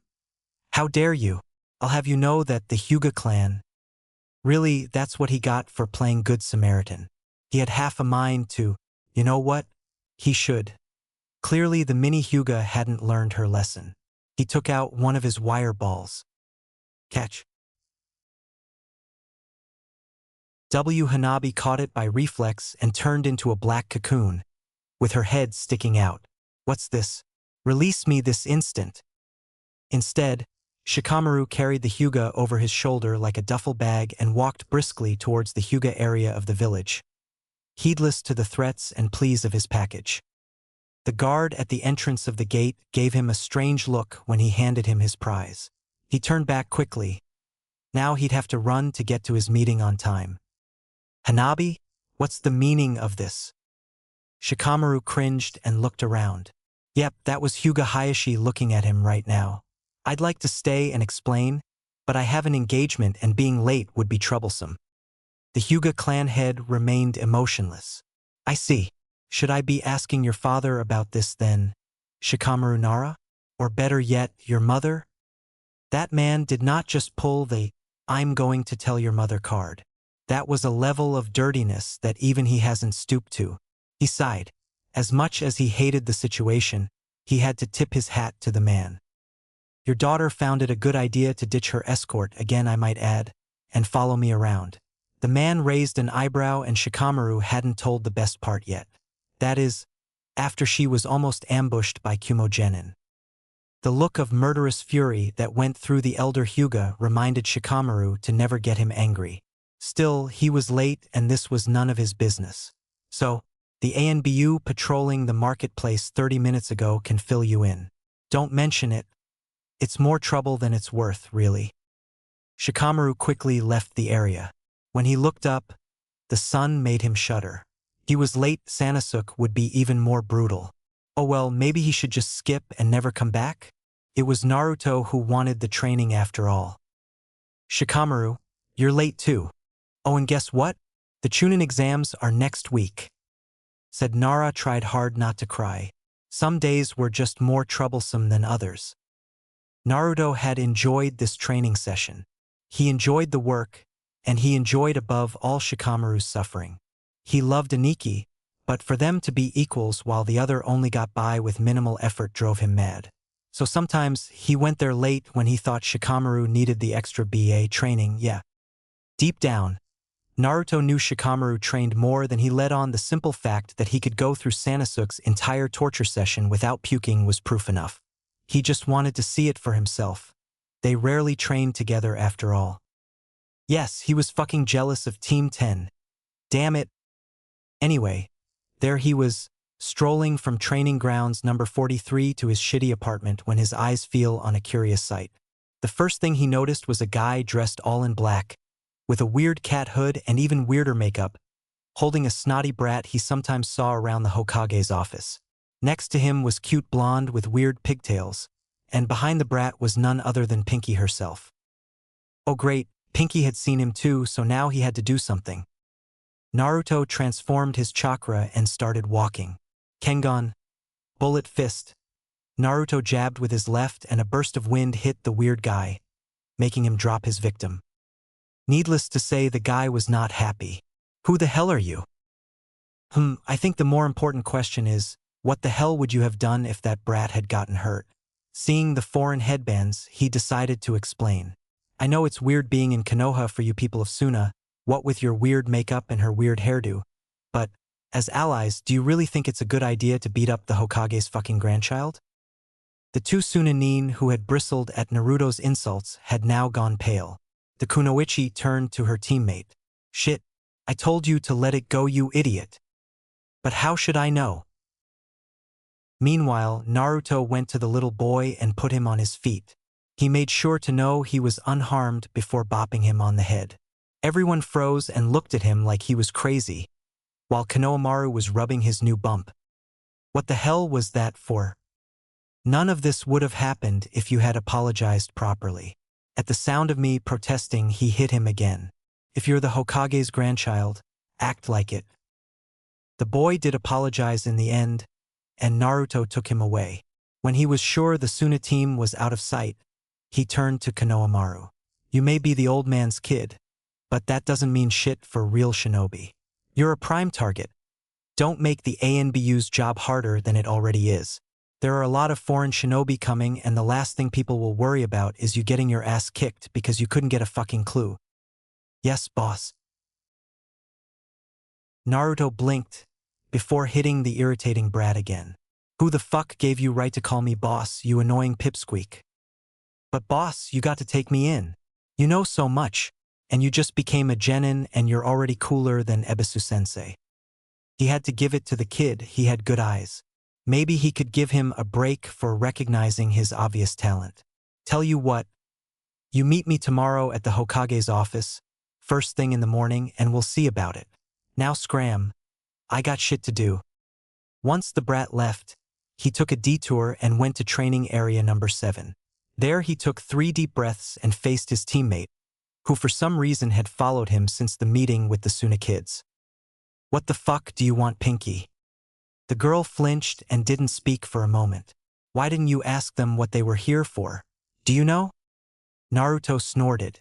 I don't know much about them, but I saw shinobi coming from AIM and Mizu at the market earlier.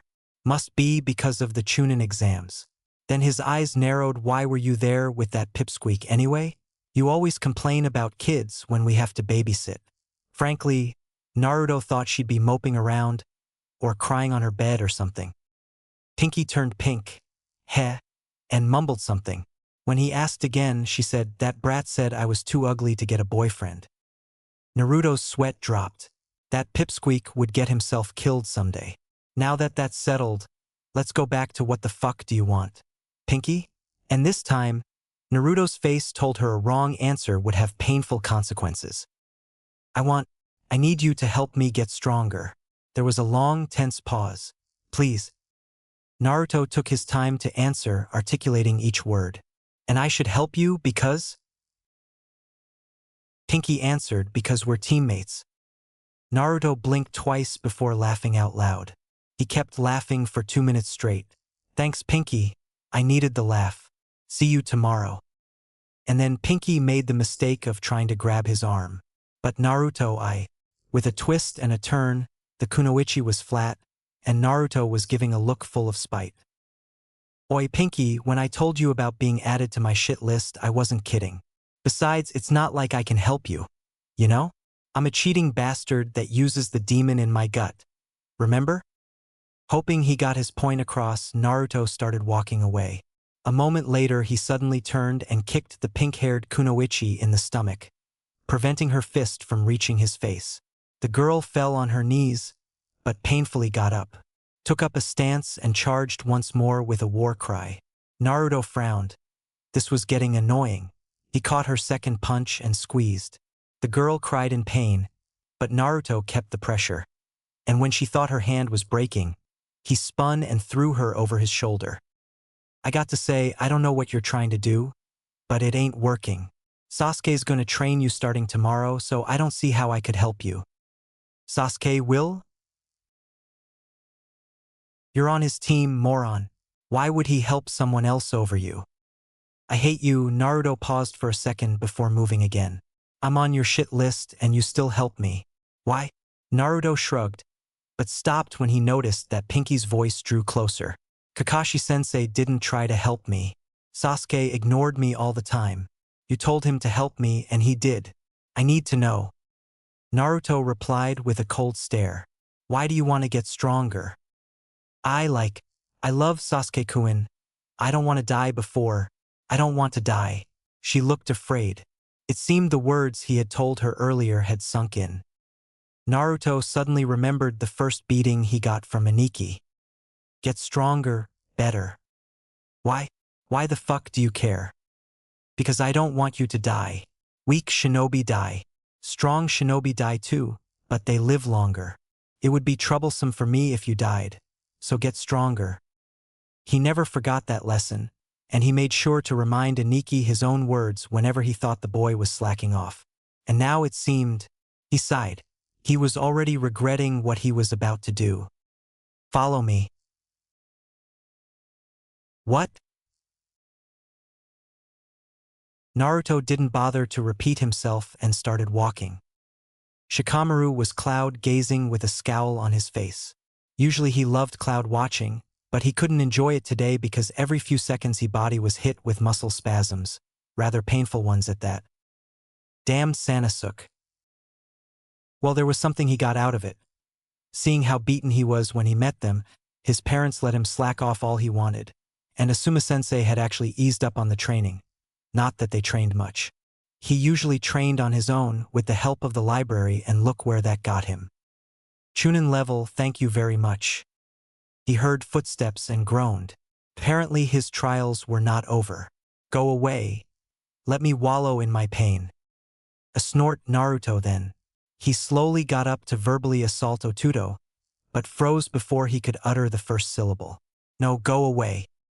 But you didn't even hear me out yet. Shikamaru did not bother to argue back and returned to his painful cloud watching. The nerve of that troublesome blonde. It was just like him. One moment he whined about having no friends, and the next he brought people like Haruno around. Next he'd tell him he wanted world peace or something. For what it's worth, I find this whole shit more troublesome than you, but I have to become a Chunin. Becoming a Chunin was part of Plan A. Dealing with Haruno wasn't part of any of his plans, mostly because he hated that girl. Naruto had had a crush on her since the start of the academy, and only now was he starting to let go, and even then the troublesome blonde was too kind for his own good. He had to change topics, or else he'd say something that would end up hurting Naruto. What are they doing here, then? By them, he meant Uchiha and Ino. This made the situation even more troublesome. I was trying to convince Sasuke-kun to train with me for a bit. I did win the spar, after all, and suddenly I saw Forehead following Naruto around, so I thought something was up. And I was right. Why would they come to you? What are you even doing here? Suffering, he deadpanned. As for your first question, Naruto wants me to help her. Wait a second, that's not fair. If she gets help from Team 10, I demand my training time with Sasuke-kun. Shikamaru rolled his eyes. Sorry, but both your ideas aren't going to happen. If both our teams are in the exams, we'll be forced to compete against each other at one time or another. No offense, but we'll need all the advantages we can get against both Uchiha and Naruto. His argument was sound, so much so that the Uchiha snorted and left. He did take Haruno with him so they could talk. Ino tried to have a rematch with Naruto. Was he supposed to be worried about that one? Because frankly he was. Once she succeeded, she left as well, only Naruto remained. Before he could ask again, Shikamaru took out a jar and gave it to his friend. What's that? Asked the blonde. Poison. Make sure she coats her kunai and shuriken with it. As far as I know, there are no antidote for that one, since the duration of the paralysis is 30 seconds or so. It's fast acting and it's a full body paralysis, so that's that. Bullshit. Naruto looked like the Ichirakus were closing. It was kind of funny. Aniki, that's the first poison you brewed. Hell, that's your fucking style she'd be copying. By style, the boy meant that this is what Shikamaru had come up with when Naruto had first surpassed him in spars. It was the prototype of his current path as a shinobi. Your point? It took you a year to come up with that poison and you're giving it away like that? Shikamaru scowled. She needs to get stronger in 1 week. If you have any other bright ideas, I'm willing to listen. When Naruto had nothing to say, he went on. The Chunin exams are in less than a week. At that rate, she'll be lucky to be remotely decent enough to fight on her own. But she'll be able to support you too. Naruto looked forlorn. He understood. As far as they knew, those first spars had always been between the two of them. They were probably one of the few happy memories Naruto had that time. Shikamaru sighed. It wasn't that big of a deal for him, since Haruno could never come up with what he had ended with. There were so many ways to specialize into form the basis he had given: trapping, genjutsu, poisons, not to mention fuinjutsu, or even stealth and special ninjutsu. This is why I'm only telling you. You choose if you're giving her this info or not. But with what you told me about her talents, she doesn't have a lot of options left. Naruto grit his teeth. He shook his head ruefully. I almost wish I didn't ask you for help. But you did, because that's what Otudo do. And I did what any Aniki would have done. In the end, if that little is enough to help you survive until we reach our goals, it'll be worth it. Naruto seemed to snap out of it. Yeah, Plan A and Plan B are still good, and Plan K is nearly complete. I guess you're right. A moment later, he slammed his hand to the ground. I still fucking hate this shit. Shikamaru found that Otudo was taking things way too personal. He was the one who hated Haruno. He blinked. What do you mean, Plan K? Right, I forgot to tell you. This is what I intend to do with Ino. Shikamaru listened and grinned. Otudo was on the road of manipulating what he needed out of almost anyone. He was so proud. Girls were fucking insane. Now, Naruto wasn't the sharpest tool in the shed, but he could cut like the best of them. That's why he had turned Ino's weird obsession with winning a date. He still couldn't wrap his head around that one into something he could use. Namely, the Shishidan mind transfer jutsu. Naruto was good at reverse engineering. In fact, this was one of the reasons he was so fucking awesome at fuinjutsu. The only thing he needed from Ino was to use her jutsu on a couple of seals and voila. He'd be able to use it via seals. The real problem was having Ino use the jutsu without making her too suspicious about it. The first part was easy. He made it a stipulation for their rematch.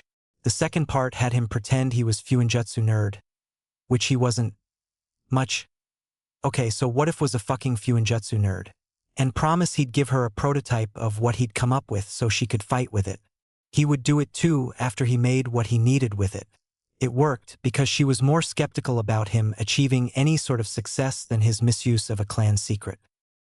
Actually, he got what he was aiming for pretty easily.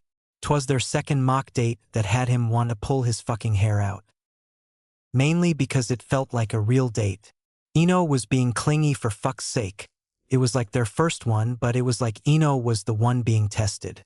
And he had to admit he had no chance against a motivated Ino when it came to flirting. Still, he had fun even if it was a waste of time. And money, 'cause he paid for everything. So while he escorted her home like the gentleman he was, he decided to get to the bottom of this. What the fuck was that Ino? She looked at him, a teasing grin on her lips. That was me on a good day. I just wanted to let you know that you're not all that. Now, for our next date. Naruto's instincts kicked into high gear. Next, no. Fuck no. Ino, we had a deal, I won, we're done. No more dates. No more dates? Why? Naruto, didn't you feel like there was something between us? Naruto's heart skipped a beat, like literally stopped, seeing how cute Ino was at the moment. Then his brain processed what actually happened and he closed his eyes. So help Ino, I'm going to smack the living hell. But his threat was interrupted by a large guffaw. Ino was laughing so hard she holding on to a pissed-off Naruto for support. Oh my gosh, your face. She eventually stopped and winked at him, and whispered seductively in his ear. Oh, don't be like that, Naruto. I went easy on you. You didn't think that I used all of my sexiness on you, did you? The boy shivered. Ino was good at seduction. There was something wrong with the Uchiha. Why aren't you dating the asshole again? Ino groaned in frustration. I swear that guy is made of stone. At this point, it's more a matter of pride than my crush on him. She gave Naruto a look. But seriously, Naruto, you clean up pretty well. I didn't even need to give you any tips and you're already miles ahead of my usual dates. No wonder she was so good at this. But being complimented by someone like her gave him hope that his dream of a family wasn't so impossible as he thought, at least when it came to courtship. But not with Ino. Ino was scary. He was never doubting Aniki about women ever again. Lost in thoughts, he nearly jumped when Ino snaked her arm around his again. Now, for our next date. Wait, didn't we go through this shit already? Ino's new Cheshire smile was as scary as it was cute. Of course, no more mock dates. We're doing the real thing now. You're not my girlfriend, Ino. Silly Narukuin, these are friend dates. Narukuin? Who the fuck was Narukuin? How about no dates at all? That's fine. I don't need dates to find you at any time of the day and flirt with you or embarrass you. That was a clear threat if he ever heard one. But what about Uchiha? Isn't flirting with me in front of him, counterproductive? Here, her smile turned predatory. Sasuke-kun doesn't really care, does he? Or he might think I'm trying to make him jealous. However, I still get my fun out of you. Naruto's jaw dropped. Ino was devious. Aren't you supposed to be less? Scary, cunning, but definitely fucking scary. Cunning? Ino played with her hair. I'm a kunoichi Naruto. I'm supposed to make you think I'm vain. You can't imagine how many guys have tried to get advantage of my sexiness. Seeing his terrified, helpless face, Ino caressed his face. Oh, don't be like that, Narukuin. I won't hurt you. It's not like I can make you fall for me. You already know I just want to have some fun. I can try though. Fuck. Ino seemingly read his mind because she giggled. Now don't be hasty now. That comes later, she whispered in his ear. She then kissed his cheek and entered her home. Naruto spent 10 minutes staring at the door, trying to figure out what the hell just happened. Then he left, when Inochi's killing intent finally rose high enough for him to actually feel threatened. He headed straight for his home to get a long cold shower. Plan B couldn't come soon enough. By the end, the weak Naruto that his earlier conclusion had clearly warranted the plural form. Girls were fucking insane. Now that he had the seals needed for Plan K, you'd think he could get on with it immediately, right? Well, first there was the business of that second date with Ino that turned into them actually dating, but not really. The good thing was she admitted that going out right now when they were supposed to be preparing for the Chunin exams was stupid, so she only openly flirted with him instead. Unfortunately, that only opened the floodgates. The next evening, Hinata, the stalker that had never approached him by herself, came and outright demanded a spar. Well, okay, he had nothing against a good ass kicking. He hadn't counted on Hinata being actually good at taijutsu, as in, better than Uchiha, nor had he counted on these being a series of spar getting more intense as he won them all. Hinata was so insistent that he had missed Sanosuke's daily workout session. And again, that would have been fine if not for the fact that the next evening shaped out to be the same.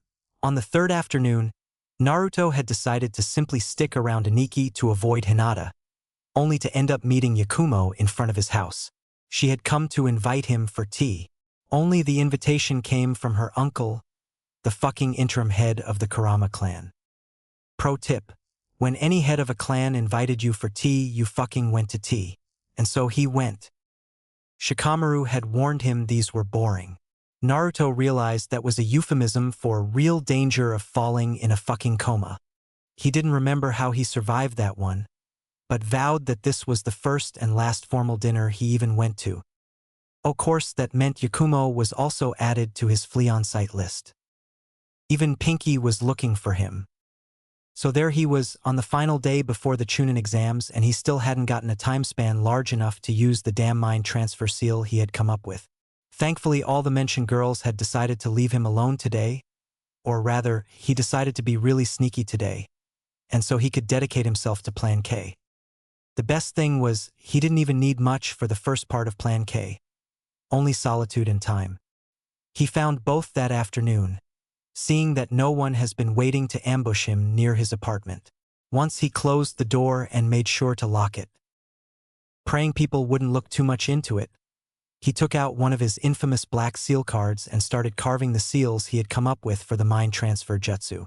He held another card, white this time with the same seals. Well, here goes nothing. Demonic mind transfer jutsu. He felt a pang in his gut, like he had lost a bit of something. But it was worth it because now, in front of him, the chakra contained in the black card finally took shape.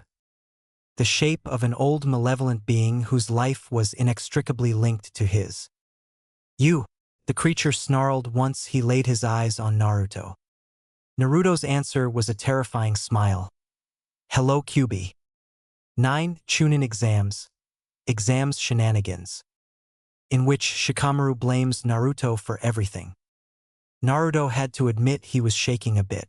The QB's chakra still felt as stifling as before. The glare on its face still as scary, his teeth just as sharp. If anything, the Nine Tails looked more menacing than ever. Trying to keep his emotions in check, Naruto opened the discussion. "Hey QB, it's been a while." The threatening growl encouraged him, so he went on. "I remember the first time we met. Now, I might be mistaken, but didn't you used to be, I dunno, bigger?"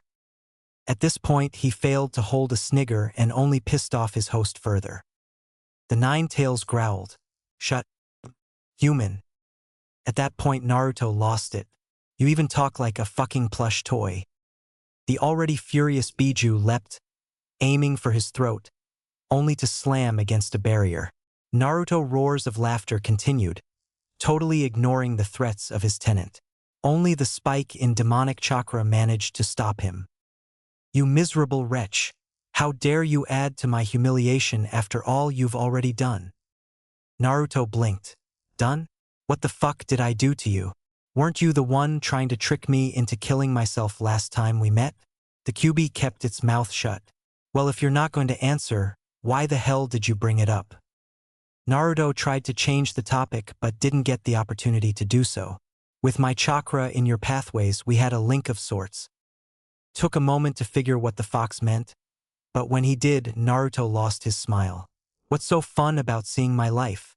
You some kind of sadist that gets off people's misery or something?" The fox's grin got Naruto's instincts working on overdrive. "Believe it or not, human, even your life is more entertaining than complete darkness. And here I thought you were better than my last jailer." Naruto twitched. This wasn't why he wanted a chat with the QB. But he'd be damned if he let that tidbit of intel go. "There were more like me? And why should I tell you human?" Naruto gave it a flat stare. "It depends, what do you hate more, me or boredom?" He had his answer when the fox refused to answer. "Oh well, let's try this in 5 years, shall we?" "Wait," the fox growled in frustration. "What do you want to know?" Naruto asked about all the previous Jinchuriki. While Kushina was a foreign name to him, Mito wasn't. Uzumaki Mito was the wife of the legendary first Hokage. On the other hand, if he got the name Uzumaki, and he was an orphan, mind you, then he must have been related to that Kushina. Why were all the Jinchuriki Uzumaki anyway? He almost regretted asking for all the questions that popped up. The next logical question then was, what the fuck happened to me? Why I am stuck with you? The QB was more reluctant to share that story, and the blonde could see why. Uchiha extracted the QB from Kushina and brainwashed it into attacking Konoha? That was hard to believe. The next part even more so. "So you're telling me that the Hokage found you and sealed you into me? And you did nothing about it?" "I tried to kill you." Naruto probably should have felt angry about that, but only found himself shrugging. Why didn't that work? The Uzumaki have a technique that uses chakra to suppress even the Biju. She used that on me. That made sense. That even explained why he had been able to do what he did to that seal. Which only meant one thing. Uzumaki Kushina was my mother, wasn't she? And she died because of the extraction. That only left his father, but he had a feeling he wasn't ready for that information yet. The Chunin exams were tomorrow after all. Thanks for telling me this, QB. You're pretty decent when you're not trying to kill me. The furball looked disgusted by the compliment. I might call on you again sometime. And just like that, he dispelled the Biju's consciousness. Naruto tried to sleep that night, but thoughts about his mother, about the Kyuubi and about himself, left him no time to do so. Naturally, that meant he had a shorter fuse than usual, and hated any and every cheerful person on principle. That went double for a cheerful Pinky. Naru. Save it, Pinky. I'm really not in the mood today. It took a minute of walking in her company to realize what was wrong. The lack of sleep really dulled his senses. Why were you smiling at me? And what the hell are you even doing here? His earlier annoyance now replaced with confusion. You live in the other side of town. She lived close to the Uchiha compound. He had expected to meet them at the entrance to the academy building. Pinky looked away. I wanted to talk to you. Well, shit. Clearly he was still sleeping in his bed or something. That's the kind of shit he couldn't even think of. No, wait. This was beyond dreams or nightmare. Must be Genjutsu then. He activated a seal. When that didn't work, he tried slapping himself, and when that didn't work, he took a second look at his so-called teammate. She was looking at him with worry. Naruto. Hell, he could even hear the worry in her voice. Nope. I'm too tired to be dealing with this shit. Let's just get this exam over with. Naruto said to himself, totally ignoring his pink-haired teammate. Sakura followed quietly. They reached the academy, finding Uchiha waiting for them. You look like you're dying, he remarked bluntly. Naruto threw him a side glance as he passed him. Yeah, what's it to you? Sasuke shrugged. Nothing. We better not fail this exam because you couldn't handle the pressure. Naruto stopped and slowly turned to stare challengingly at his teammate.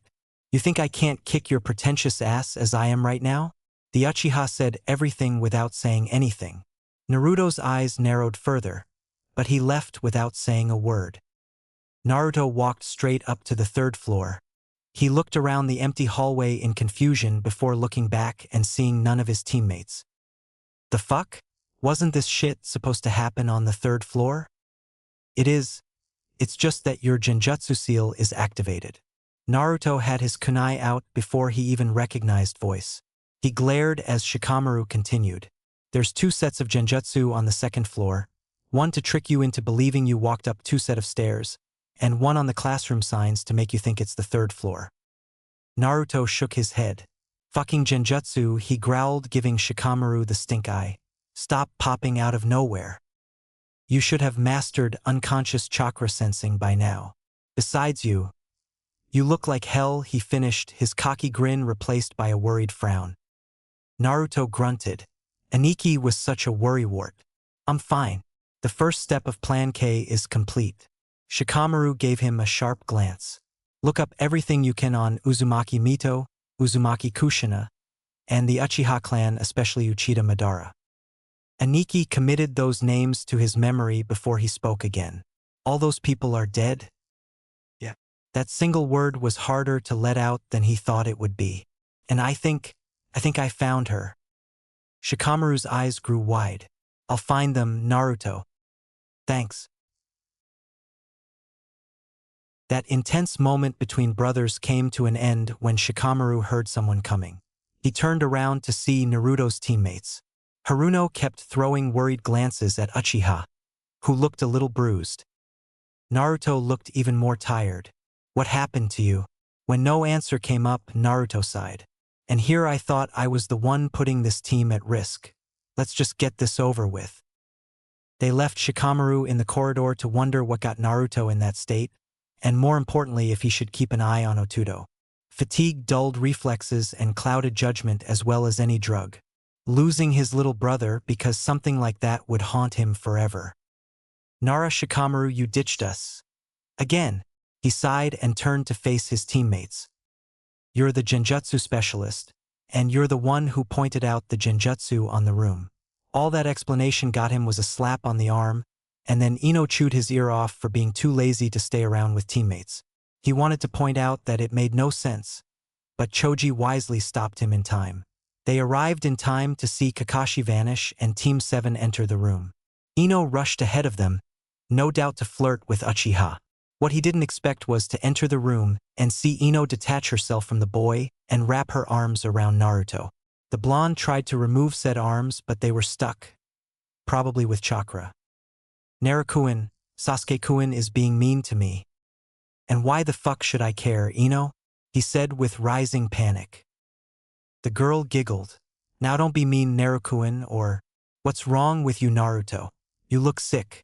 Ino brought their foreheads together to check his temperature. You don't have a fever. Have you slept well? Naruto finally managed to break free, blushing red for multiple reasons. Don't mother me, Ino, it's fucking embarrassing. And don't look at me like that, Shikamaru. It's not what it looks like. He didn't have a mirror to check, but he guessed he looked horrified. This was his worst nightmare coming to life after all. The two troublesome blondes, united in an unholy alliance of trouble. He could already picture the headaches he'd get when they would come seeking him together in order to make his life miserable. And the worst had yet to come, because the rest of their old classmates picked the perfect moment to come in. Kiba was the first to comment. What the hell, man? Since when is the dead last going out with a babe like Ino? What about Sasuke? What about me? Damn it. Before Naruto could explain his situation, Ino was back to grabbing his arm and fretting over him again. And then Shikamaru saw the something in Ino's eyes, and he knew she was somehow having fun at Naruto's expense. Hinata was trying to curse Ino to death. Kiba was trying to pick up a fight with Naruto, and even the Kurama heiress frowned upon the situation, and she barely interacted with Otuto to begin with. But the weirdest thing was the odd look he could see on Haruno when she thought nobody was looking. She looked worried and happy at the same time. Shikamaru shook his head and let out a sigh. Ino, I don't think you noticed, but Kiba isn't the only jealous guy around. He pointed at the genin that had already made it into the examination room. Most of them were glaring at the newcomers, mainly at Naruto. Shikamaru took note of each and every face. He would make sure that none of them made chunin. Meanwhile, Ino looked genuinely worried. Sorry, Naruto, I didn't mean to put a target on your back. Naruto snorted. It's fine. I can probably kick all of their asses anyway. You guys really shouldn't try to draw so much attention, especially since you're rookies. Shikamaru blinked. Whoever that silver-haired genin was, he was even sneakier than he was. Naruto looked like he agreed because he looked ready to fight. And who the fuck are you? And just like that, the haphazard rookies turned their stares at the newcomer, their petty squabble already forgotten. Shikamaru thought they could look pretty intimidating when they wanted to. The young man raised his arms in peace. Whoa, I'm on your side here. I'm from Konoha as well. My name is Yakushi Kabuto, pleasure to meet you all. When nobody spoke, Kabuto coughed, looking a bit uncomfortable. Really no need to stare at me like that. I'm just here to give you some advice. I'm a kind of veteran of those exams after all. Kiba perked up.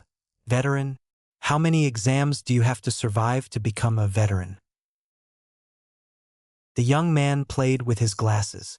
A few, I guess, but at least this gave me the opportunity to gather information. That statement got the attention of all the strategic-minded genin, along with Naruto. You see, I have these info cards. Ask me about someone and you'll be better prepared. Shikamaru raised an eyebrow, but before he could comment, Uchiha spoke. Tell me about Gaara and Rock Lee. Yakushi played with his glass. With their names, things are made too easy. Let's see what we have here. Rock Lee, genin, various D ranks and C ranks, even a couple of B ranks. No proficiency in genjutsu or ninjutsu, high potential in taijutsu. Now for Gaara. Yakushi let out a whistle. Multiple C ranks and B ranks, 2A ranks, no injuries, ever. Shikamaru frowned. That Gaara was bad news. The most important fact, however, was that Yakushi Kabuto knew things a normal genin shouldn't. Naruto also remained on his guard around the young man. He'd have to be careful. Tell me about Uzumaki Naruto and Nara Shikamaru. He exchanged a glance with Naruto. That Kurama girl was starting to become troublesome. Somehow he wasn't surprised. At any rate, the silver-haired genin complied. Uzumaki Naruto, no notable mentions, strengths or weaknesses, Must be a rookie then.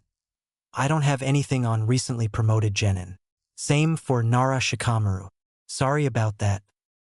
Uchiha looked particularly disgruntled.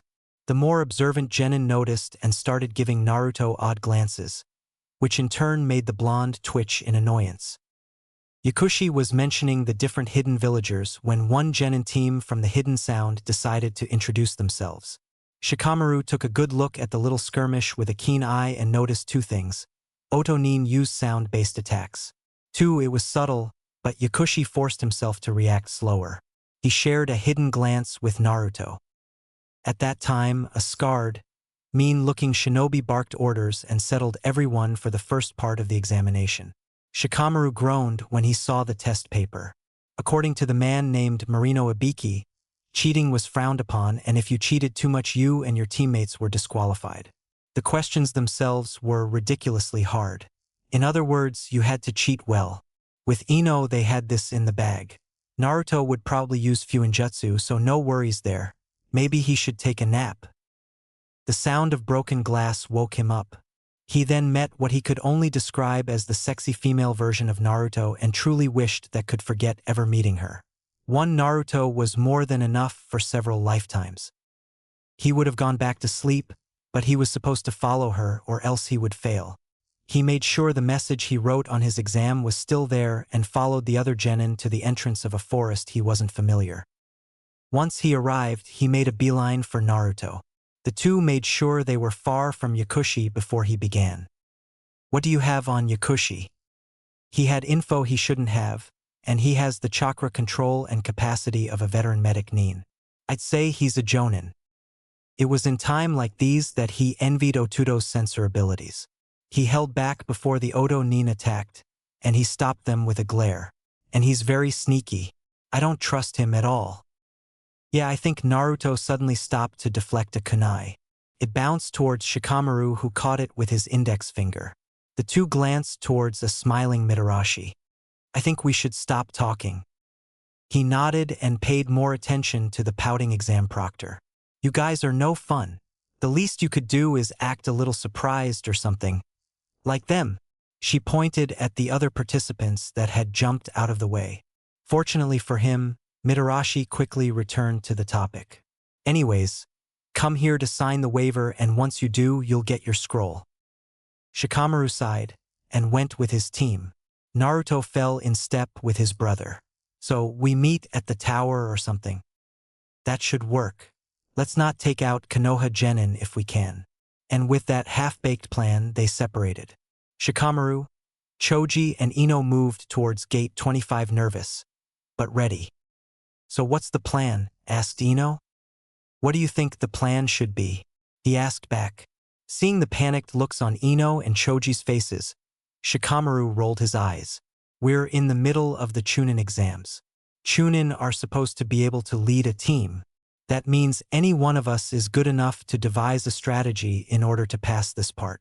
I believe in my teammates, and I believe we got this in the bag. Emboldened by his pep talk, a much more confident Ino said, considering our strengths, our best bet would be to be set up an ambush. In that case, we should hurry as stealthily as we can towards the tower, added Choji. I agree, concluded Shikamaru, but I'd like to add that if we should have an unfortunate encounter while we travel. The members of Team 10 exchanged predatory grins. All things considered, the first test was easy. Naruto only had to put a copy seal on the table, see all of the answers written on the table, and pick the answers that repeated themselves the most. The only hard part was stopping himself from cringing. Hyuga Hinata had stared at him for the whole hour. It helped that he was tired and slept some. Meeting Anko was a breath of fresh air. She had flair, she had style, she was dangerous, and Ino could only wish she was as sexy as that woman. Her banner was kind of pathetic, though. Was she trying to look for a boyfriend in the middle of the exams? He left to follow, hoping that the next part of the exam involved ass-kicking, but not before leaving a note on Yakushi fucking Kabuto. Like hell that guy was a genin. Hell, even the planted Chunin in the paper test had a less potent chakra than he did. Naruto. What do you want, Pinky? He didn't give her time to answer. No, actually don't answer that. I'm not in the mood to deal with you. Her eyes narrowed. And what's that supposed to mean? It means I want hurt something. So unless you're volunteering to be my personal punching bag, I suggest you piss off. Something in his voice managed to make the threat sink in, and Pinky backed away, looking like she wanted to hurt something herself. Naruto shook his head and stopped. I need a break. His teammates stared with annoyance, but stopped. Don't we need some kind of password, in case someone pretends to be you? Pinky suggested. He rolled his eyes. Maybe you need a password. Seeing her confused expression, he took out one of his ceiling cards. If you think I'm an imposter, just ask me do something only I can do. With that said, he moved away to relieve himself. He dropped from the trees and frowned. He had somehow stumbled on an ambush site. Now, Naruto would be ecstatic if he really didn't need to go. Look guys, I really need to take a piss. Just let me do my thing and then you can jump me or whatever. We cool? He took the silence as consent and faced a tree.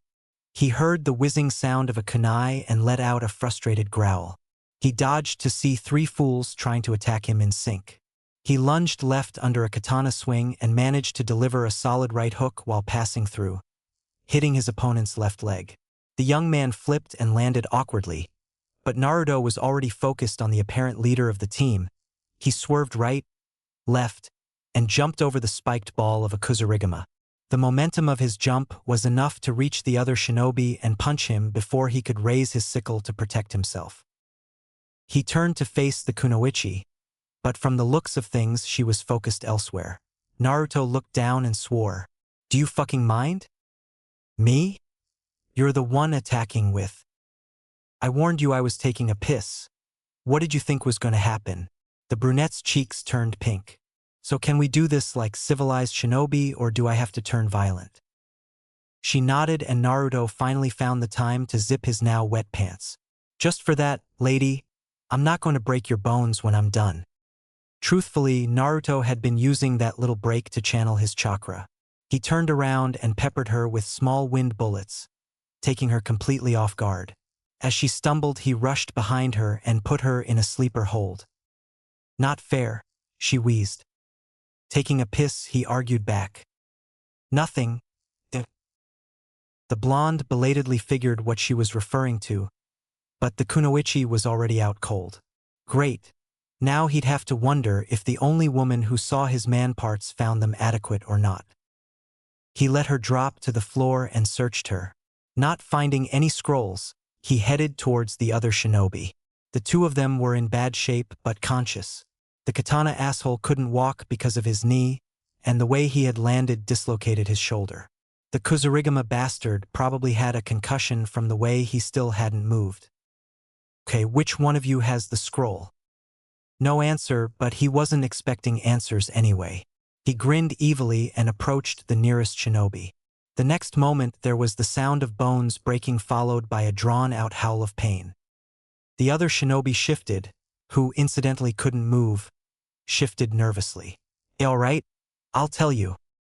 Naruto looked positively evil. Don't need to. I'll still break one of your bones. Feel free to take it personal, asshole. After dishing out more pain, he found the scroll on the katana guy. He cursed when he found out it was an earth scroll, but sealed it away and left to join his teammates. When they saw him, they gave him odd looks. Pinky even wrinkled his nose at him. Naruto, could we see one of your cards? Naruto grunted but took out one of his cards and threw it at Pinky. She caught it and let out a startled cry when the card shocked her. What the hell is they for? He shrugged. I'm still in a bad mood. He was ready to get into a row with her when he felt it. The potency of the chakra and the sheer wrongness he felt had him breaking a cold sweat. He tensed. Something's coming, guys. Something did come. One tense moment later, a focused gust of wind uprooted Naruto from where he was standing and carried him for 1 or 2 kilometers. He finally managed to crash into one of the thickest trees in the forest, after breaking through some less sturdy branches. Picking himself from the ground, Naruto tried to find out where he was, or at least where his team was. No fucking clue. He started to worry. What kind of asshole used such powerful wind jutsu? He got his answer when his gut told him to dodge. He dove and rolled to his left, barely dodging the 5-meter-tall snake. Naruto let out a small whimper, not because of the giant snake, but because of the feeling that this was a summoned snake. He threw one of his barrier cards inside its mouth. A few more seconds of dodging and the barrier flickered in and out of existence, separating whatever was inside of the barrier from what was outside, namely part of the snake's tongue, his left eye and part of its brain. The monster didn't even thrash. It simply collapsed to the ground. It simply collapsed to the ground? Maybe it wasn't a summon after all. Naruto wanted to fist pump, but before he could, the beast vanished with a telltale pop and a telltale smoke. Well, shit.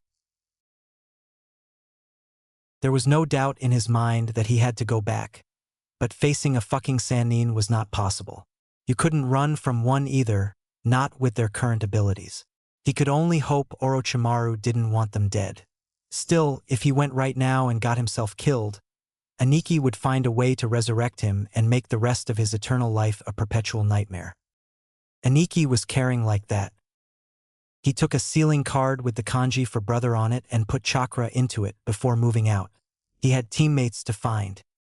He'd bet a fucking billion Ryo Aniki would blame this shit on him again.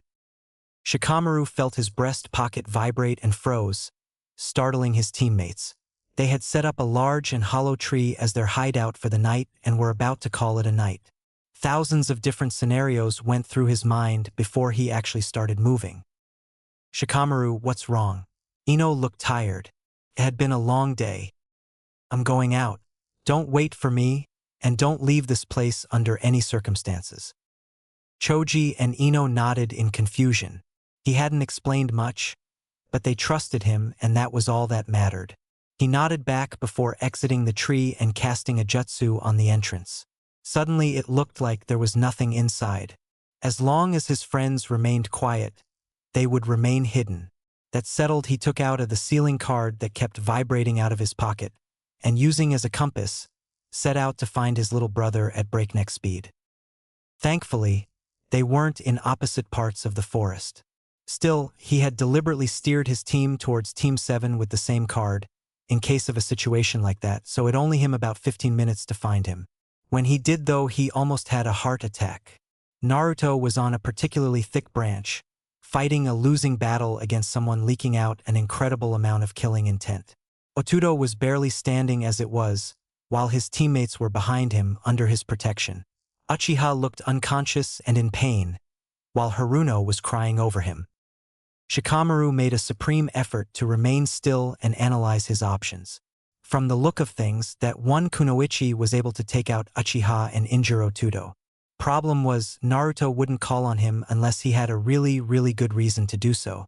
Clearly that woman was not a genin, probably like that Yakushi fellow. Personally, he thought multiple layers of diversions and distractions would be enough. He just hoped Otuto would realize which tactic they'd be using. Shikamaru took out his bow and aimed. Kajitan. Kage no aim, shadow style. Shadow rain. The one arrow he let fly turned into a cloud of darkness aimed straight at the mysterious kunoichi. She cocked her head in amusement before blowing them away with a wave of the hand. How amusing, the woman purred. I didn't think some would rely on such dated weapons. By that time Shikamaru had already made his way to his brother and had him move back to his other teammates. The duo froze when they felt the gaze of their opponent on them. Oh, what's this, a new toy? She purred. You look like a Nara. And you don't look like a genin, he deadpanned. The kunoichi smiled enigmatically. And what makes you say that? She pressed. Naruto chuckled bitterly. I think the summoned snakes gave you away. Shikamaru turned green. Only Otuto would somehow end up getting involved with one of the Sannin. Naruto and he would have words about his acquaintances. The kunoichi's smirk grew unnervingly wide. But that doesn't make sense. If that's truly Orochimaru, why is she a woman and so young at that? Maybe she's his pupil or something. In truth, Shikamaru was only trying to gain time while Naruto fumbled for the right sealing card.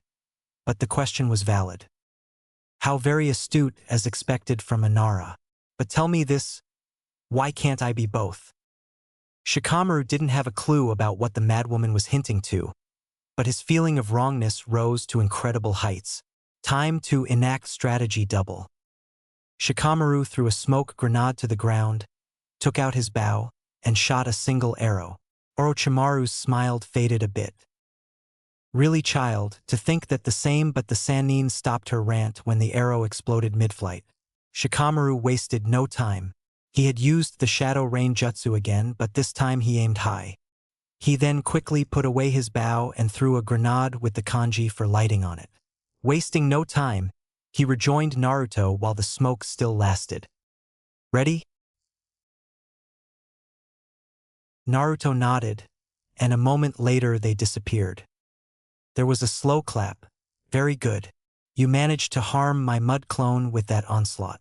Not only that, but the true purpose of the attack was use that time to escape via body flicker. Or so it would seem. Orochimaru descended on the scene from some higher branches. But did you really think that was enough to fool me? He sent snakes coming out of his sleeves at the direction where the genin all were. They hit an invisible wall that materialized. Under the orange dome, the four teenagers eyed him warily. Suddenly, the triumphant smile of Orochimaru vanished. In one leap he closed the distance and hit the barrier, but it held. The Sannin let his hand flare with chakra and struck again with force, and this time the barrier crumpled, and after a moment, the genin vanished as well. Orochimaru blinked before letting out a disturbing chuckle. How amusing! Only, from the amount of killer intent he was leaking, it was anything but. A moment later the oppressive pressure vanished and the Sannin remained still, and then chuckled again. Is that Anko I feel? It seems the night keeps getting better and better. She then set out to play with another target. 5 minutes later, Shikamaru was still holding his breath. Actually, he was holding Naruto's mouth closed, while Otudo was doing the same for him. Both were hyperventilating and trying very hard not to scream. Asanin's pressure was no joke. In front of them, Uchiha was moaning in pain, and Haruno had begun to come to. Incidentally, they were still in the same tree where they confronted the infamous Sannin, simply on a branch on the other side of the trunk.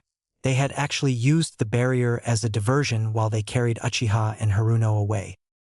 The two brothers slowly lowered their hands, remaining quiet still.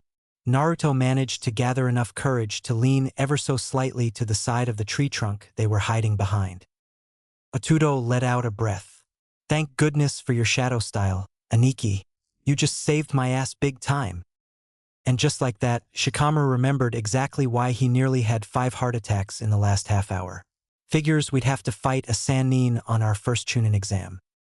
Naruto slowly turned towards him. Oh hell no. You did not just blame this shit on me again. That fucking snake bastard was after Sasuke. Not me. Remind me again on which team you are? Naruto slapped his shoulder. Shikamaru raised his eyebrow. Next thing he knew, he and Naruto were in a slapping match, complete with muttering, clucking sounds and snorts.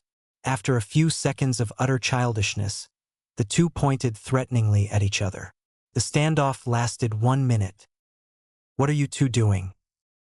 Caught red-handed by a dazed Haruno, the two looked at each other, and Shikamaru seized the opportunity to strike first. He started it. He was being an asshole. He called me to help him deal with a Sannin. He thinks I'm the fucking reason we've been attacked by that fucker. Shikamaru frowned at that. How is Uchiha, by the way? You'd think he'd be awake by now. Haruno turned worried eyes towards her crush. Naruto inspected Uchiha's neck and turned to his teammate. There's a weird seal where Orochimaru bit him. Orochimaru bit him? When did that happen? Was Orochimaru a vampire? Would Uchiha turn into a vampire? How could he fix this? Could you even turn a vampire back into a human? Wait, a seal? What are you picking up, Naruto? Naruto looked worried. This isn't good. There's 2 types of chakra, and the second one is coming from his neck. He shivered. Feels like Orochimaru. He's trying to turn him, Shikamaru reasoned. The conscious members of Team 7 gave him weird looks. Obviously, Orochimaru found a new way to turn himself into a vampire. Naruto finally nodded as if he had reached the same solution. Anyway, we need to cut off the chakra until it reaches the brain or the heart. And then we need to seal that chakra up somehow. Can you do it? Yeah, but not fast enough. We need to stop his chakra flow somehow. Shikamaru took out a pill and force-fed it to the feverish Uchiha. After a few minutes, the boy stopped moaning. In fact, he stopped breathing. Haruno accused him. You killed him. Shikamaru snorted. Yeah, he's not dead, his heart has a pulse. I just slowed it a bit. Haruno gave him a startled glance. How slow? It's been a minute and… She let out a yelp when she heard it. He's alive. Shikamaru turned to Naruto. Go to sleep. What? I'm not even tired. Shikamaru leveled a blank stare. Naruto looked away first. Okay, so I'm a little tired. You haven't slept since yesterday. You're also about to attempt Fuinjutsu on a human being, one of most complex and dangerous type of Fuinjutsu. Yet you're trying, without your full faculties, he listed without missing a beat. Now, if you don't go to sleep right now, I will knock you out and draw doodles on your face. Naruto gave Shikamaru a frustrated look. You're still not gonna let that shit go? Shikamaru's plain expression never changed. After a moment, Naruto groaned and found a spot to catch on his rest. Once he was sure his little brother was asleep, he got up. Haruno looked up from her vigil with worry. Where are you going? To get my teammates. You guys need protection while Naruto and Uchiha are recovering. We'll be back soon. Seriously, the trouble he got into thanks to Otudo. He should write a book about it. 10 Chunin exams. A walk in the forest of death. In which Naruto's Aniki is revealed again. 2 hours later, Shikamaru was back with his teammates. They were up to date and ready to help. Haruno looked relieved that she didn't have to protect her teammates alone. Shikamaru turned to his team. You guys will stay and guard Team 7 until Naruto wakes up and works on Uchiha. It's late, but I want to set some traps around. I can help you with the traps. Shikamaru cringed inwardly and turned towards Haruno. You're not as tired as Naruto, but we'll need you rested if my traps aren't enough to stop the other teams. She frowned, but nodded. Shikamaru left quickly in case the pink-haired Kunoichi changed her mind. He decided to set a moderate perimeter filled with wire traps. He usually set 2 layers. One series of traps was carefully hidden and barely visible. The other set wasn't visible to the naked eye. It was the same wire jutsu that had caught his sensei off guard. If it worked on a jonin, it would work on almost anyone. The area was large, dense, and unfamiliar, so it took a couple of hours for him to finish. He came back to find Naruto awake and working on his teammate in the spot Haruno hid him in. Otudo was currently busy tracing symbols on Uchiha's face right below his left eye, under the curious glances of the people supposed to guard him. He guessed it was meant to protect Uchiha's Sharingan, his mind, or both. At the rate Naruto was working, it would take a few more hours of constant diligence to finish. The drug Uchiha had taken would last about that long. The next phase would be getting rid of the seal entirely, but that could wait until the exams were over. To be on the safe side, he would stay even after the sealing attempt was over. Currently, Naruto and Uchiha were vulnerable, and he didn't trust Haruno to protect them from a sunburn, let alone foreign shinobi, or worse, Orochimaru himself. If the seal Otudo was working on actually worked, Team 7 would be fine. If not, he didn't want his little brother to be stuck protecting 2 liabilities. Since he had done all he could, Shikamaru thought he deserved a nap. He hid Naruto and Uchiha under a simple genjutsu and found a good hiding spot to get some rest. A rather loud sound woke him up. He made sure the location of the noise wasn't nearby. Seeing from the people around that no one else seemed to have registered the foreign sound, he rose to find the first friendly face he could find. Choji, we've got company. Warn the others. 10 minutes later, Team 10 and Haruno were still waiting to face their opponent. Ino was about to complain, but the noise of rustling branches put them back on high alert. Shikamaru recognized the newcomers. It was the Odo team from the first task. Their annoyance and disheveled appearance left him with a sense of pride. Apparently, his traps had been as effective as he had hoped. And if I find the bastard that put those fucking wire traps, I'm gonna strangle him with them. Shikamaru chuckled, drawing their attention. I'm glad to know you enjoyed my wires. I put a lot of care and time. Zankaha, decapitating airwave. Shikamaru moved long before the attack reached him. So, Uchiha or Uzumaki? The boy with short temper blinked in confusion. It was the masked shinobi that answered. Shikamaru guessed he was the leader. We're here to kill the last Uchiha. He had a condescending air about him. If you give him up, you can get out of this alive. You can even keep the scroll you have. Fine. Shikamaru. But he ignored Haruno. Uchiha is sick and Uzumaki is treating him. They're inside this tree under a genjutsu. He pointed at a tree to his left. There was a long pause and finally their leader spoke. Zaku. Zankaha. The tree in question was hollow, but after being blown away by Zaku's attack, there was no trace of neither Otudo nor Uchiha. The leader sneered, "Do you really think we'd fall for a trap?" Shikamaru shrugged. "It was worth a shot. You fell for my wire traps after all." This time he ran up the tree he was leaning on to escape Odo's anger. He sighed. Any more noise and destruction could distract Naruto. Looks like he would have to intervene, right? I guess we'll have to. Take them out, yeah? Said a familiar voice from below. Fucking yes. Please. Perfect workout in the morning. Shikamaru frowned. Are you done? You should get some sleep. But Otudo huffed in annoyance. Yes, I'm done, and no way in hell I'm sleeping right now. I've been pissed since yesterday and I didn't get to vent. Shikamaru rolled his eyes. Plus you know I can't help but share the pain. I'm generous like that. Anyway, which one of you wants the honor of getting their ass handed to them by yours truly? Naruto jumped out of the way of an airwave attack, rolled to evade Senbon coming from the sound kunoichi, and stopped the leader's gauntlet arm from reaching him by kicking him in the gut. Robot arm, I chose you. I'm going to kick your ass.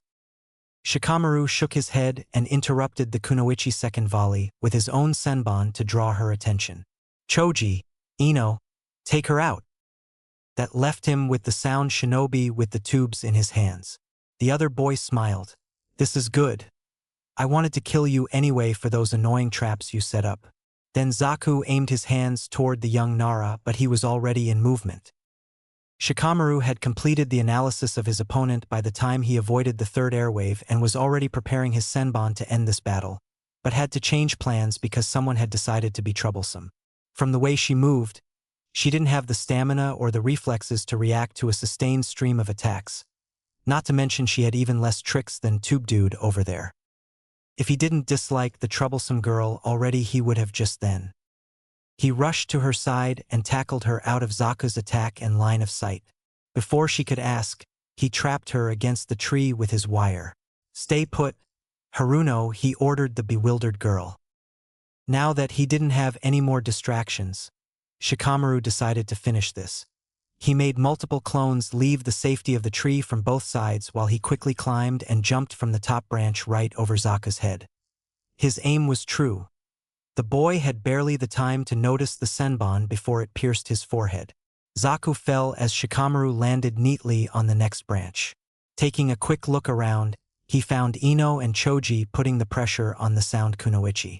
He decided to observe, and soon enough, Choji managed to trap the girl with his enlarged arms. Wait, enough, I give up. Give up? You think care about you say? I just want to beat the shit out of you. Call me a weakling again, why don't you? Shikamaru turned to the voices and saw Naruto advancing menacingly before a cowering shinobi. He could see one of Otudo's paper tags stuck on the sound genin and could infer what happened. Using a muting seal against a sound user was a bit unfair, to say the least. And seeing they were all one-trick ponies, Naruto could have single-handedly taken the team down if Shikamaru had let him. Here is the scroll he didn't get to finish as Naruto punched him right in the solar plexus. Shikamaru heard a retching sound, and as he got closer, he saw something leaking from the team leader's mask. The young Nara felt a bit sick, but he closed the distance and stopped Naruto from handing more nasty-ass kicking. I need to ask him something, he explained. Naruto snorted, but relented. Shikamaru looked at the other teen. Who sent you? When the boy refused to answer, Shikamaru went on. Any relation with the traitor Orochimaru? That got a reaction, which in turn made Naruto frown. What, you think the two attacks are linked? But why would he send some assassins after he tried to turn him? Turn him? The boy asked, confused. He then must have figured something out because his eyes flashed threateningly. Shikamaru would have missed it if he hadn't been looking for it. He cocked his head. If you didn't know, that means you weren't meant to know. I can think of only one reason for that. You guys were guinea pigs. The sound shinobi remained quiet, but refused to meet their eyes. Shikamaru wouldn't bet on it, but thought his assumption was correct. That meant Orochimaru had some affiliation to Odo. The Hokage would want to learn about this. In the meantime, he turned to their captive. Take your friends and go. And please leave your scroll on the way out. The masked boy glared back, but when he saw that his stare had no effect on the young duo, he capitulated. He took out his heaven scroll, Naruto swore in relief, and helped his female teammate carry Zaku away. As they limped away, the Odo team stopped, and their leader spoke. My name is Kinyuta Dosu, and you'll regret letting me live. Shikamaru heard Naruto snort. You're fucking welcome, asshole. Some people are just fucking rude. Shikamaru gave him an pointed look, but the blonde had the audacity to be confused. What? In the end, Shikamaru decided to stick around until Uchiha woke up, which went to show that sometimes having a worrywart as brother wasn't a bad thing. Of course, while Naruto wanted Shikamaru to stick around, he could have done without the extras. These extras being pretty much everyone else. Choji was okay at least. Ino had changed from cool to flee on sight, and the rest of Team 7. Anyway, add to that the fact he was stuck carrying his unconscious teammate, and you could see why Naruto was glad his brother was here. Still, this is fucking tedious. Shikamaru gave him a curious look. Bastard keeps slipping off at this rate, might as well walk all the way to the tower. Maybe you should. He glared at Aniki, who raised his hands in mock surrender. All I'm saying is Uchiha won't slip if you're not jumping around. He already thought it was a bad idea from the way Ino was looking at him, but the asshole nearly killed himself twice by squirming out of his grip, and while he had worked in stopping Orochimaru's seal from turning him, Uchiha still suffered from a debilitating fever. They really shouldn't be moving him at all. Fucking Uchiha and his protagonist syndrome. The moment he landed, Ino fell into step with him, grinning evilly. Meanwhile, Shikamaru and Choji remained in the back, enjoying the blissful silence under the pretense of guarding duty. Pinky hovered around, if only because of her future husband he carried. So, did you miss me? He eyed the blonde wearily. The way she was smiling at him was innocent enough, but he didn't have the patience to deal with her right now. I'm carrying Uchiha if you haven't noticed. I know, easily too. Maybe you can convince Choji that he doesn't need to look like he does to be strong. Naruto rolled his eyes. We both know that me and Choji don't train the same way. Pinky looked a bit put out for some reason. What's up with you two? She almost whined. I'm just teasing little Naruto here. He has the best faces. Naruto managed to support his load and give her the finger while she blew a raspberry at him. Pinky twitched. Since when are you two so close? Since he proposed to me, obviously. The only sound in the vicinity was that of Choji choking on his chips. Shikamaru had a look of absolute horror on his face, while Pinky had a tick under her eye. As for Naruto, his brain has frozen. Ino faked a blush. Of course, it was a little crude, but it was also romantic in its own way. He even wants to learn the Yamanaka family jutsu. Stop fucking around, Ino. Nobody's going to believe you. The only thing I proposed was a bet, which I totally won because I'm fucking awesome, thank you very much. We're just friends. Though I'm starting to rethink my decision. Naruto noticed the beam on Ino's face and the frown on Pinky at the mention of his friendship. He couldn't believe Aniki was right about Ino. Too bad all his friends sucked. Can't I have just one friend that isn't a dick? Hey.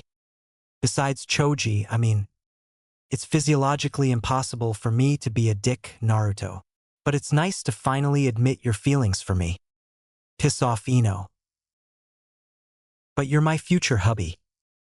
So help me, Ino, I will smack. A groan of discomfort stopped the threat. Naruto laid his cargo on the ground and waited. With any luck, Uchiha would wake and be fit enough for travel. Naruto's luck being what it was, a burst of malicious chakra came from Sasuke instead. Shikamaru looked worried. Does that mean your seals failed? Naruto cocked his head, noticed where the chakra was coming from. Actually, that doesn't mean anything. He wanted to explain his theory on what was happening, but from the corner of his eye, he saw Uchiha disappear. He barely had the time to brace himself that he felt a solid punch dislodge him with the strength of a horse. He landed a couple of meters back, looking at his left arm in consternation. Naruto swore loudly. That punch would definitely bruise. The smug bastard actually looked pleased about it. Looks like I'm stronger than you now. Naruto blinked before his eyes narrowed dangerously. If the bastard was looking for a beating, he'd get what was coming to him. He made a step, clearly intent on finishing this fight, but as he shifted his weight on his leg to attack, he stumbled when suddenly Shikamaru appeared in his line of sight, with Sunbon coming out of his hands. Naruto winced when Aniki stabbed the unsuspecting Sasuke in the heart with them. Well shit, this was bad. Uchiha's eyes grew wide before he fell. Sakura's scream was the first reaction that followed, but it was Ino's movement towards Shikamaru that prompted Naruto to action. He grabbed Ino and Haruno for good measure and hissed urgently, Uchiha's not dead and he won't die. Don't make it worse. They gave him a fearful glance, confused and terrified by what was happening. As for Naruto, he was looking at Aniki with a bit of trepidation.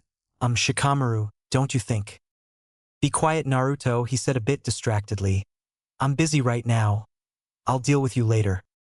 Naruto wilted. Oh, this was worse than bad. Aniki was pissed. So far Shikamaru had only reached that level of anger twice. Both times Naruto has nearly killed himself doing something stupidly reckless.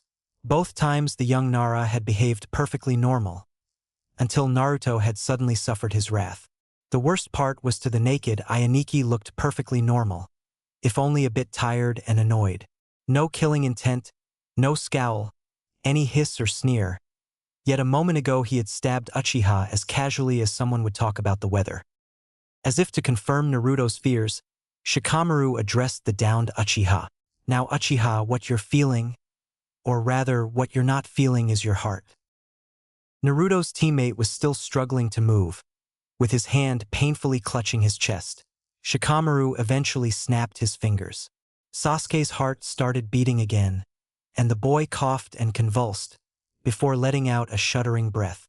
When the teen finally looked at Shikamaru, it was with apprehension. Shikamaru rolled his eyes. He let himself fall on his rear and let out one of usual sighs. Relax, Uchiha. If I wanted to kill you or hurt you, I would have done so.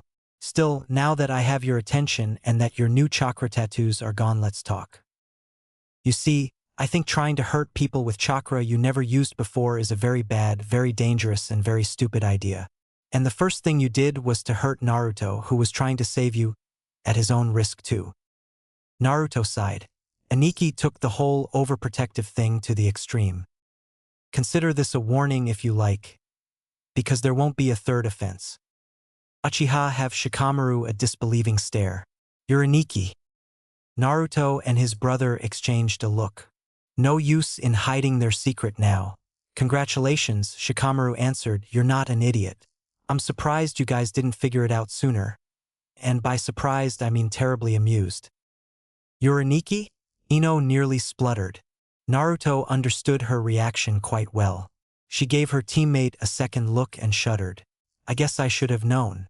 That makes a lot of sense actually. And here I thought you already were scary enough. Shikamaru looked confused. I'm not. You're super scary, Naruto yelled, pointing an accusing finger at him.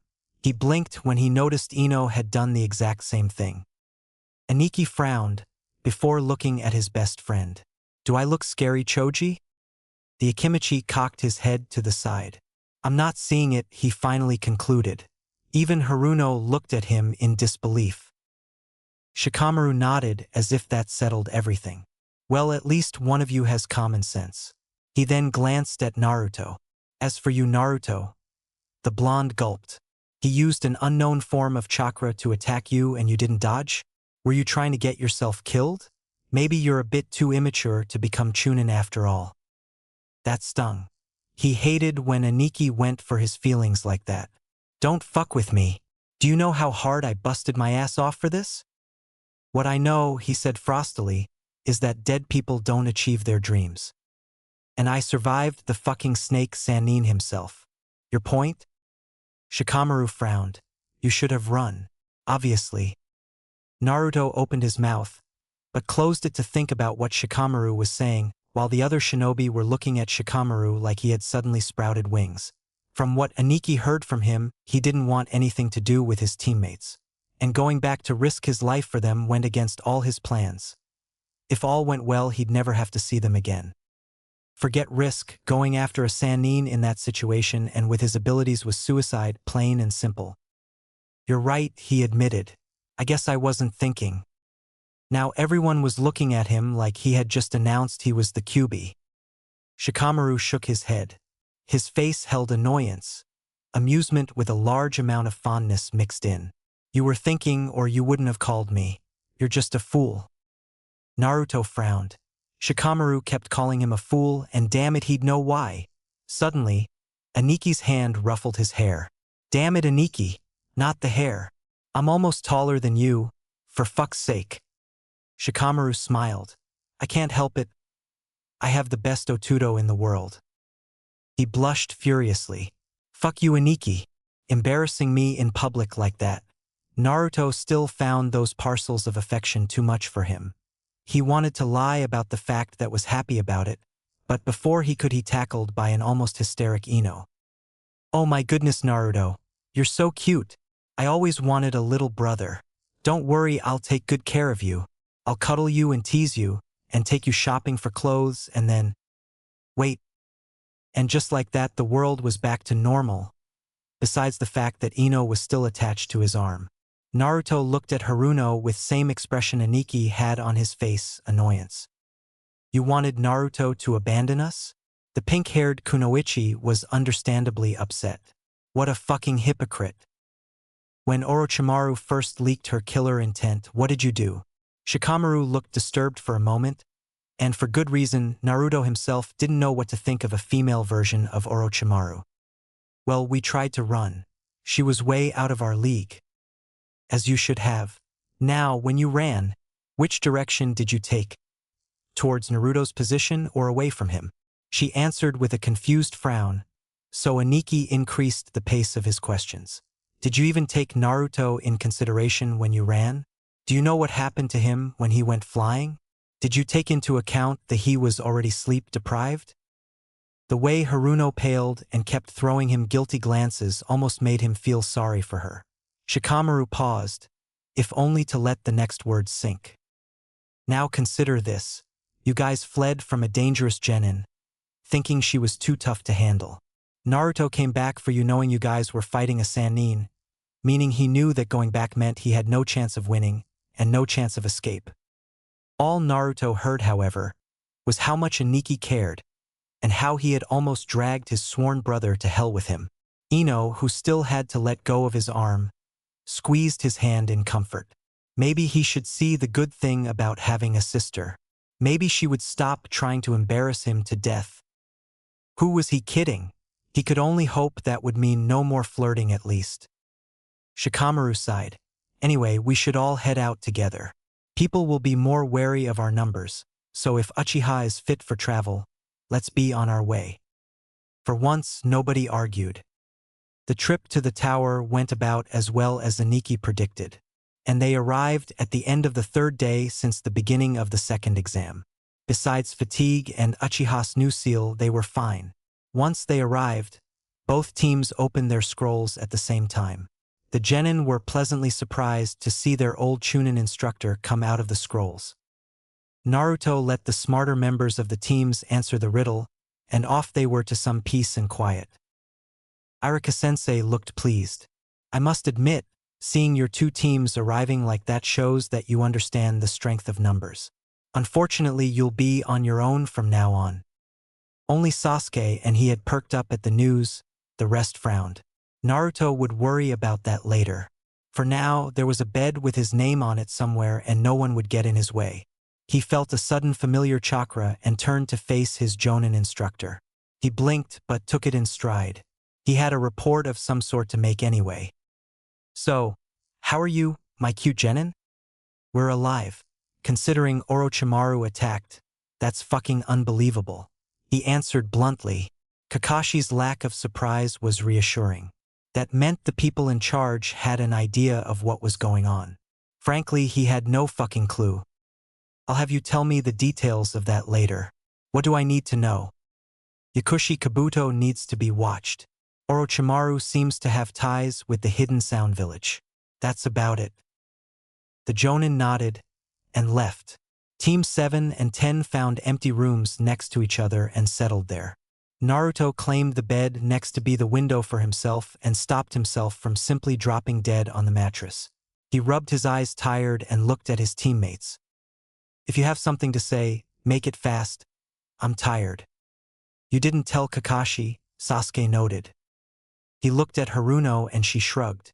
I wanted to, but you told me not to. I didn't tell Kakashi yet, he agreed. I'll tell him after I'm sure they won't take you out of the exams. If you don't do anything stupid like reactivate the snake bastard seal. Uchiha nodded. There wasn't more he could ask considering what happened. After that, Naruto slept through the afternoon and the night of the third day. He woke in a good mood and left in search for food. Thankfully, the tower was furnished with a canteen in the lower floors. There wasn't any ramen, meaning there wasn't any real food, but what passed for gruel was filling enough and the fruits were sweet. Sitting at the table he had chosen was the last person he wanted to see. Well, the last genin he wanted to see. If he never saw Orochimaru for the rest of his life, it would still be too soon. Having Gaara sitting across from you and staring holes into you was interesting in a way. Of course, by interesting, he meant right down scary. The kid was freaky enough, the demonic chakra he could sense fluctuating inside the red-haired had him wanting to run away about 100 times in a span of 30 seconds. The fact like the teen looked like a psychopath was just a bonus. Naruto ignored him. The less they interacted, the better. The red-haired boy had other ideas. You, what is your name? Naruto groaned mentally. Uzumaki Naruto. You ran away from me, Uzumaki Naruto. He muffled a curse. So the boy had noticed the true reason Naruto had fled with Konohamaru that day. Yeah, I did. You are either wise or a coward, but it doesn't matter. Mother warns me about you. You and I will cross paths, and then Mother will have your blood. And here he thought Uchiha becoming a vampire was bad. This kid sounded like he was the demon, not just its host. He really didn't need a Jinchuriki after him. Orochimaru aiming for his teammate was plenty to worry about. Thankfully Gaara left, only to be replaced by another annoyance. What's up with him? Friend of yours? Speak of the Uchiha and he shall appear. Better than that, Uchiha, he's like me, Naruto growled, and I mean like me in the worst possible way. Sasuke stopped himself from looking at Gaara at the last moment. Instead, he held Naruto's gaze with some trepidation. He's like you? The black card? Naruto nodded. He also might be insane. This time the boy couldn't help but look. Eventually his gaze returned to Naruto. Can you win? He shrugged. Dunno, maybe? Uchiha let out a hollow chuckle and Naruto grinned. Welcome to the small leagues, Uchiha. His teammate remained quiet for a while. Nara really is a Nikki, isn't he? He actually smiled at that. Is it that hard to believe? He's the one who made you this strong. Naruto frowned. He didn't like where this was going. Yes and no. He gave me the motivation to become strong, and he was a great sparring partner. The rest is all on me. Uchiha's frustration rose. Every time I think I'm getting stronger. Naruto cut him. You realize you can become even stronger? You really should stop whining.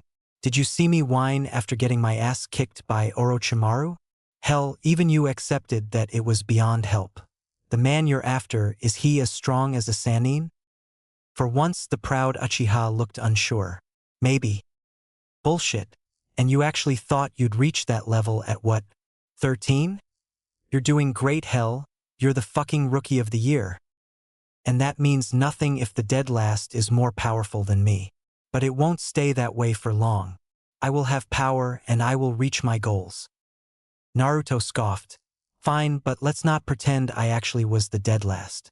And if you think I'll just wait for you, you're fucking delusional. Uchiha's mood improved, and when Haruno appeared a smile on her face, he left her speechless by smiling back. Naruto rolled his eyes and left while Pinky was still frozen. He had to talk to Aniki anyway. On the last floor he found his target, walking towards the center of the building. Naruto entered a room after him and saw some sort of arena. Shikamaru spoke before Naruto reached him. I have a bad feeling about this room. Naruto grunted. I just hope I don't have to face you in that arena.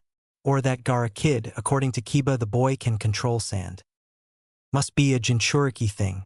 Shikamaru paused before his expression became thoughtful. I'm curious. It's been a while since we fought. Do you think you'd win? Absolutely no clue. But I'm not losing this time. Naruto decided to change the subject before he dragged his brother down that arena. Oh, want to see something awesome? Shikamaru gave him a warning look. Is it legal? Naruto snorted, insulted by the question. This Project K if you must know. Here? Actually, this is the perfect place to do so, Naruto answered excitedly. There's some kind of chakra jamming device here. Before he could say more, the door to their part of the balcony opened. They turned and saw his pink-haired teammate. Shikamaru gave him a bland look and Naruto was starting to wonder if helping his teammate back in the Forest of Death had been a good idea. If people kept getting in the way of his family time, sooner or later he would react very badly to it. In the meantime, he stared straight at her without a word. She coughed. Can we talk? And just like that, Naruto's mood returned to being shitty. He had only tried to escape that discussion since forever. Only if Aniki is there. If he sounded childish, that's because he was. The girl paled. So he really is Aniki. Despite his humor, this amused him. It seemed their acting was worthy of praise. What tickled him was the image people had of Aniki. Let me guess, you thought Aniki was much older, right? She shrugged uncertainly, but the sworn brothers could tell Naruto had hit the mark. I guess I don't mind having an audience for what I'm about to say, she finally said. I'm sorry, Naruto. If the blonde didn't react for the next few seconds, it was because his mind was looking for a spark of emotion regarding this development. When he only found mild annoyance, he cocked his head in wonder. Ah. Haruno looked anxious. Shikamaru hadn't moved a muscle, but Naruto was pretty sure Aniki was angry. Hell, he should be pissed at her.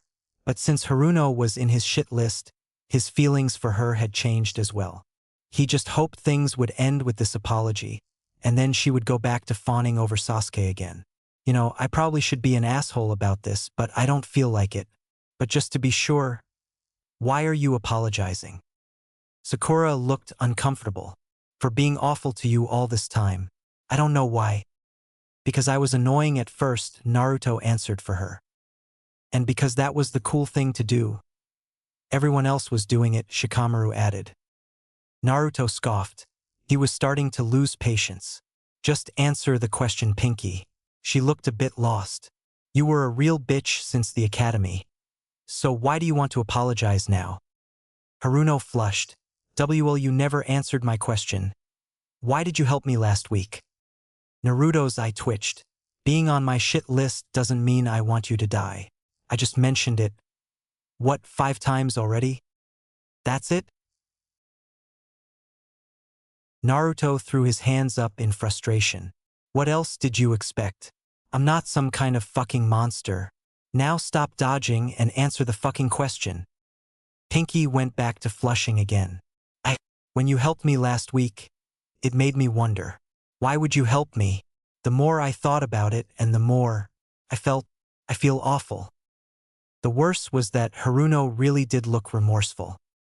Naruto shrugged. I forgive you. Pinky looked at him uncertainly, before a tentative smile graced her features. If you're done, I'd like to talk to Aniki for a moment. Haruno nodded and left. Naruto turned to his brother and his demeanor changed. Okay, what aren't you telling me? Shikamaru shrugged. She apologized. Let's leave it at that. Naruto growled. Aniki. Shikamaru started to twitch. Why do you have to be so stubborn about this? She made you angry. Hinata doesn't make you angry, so I want to know why. Aniki remained quiet. Don't make me use the fucking puppy dog eyes. 'Cause you know I will. Shikamaru sighed loudly. Just remember you forgave her. Naruto stared at him. Haruno tried to prevent our classmates from falling under your negative influence. That bitch. Was this why Kiba had been acting distant at the end of their? His breath itched. He looked at Shikamaru, one of his classmates that would only know of Sakura's behavior because he disliked Hinata for her dislike of Aniki. For him that was a sin. Trying to turn Aniki against him. He had no words, and more than anger he felt betrayed. Aniki had let him crush on someone like her. He didn't even know where to direct his anger. Haruno, Aniki, or himself for not knowing about something like that happening behind his back. I guess. Of course, I'm fucking pissed. I'm angry. I can't fucking believe you. You let me forgive her. Yes, I did. I suggest you let it go, Otudo. Let it go? She tried to turn you against me. I know, but forgiveness is for your peace of mind, not hers. You have to let go of your negative emotions. Naruto blinked. The bullshit Aniki was spewing made an awful lot of sense except for one thing. What about you, you fucking hypocrite? Shikamaru smiled. Oh, I'm totally for it. It just sounds too troublesome to be honest. Why don't you do it first? We'll see if it's worth the hassle. Naruto's temper deflated. A smile tugged at his lips. Dick. Anytime. But seriously though, all that frowning will give you wrinkles. I heard it'll also turn you edgy. Naruto lightly punched Shikamaru's shoulder while vainly smothering a laugh. What would he do without his dear Aniki? 11. Chunin exams. Preliminaries. In which Shikamaru in very unimpressed with the shinobi healthcare. Naruto was in a pissy mood. Yesterday he was supposed to have some Aniki time, but people kept interrupting him, starting with Pinky of all people. He was still mad at Shikamaru for hiding her monstrosities from him. Speaking of hiding, Naruto was making full use of his sensor skills, and he still had trouble finding Aniki. Eventually, he ended in the same arena room from the day before. Naruto's eye twitched. He still couldn't sense Shikamaru, but the asshole was right there, lounging on the balcony. Naruto crept silently behind his brother and growled, Oi, you're not avoiding me, are you? Shikamaru did not jump, but he did close his eyes and sigh. Yes, I was. Why? Something in his tone encouraged Shikamaru to reply, because he answered without his usual sarcasm. Because you're ready to rip someone's head off. Naruto flinched before pouting. It wouldn't be your head. I'd probably give it to you as a souvenir. The head, I mean. Shikamaru twitched. I love you too, Otudo, but if you ever give me a severed head, for any occasion, I will use that head to smack you. Naruto flashed a toothy grin, and two exchanged amused glances before he broached the topic of yesterday again. So about that demonstration. Shikamaru blinked. Is there something you want, Naruto? Naruto nearly started to poke his fingers. I want you to meet it. Shikamaru turned to give his brother a long look. If I didn't know you better, I'd be thinking that you're nervous about introducing me to a friend. Naruto blinked in confusion. For a second, he was the picture of innocence. Shikamaru looked mollified and aggravated at the same time, and he inwardly smirked. He's still his killer look. I have absolutely no idea what you're on about, Aniki. Now do your invisible thingy. Shikamaru snorted as he made the hand seals. How come your techniques are always awesome jutsu and mine are always thingies? And don't think I don't know you changed topics. Because your thingies are cheating, even by shinobi standards. They should be outlawed. Naruto's pout only made Aniki smile as he slammed his hand on his shadow.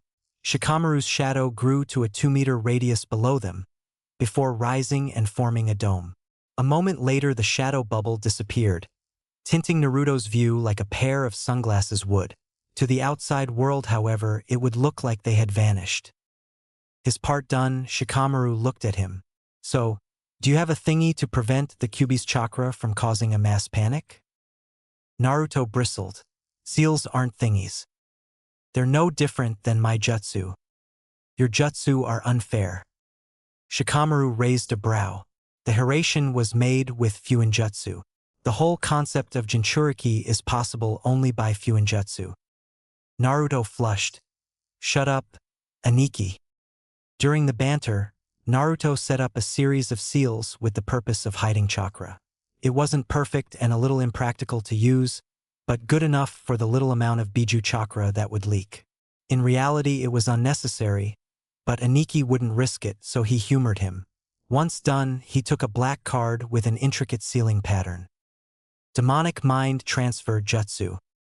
Naruto's flinched as a small amount of the Kyuubi's chakra left him to enter the card.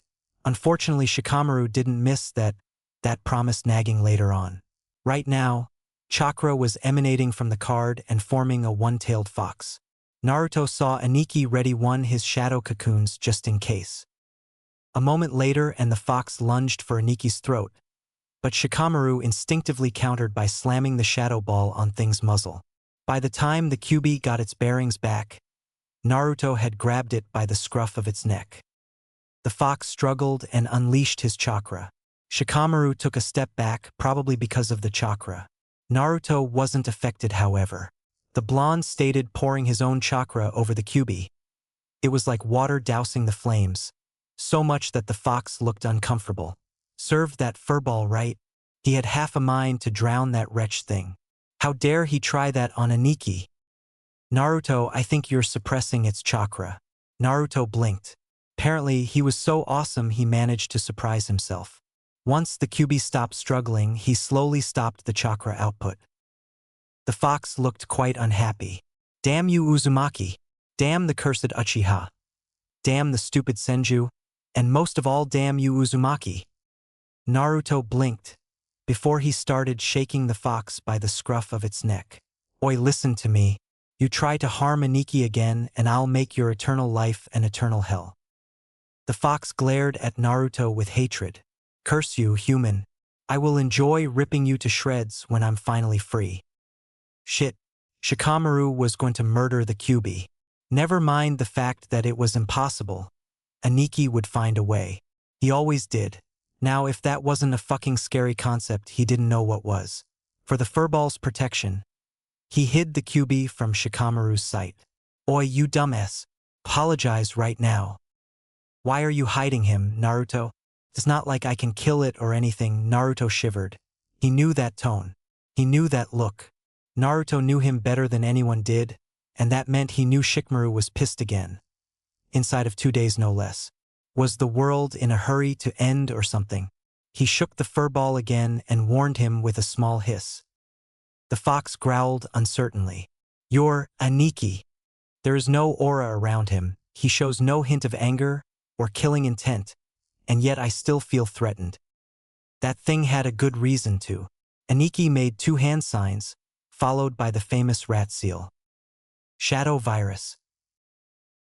Naruto watched in horror as the threads of shadow still on the fox shifted before it sank into its fur.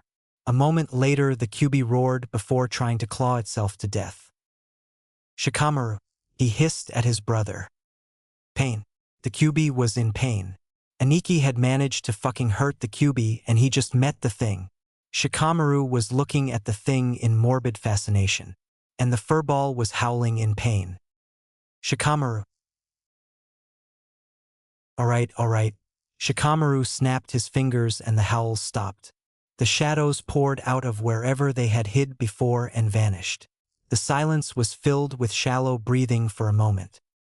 Your deaths shall be neither quick nor painless. No, I will eat you myself, dissect you inch by inch until… Oi, Naruto's tone was exceedingly calm. Screw what Aniki had just done. No one threatened Aniki. You finish that threat, I will let Aniki finish what he started. The Kyuubi snapped his mouth shut. He glared at Naruto with all the hatred it could muster. That was quite impressive. Stop looking at Otudo like that. The Kyuubi's glare switched to the floor.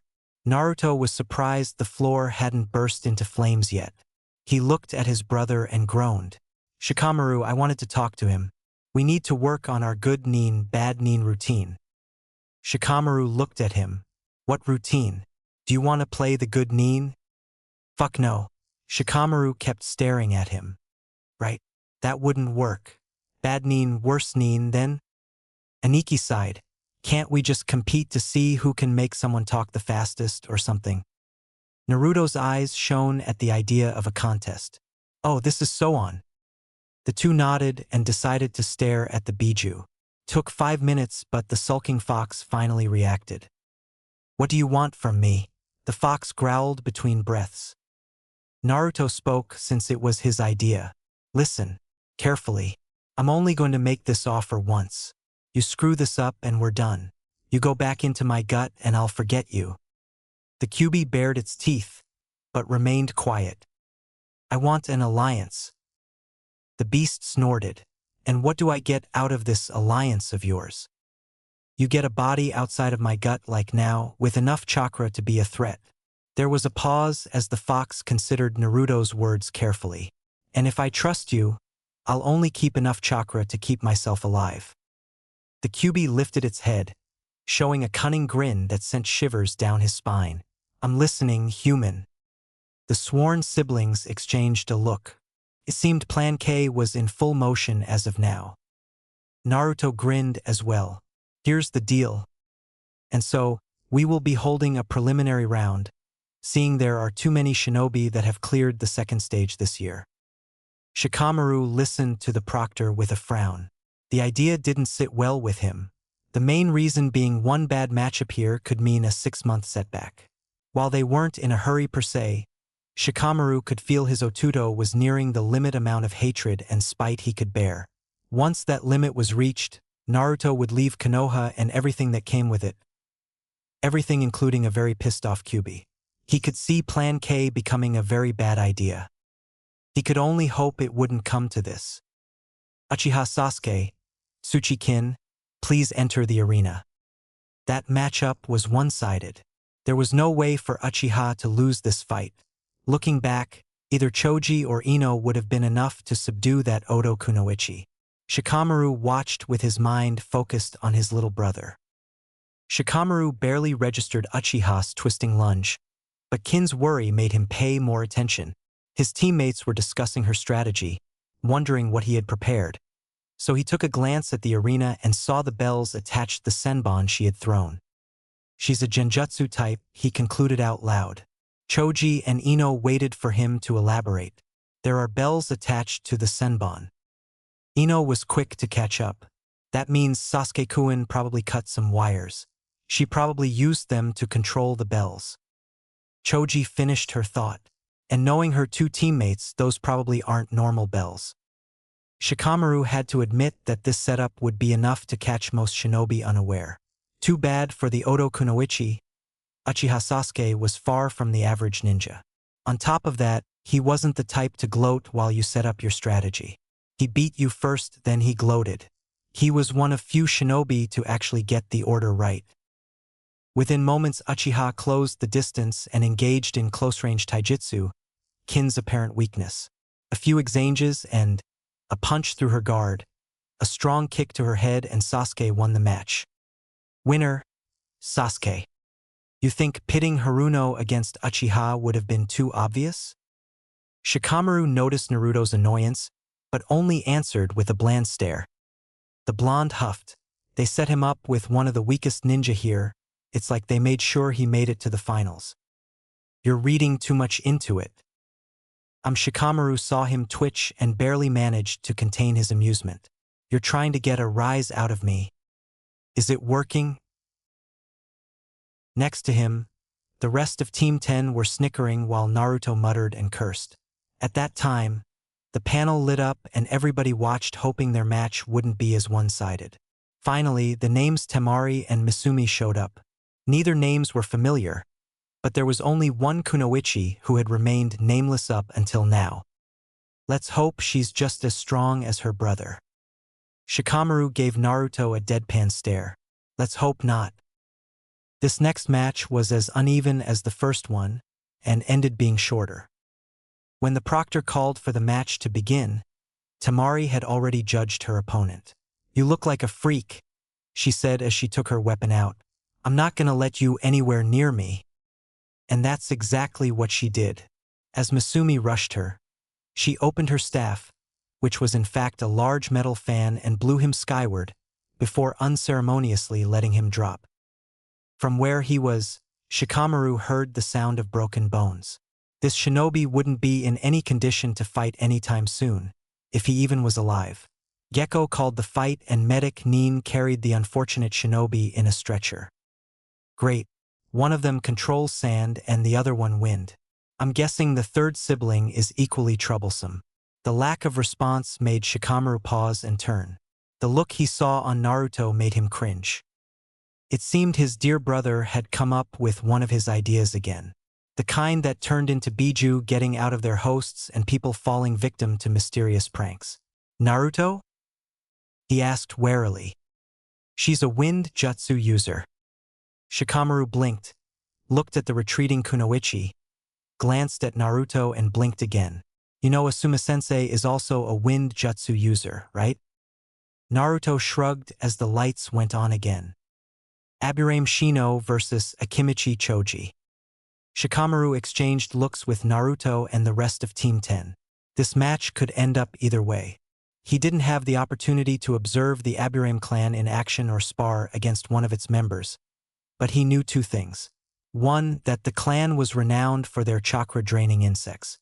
Two, from what he knew of their academy days, Aburame Shino was a shrewd one. Choji, Shino is like me. If you don't go in there with a backup plan, you will lose. Choji chuckled nervously. You realize that if he's like you, I might just as well forfeit. Shikamaru gave his teammate a playful shove. Come on, big bones, if you win I'll treat you to yakiniku. That was exactly the right thing to say. Choji's eyes burn with hunger. Yash, that barbecue is mine. This was the first match that truly interested Shikamaru, so he put his worries on the side and focused on what would be a close fight. Begin. Both shinobi jumped back. Shino stood casually, replacing his shades while Choji cocked his head to the side. Unfortunately, his best friend was never that patient and attacked first with only taijutsu. It was clear that it wasn't the Aburame's forte, because the boy was only able to dodge Choji's mix of punches and open palm strikes, and Shino's own punches and kicks only managed to slow his opponent down. Ino huffed. What's Choji doing? At this rate, Shino is going to use his insects and he'll lose. Shikamaru sighed. That's the plan. That's a stupid plan. He had to admit he agreed. Well, it wasn't a bad plan for Choji. His friend definitely had the stamina to outlast Shino even with a couple of bugs. And knowing Choji, he knew the Akimichi was trying to get a feel for the bugs themselves. Could he feel them draining his chakra? Could he get rid of them? All invaluable info, none of it worth getting hit in the first place. In that regard, Choji was too much like Naruto. He only hoped this wouldn't cost him the match. Choji must have thought he had gathered all the information he needed, because he finally made use of jutsu.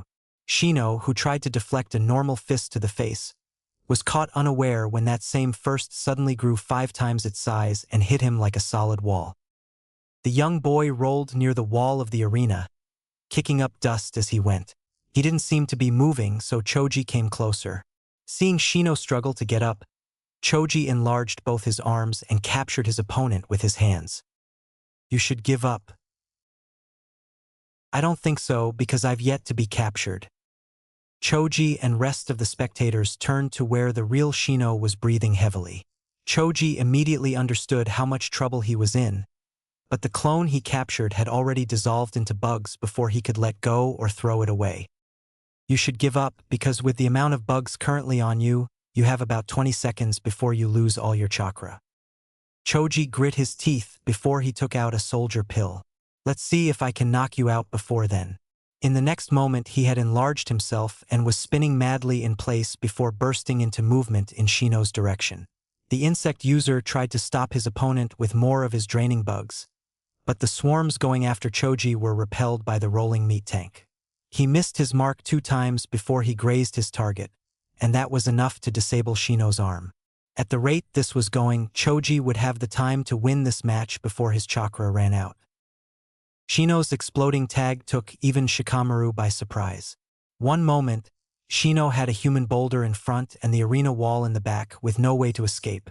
In the next instant, the meat tank vaulted over him and slammed into the wall. It was a testament to Choji's powerful jutsu that he bounced harmlessly from the impact and left behind a cracked wall. For a second, Shikamaru thought the match would continue, but Choji wasn't moving. Something was wrong. Call the match. He was pretty sure he had shouted because he could see Ino, Naruto, and even Asuma-sensei look at him, and then at Choji with worry. Neither the proctor nor Shino seemed to have heard, so he rushed around the stands, using his chakra to move faster.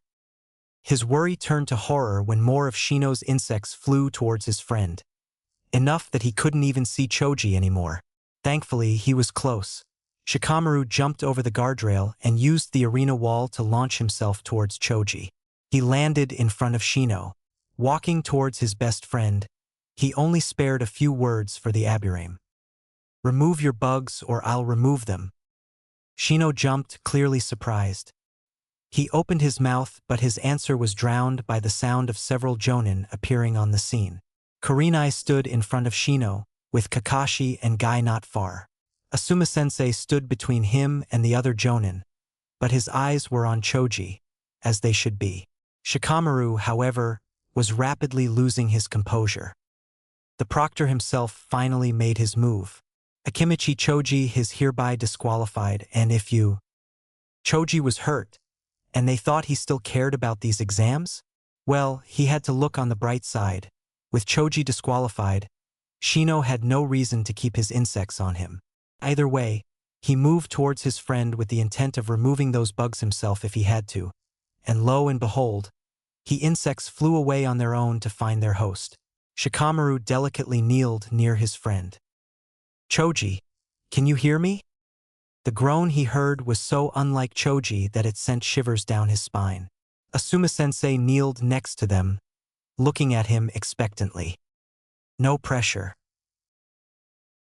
Shikamaru frowned, but inside he was starting to panic. No one had called the medics yet, and by the time they arrived Choji could, no, focus. The facts were that Choji was fighting Shino, and due to his insects, he resorted to use a soldier pill. Now Choji couldn't move from his enlarging jutsu. The common denominator was chakra, obviously. That little conclusion took the time for him to blink, panic attack included. Choji, can you cancel your jutsu? Moments later, Choji's head popped from his ball form. He could only discern 2 things from his friend, terror and confusion. The boy tried opening his mouth, but only whines came out. The one thing Choji could do consciously was to stare at him. The message was quite clear, his friends counted on his help. First things first, Shikamaru needed to cancel Choji's enlargement jutsu. That technique consumed large amounts of chakra, something Choji surely didn't have at the moment. His only option at that point was to knock out Choji, which would undo the jutsu immediately.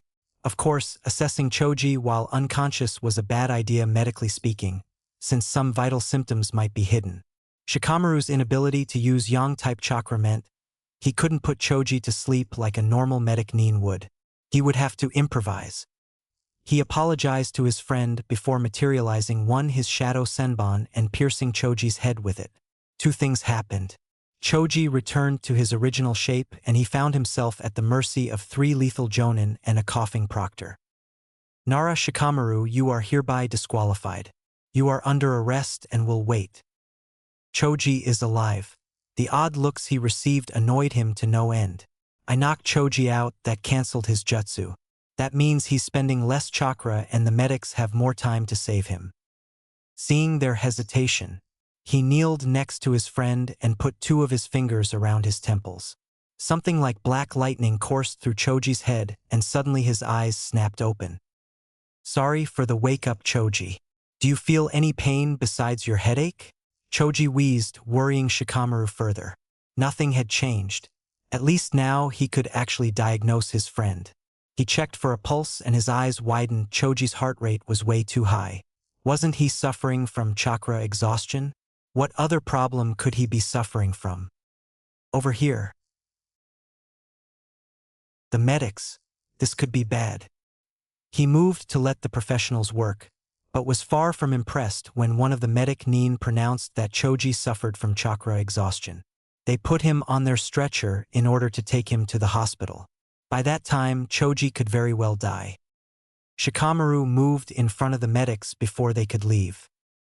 What now? Move, boy. I know you're worried about your friend, but he needs.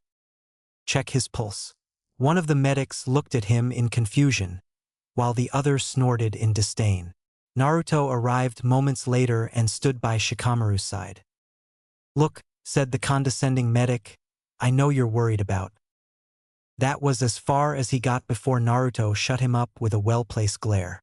Meanwhile, Shikamaru calmly explained the situation. Choji, the heir of the Akimichi clan, is dying. That got the attention of everyone within hearing distance. If he dies, you will have to deal with the displeasure of the Akimichi, Nara, and Yamanaka clans. I'll make sure of that. The 2 medics paused. You can prevent that by checking his pulse. The one medic with a brain moved immediately to put his hand above Choji's heart. A split second later he turned pasty white. To Tamaru-san, his heart just stopped. The Jonin and medic Nin looked at the brown-haired Akimichi, and then at Shikamaru, who was staring at them impassively, before the medics finally started acting like the medics they were. His chakra system is overstimulated. We'll need the chakra inhibitors. The disdainful medic glanced at Shikamaru before he returned to the patient. We need backup. Moving to the basement, we need. Shikamaru let out a deep breath. He was glad one of the medics diagnosed Choji properly, but if they thought he was going to let his best friend in their tender mercies after nearly killing him, they had another thing coming. He followed them until his path was blocked by the sick proctor. Nara Shikamaru, please remain in the arena for the next match. You're mistaken. I was disqualified. I'll be going after my friend now. He didn't look at anyone. He simply sidestepped the proctor and followed his friend. The perfectly casual way he answered made all the Jonin with the exception of Kakashi flinch. Shikamaru felt a hand on his shoulder. He turned to see Hayate cough. I'm pretty sure that never happened. Narakuen. Uzumaki Naruto, please vacate the arena. Shikamaru stared at the young man until the proctor coughed, removed his hand, and averted his gaze. Otudo gave him a pat on the shoulder and went after Choji. Such a dutiful Otudo. He looked at the announcement board and groaned out loud. Hyuga Niji. Of the 19 other shinobi currently in the preliminaries, both Hyuga were in the top 5 people he didn't want to fight. This fight in particular could only be topped by fighting Naruto himself. What a troublesome dilemma. He needed to become a Chunin soon, but doing so by defeating Hyuga Niji would end up being way too troublesome. Don't you dare quit, Shikamaru. The young Nara slowly turned right to face his dutiful Otuto. Come on, don't give that look. They kicked me out. The blonde whined. Shikamaru's eyes moved towards the same door Choji had gone through only moments ago. After another moment of hesitation, Shikamaru let out a drawn-out sigh and waited for the match to start. It was just one of these days. To add to his pain, his opponent arrived and was already looking at him in disdain. If you're worried about your friend, you can forfeit this match. You can also choose to fight and end next to him. Either way, your fate was decided the moment I was chosen as your opponent. Not even 1 minute with the guy and Shikamaru was already annoyed. Seriously, the Hyuga shouldn't be known for their Byakugan or their gentle fist style, but their unsurpassed arrogance and their ability to annoy people within 10 seconds of meeting them. He sighed again. What he really wanted was to give up and go find Choji, but since Naruto was here, he had no choice but to fight. What kind of a Nikki would embarrass himself in front of his Otuto? Besides, he had a hunch that by the time this mess of a Chunin exam was over, Konoha would screw Naruto over again. Shikamaru put his hands in his pockets, but his eyes were sharp. I'm in a bit of a hurry, so this will have to be short. The Hyuga took his fighting stance with an arrogant smirk. Don't worry, this won't take long. Begin. Shikamaru took out Senbon from his pockets and started to pepper the Hyuga so fast. Niji's first move was to roll to his left before activating his famous dojutsu. He sent a second volley of Senbon, and this time Niji caught every single one of them barehanded. Shikamaru quirked an eyebrow, somewhat impressed. I didn't think you'd be using the Byakugan against an opponent like me. Shikamaru frowned. I can't say I'm flattered either, you're being troublesome. Niji's smirk showed his arrogance. You are a Nara. You rely on your Kage main jutsu almost exclusively. This leads you to have poor taijutsu and jinjutsu. I don't have to use my Byakugan to keep an eye on your shadow. That was an astute analysis of the Nara clan. If that was all, however, his father wouldn't be the Jonin commander. Furthermore, he wasn't your typical Nara. But it doesn't matter how weak you are, I will show you no mercy. Well, as troublesome as fighting a serious Hyuga super rookie sounded, it would give him the opportunity to test a couple of his concepts. He took out Grenade with the kanji for light on it. Very well, but I know your weakness as well. You're a Hyuga, you rely on your eyes too much. Putting some sunglasses on, he threw the grenade. Niji snorted and rushed in. If you think a mere flash is going to stop the Byakugan. The rest of his retort was drowned by the sound of an explosion. Shikamaru sighed as he threw Senbon at the thick black smoke in front of him. He had wanted this match to be short, but he expected at least a bit of challenge. Then again, if he actually had to put an effort, he wasn't fighting dirty enough. The smoke cleared and Niji appeared on his knees, and with his arms hung limply at each side. He looked unharmed, though his clothes told another story. Taking advantage of the situation, Shikamaru threw more of his Senbon. Niji managed to roll out of the volley. The young Hyuga's eyes held rage. Shikamaru laughed nervously. Oops, I mistook my explosives for my flash grenades again. You really should have known better though. Goes to show you that even the Byakugan can't see everything. Niji sneered, and Shikamaru shrugged. I'm in a bit of a hurry, so if you could kindly forfeit, I'll spare you some embarrassment. Niji struggled to his feet only to fall down again. His face slowly morphed into a shocked expression. He fought against the sudden wave of drowsiness, but the result was a barely audible accusation of poison before he collapsed for good this time. Shikamaru made sure his opponent was truly unconscious before he shrugged. Well, he paused for dramatic effect. I guess he didn't see that one coming. Silence followed. He thought his one-liner was witty. The gallery had no sense of humor, obviously. He looked around in confusion at the gaping faces of the viewers before his frown settled on the proctor. Should I kill him or something? Hayate blinked before finally ending the match. The opponent is unable to continue. Winner, Nara Shikamaru. For some reason, Shikamaru didn't feel like rejoicing. Oh well, off to the basement.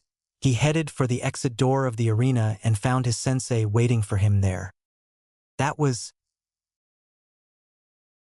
unexpected. The man shook his head. Knowing you, I was prepared. The word I was looking for was anticlimactic. I'm sorry, Shikamaru answered flatly. I thought I was supposed to fight him, not entertain you. Asuma's smile faded. Normally, this is the part where I'm going to check up on Choji while you stay under the threat of losing your spot in the finals. At this point, Shikamaru didn't care. He was going to see Choji Chunin exams or not. To his credit, he did wait for his sensei to finish his thought. He's still in the basement and he's not stabilized yet, but he already went through the worst part. Be sure to come back. Shikamaru nodded. He'd make sure Choji was alright and then come back. Hopefully before Naruto's match. He was pretty sure Otudo wouldn't let him hear the end of it otherwise. Uzumaki Naruto, Rock Lee, please come forward. Naruto vaulted over the guardrail and landed in the arena. A lot had happened after Shikamaru's match, but the important part was Aniki was back. He couldn't help but grin in anticipation. Rock Lee was the genin who kicked Uchiha's ass before the first part of the Chunin exams. This didn't tell him much, since he could also beat Sasuke, but there wasn't many genin on par with his teammate to begin with. He couldn't wait to show his brother how strong he had become. In answer to his entrance, Lee also jumped in the ring, only he made a crack on the floor. Naruto's face twitched in annoyance, but his cocky grin remained. The two met in the middle of the arena and Naruto seized his next opponent from head to toe. The only clue he had was that the boy wore the same outfit as Madogai, considered by Aniki's sources as extremely dangerous in close combat. You're the one who sparred with my teammate before the exams. How was he? Frankly, I was a bit disappointed that I was interrupted, but I was clearly the superior combatant. I hope you shall prove as youthful and strong as your teammate. As Kakashi's student, it is only fated that we should meet like this. I only regret that it will not be during the finals. Naruto frowned in confusion. Youthful what? And you know Kakashi how? Yash, your sensei Hatake Kakashi and my own Gai sensei are eternal rivals. Ah, Naruto practically heard the capitals in that title. He turned towards Kakashi with a skeptic glance, but the Jonin was looking away, probably in shame. He shook his head. All shinobi were crazy one way or another anyway. Whatever, I'm still gonna kick your ass, so bring it. Rock Lee's eyes burned with intensity. You may try, but I will warn you, I am strong. Naruto smiled at that and waited for the signal impatiently. Begin. Naruto jumped back, only to roll to the side to dodge the flying kick aimed at his head. Switching gears, he approached with a chopping right. At the last second, Lee's hand twisted and poked his fist rather hard. Unbelievably, that was enough to make him lose balance. Naruto rapidly brought his right foot down, giving him the support he needed to make small somersault right above Rock Lee's outstretched foot. Landing on his 2 feet, Naruto jumped again. He twisted to deliver a spinning heel kick, but his opponent's block was solid. Lee even managed to counter with a fast front kick to the stomach. Naruto raised his arm in time to defend a fraction too late. The force of the blow, combined with the fact that Naruto was still in midair, hit its mark and sent him rolling a few meters away. He got up just in time to see the axe kick coming and jumped back.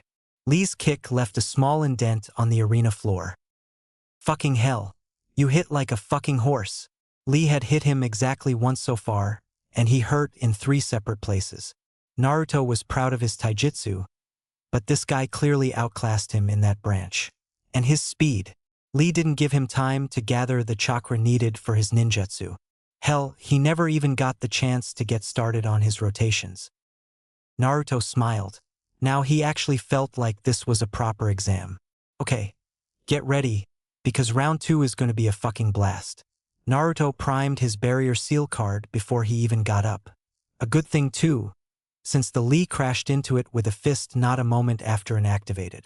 The barrier held, giving Naruto more than enough time to channel the chakra he needed to use his ninjutsu mode. Naruto made a hand seal and the barrier dropped. Rock Lee moved again, this time with a flying kick. Naruto moved his hand in front of him. Sora no Tetsu Iron Sky. The invisible shield made of concentrated air stopped Lee's attack. Naruto took advantage of the moment of impact to launch his counterattack. Zancudan.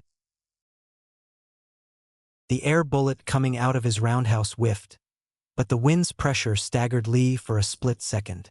Meanwhile, Naruto was still spinning and gaining momentum. His next leg sweep, left hook and spinning jump kick all missed, but each of Naruto's attacks were faster and created more powerful air currents. Rock Lee could only dodge and his own attacks were buffeted by the wind. Finally, Naruto's next Zankuden came too fast for Lee to dodge. The kick blew right through his guard and the wind bullet sent him crashing into the arena wall. Naruto saw Lee fall to one knee, but he kept his focus. If the taijutsu monster had a secret technique, now would be the perfect time to show it. Lee, take them off. Yes, Gai-sensei. Naruto wasn't surprised by the training weights, but what those meant for the genin's speed made him uneasy. The feeling of dread increased tenfold when the weights hit the ground, or rather, crashed and kicked an ominous amount of dust. This was going to suck. He primed his barrier seal again, getting a feeling he'd need it. His worry proved right. He blocked the roundhouse, aimed his neck before he even registered what was actually happening. Rock Lee disappeared before Naruto could even drop his guard and moved to his right to deliver a leg sweep that Naruto had no chance to dodge. The blonde rolled back up, careful to stay close to his seal card. It was frustrating. Naruto could tell where Lee was, even without sensing chakra, but his body couldn't keep up. After 2 more clean hits, Naruto felt a foot connect with his jaw and lift him from the ground with relative ease. His body impacted his barrier hard, and then he landed in a crouch. Naruto was glad the thing materialized when it did. Who knows what Lee's next move would be? He was hurting more right now than he had ever felt before and was unsteady on his feet, but that didn't stop the feral smile he decided to wear. You're in my world now, asshole. Naruto's leg sweep covered the area under his barrier with dust. Naruto couldn't see in front of him, and thankfully neither could Lee. Naruto, however, had another nearly unstoppable way of finding a target's location. Even with his eyes closed, he rolled to his left, ducking under whatever attack Lee had aimed at his head. Naruto spun before jumping, made 2 full turns before delivering a devastating spinning kick. Senpu Kyaku. Whirlwind kick. The winds around him were strong enough to create a dust storm. Rock Lee, taken completely off guard, was slammed into the barrier that disappeared a moment later. With the barrier gone, the dust expanded and made it possible for Naruto to open his eyes without risk. He saw Rock Lee picking himself up and rushed before older genin fully recovered. He spun under Lee's kick and countered with a liver punch and a right straight to the heart, completely sealing Rock Lee's movements. Here's my parting gift for a match well fought. Naruto spun twice and delivered a jumping uppercut that connected with Lee's jaw. Hau Tenryuken, Supreme Sky Dragon Fist. The dust storm that had started to calm down seemingly gathered under Naruto's fist and propelled Lee to the ceiling of the arena, higher than Temari had done for her earlier opponent. Naruto, facing a fellow shinobi from the leaf, caught the unconscious Lee before he hit the ground. He turned to the proctor with a cocky smile. Hey, are you calling this match or what? The proctor coughed before ending the bout. Winner, Uzumaki Naruto. Naruto gently dropped Rock Lee so the medics could take care of him. He then ran up the arena wall, vaulted over the guardrail and landed right in front of Aniki. Naruto looked at him with a face full of childish hope. Shikamaru smiled. You were great, Otudo, that was amazing. Naruto's smile shone like the sun.